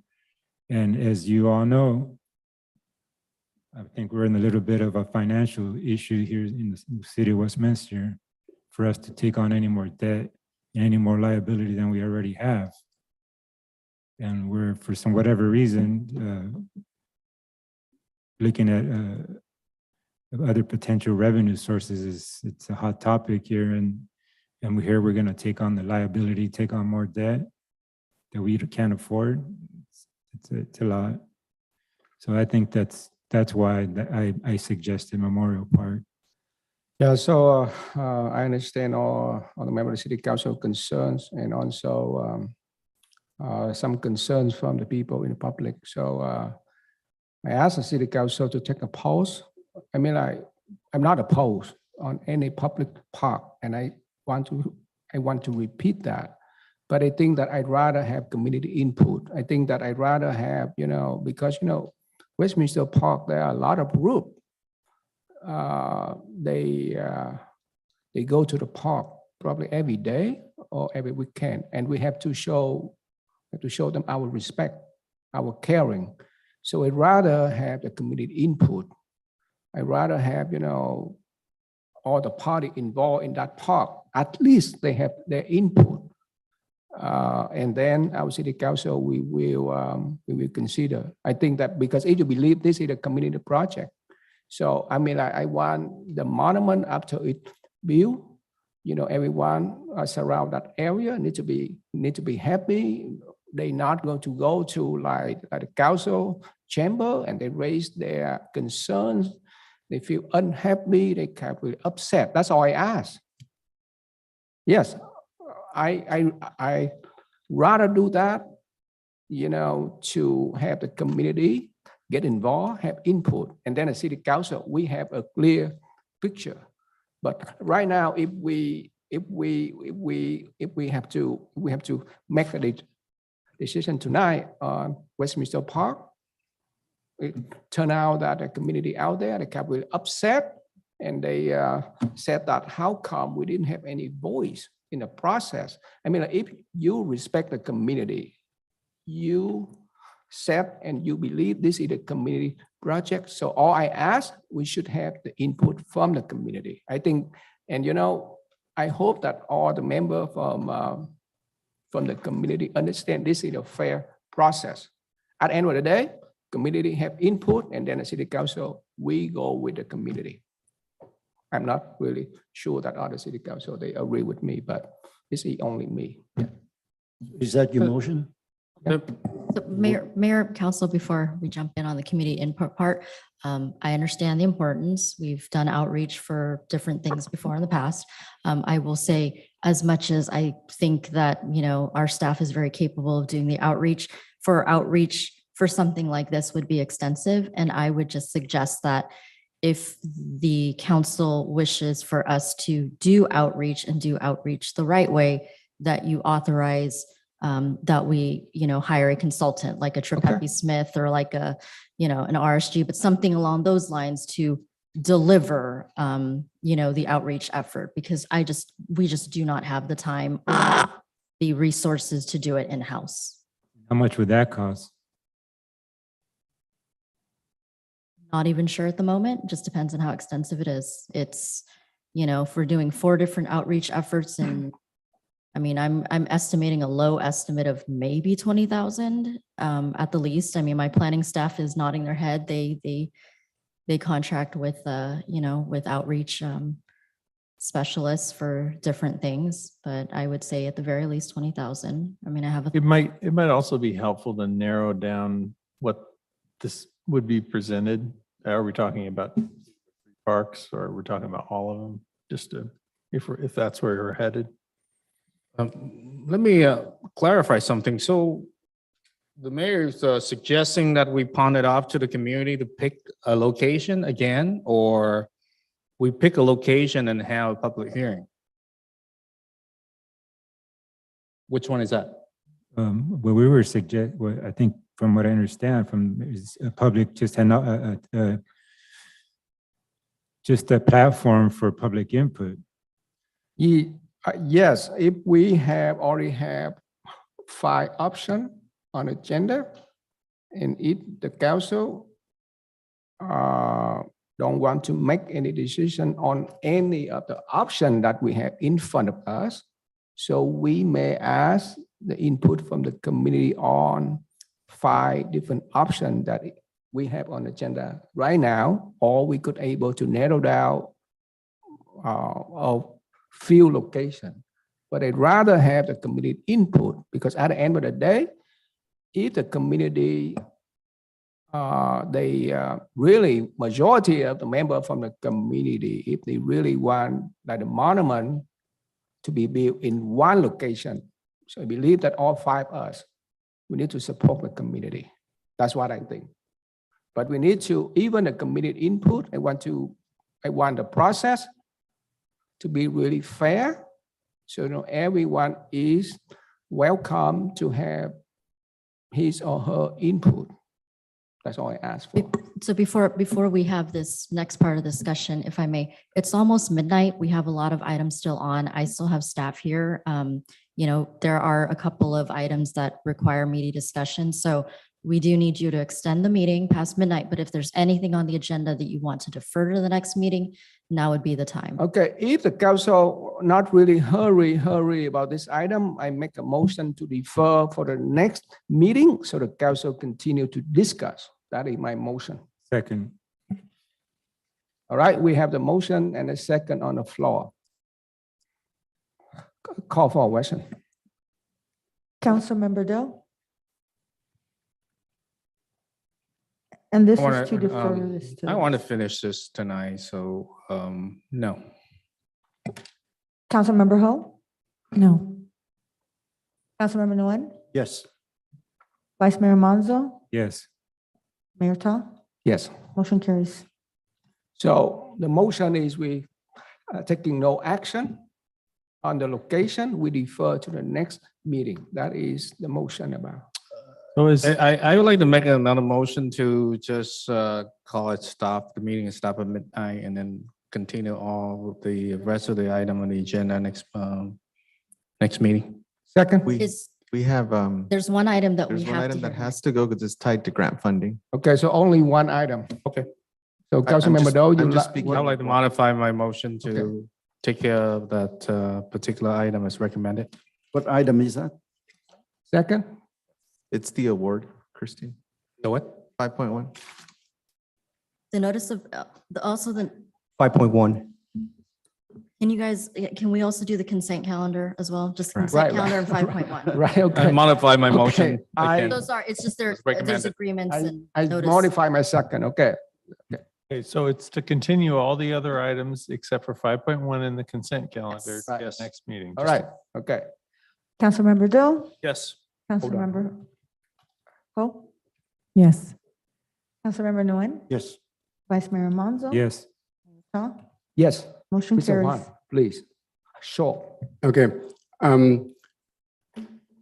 You concerned and mentioned about the size of the monument.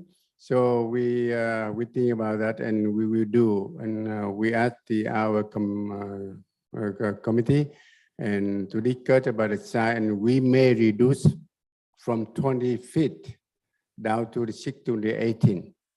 It is more easy, smaller, and Sir. the monument.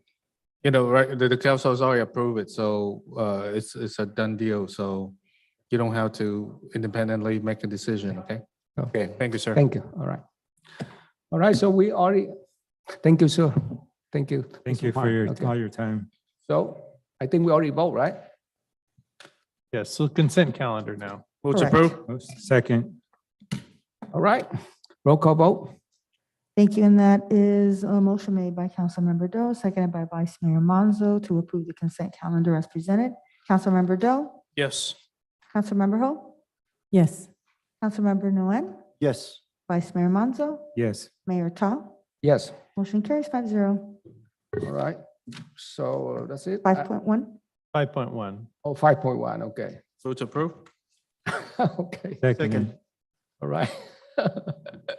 I don't even need I to read- read the I read title. staff Okay, report. all right. We so all I was better really, make sure that you all know what you're voting for. yeah, no, I really disappointed that we didn't get Yeah, to Right, have a staff I know it's kind of presentation. late, you know, But this is a really exciting item that I wish that we would have been able to highlight.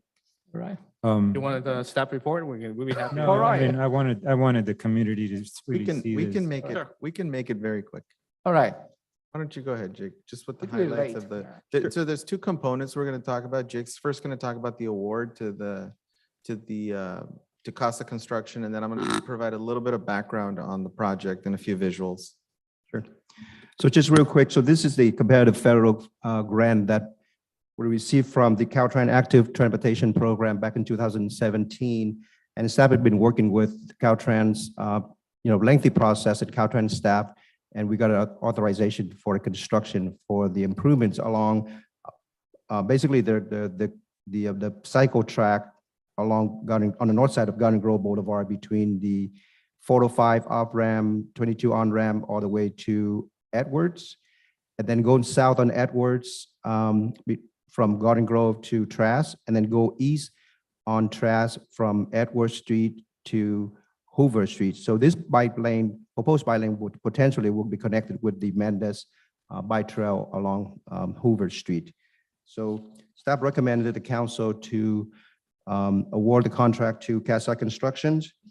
And I just want to touch base on the funding for this project. So beside of federal funding from the active transportation, we have other funding like gas tax, Measure M, municipal lighting, park dedication, and AQMD will be used to work this project as well.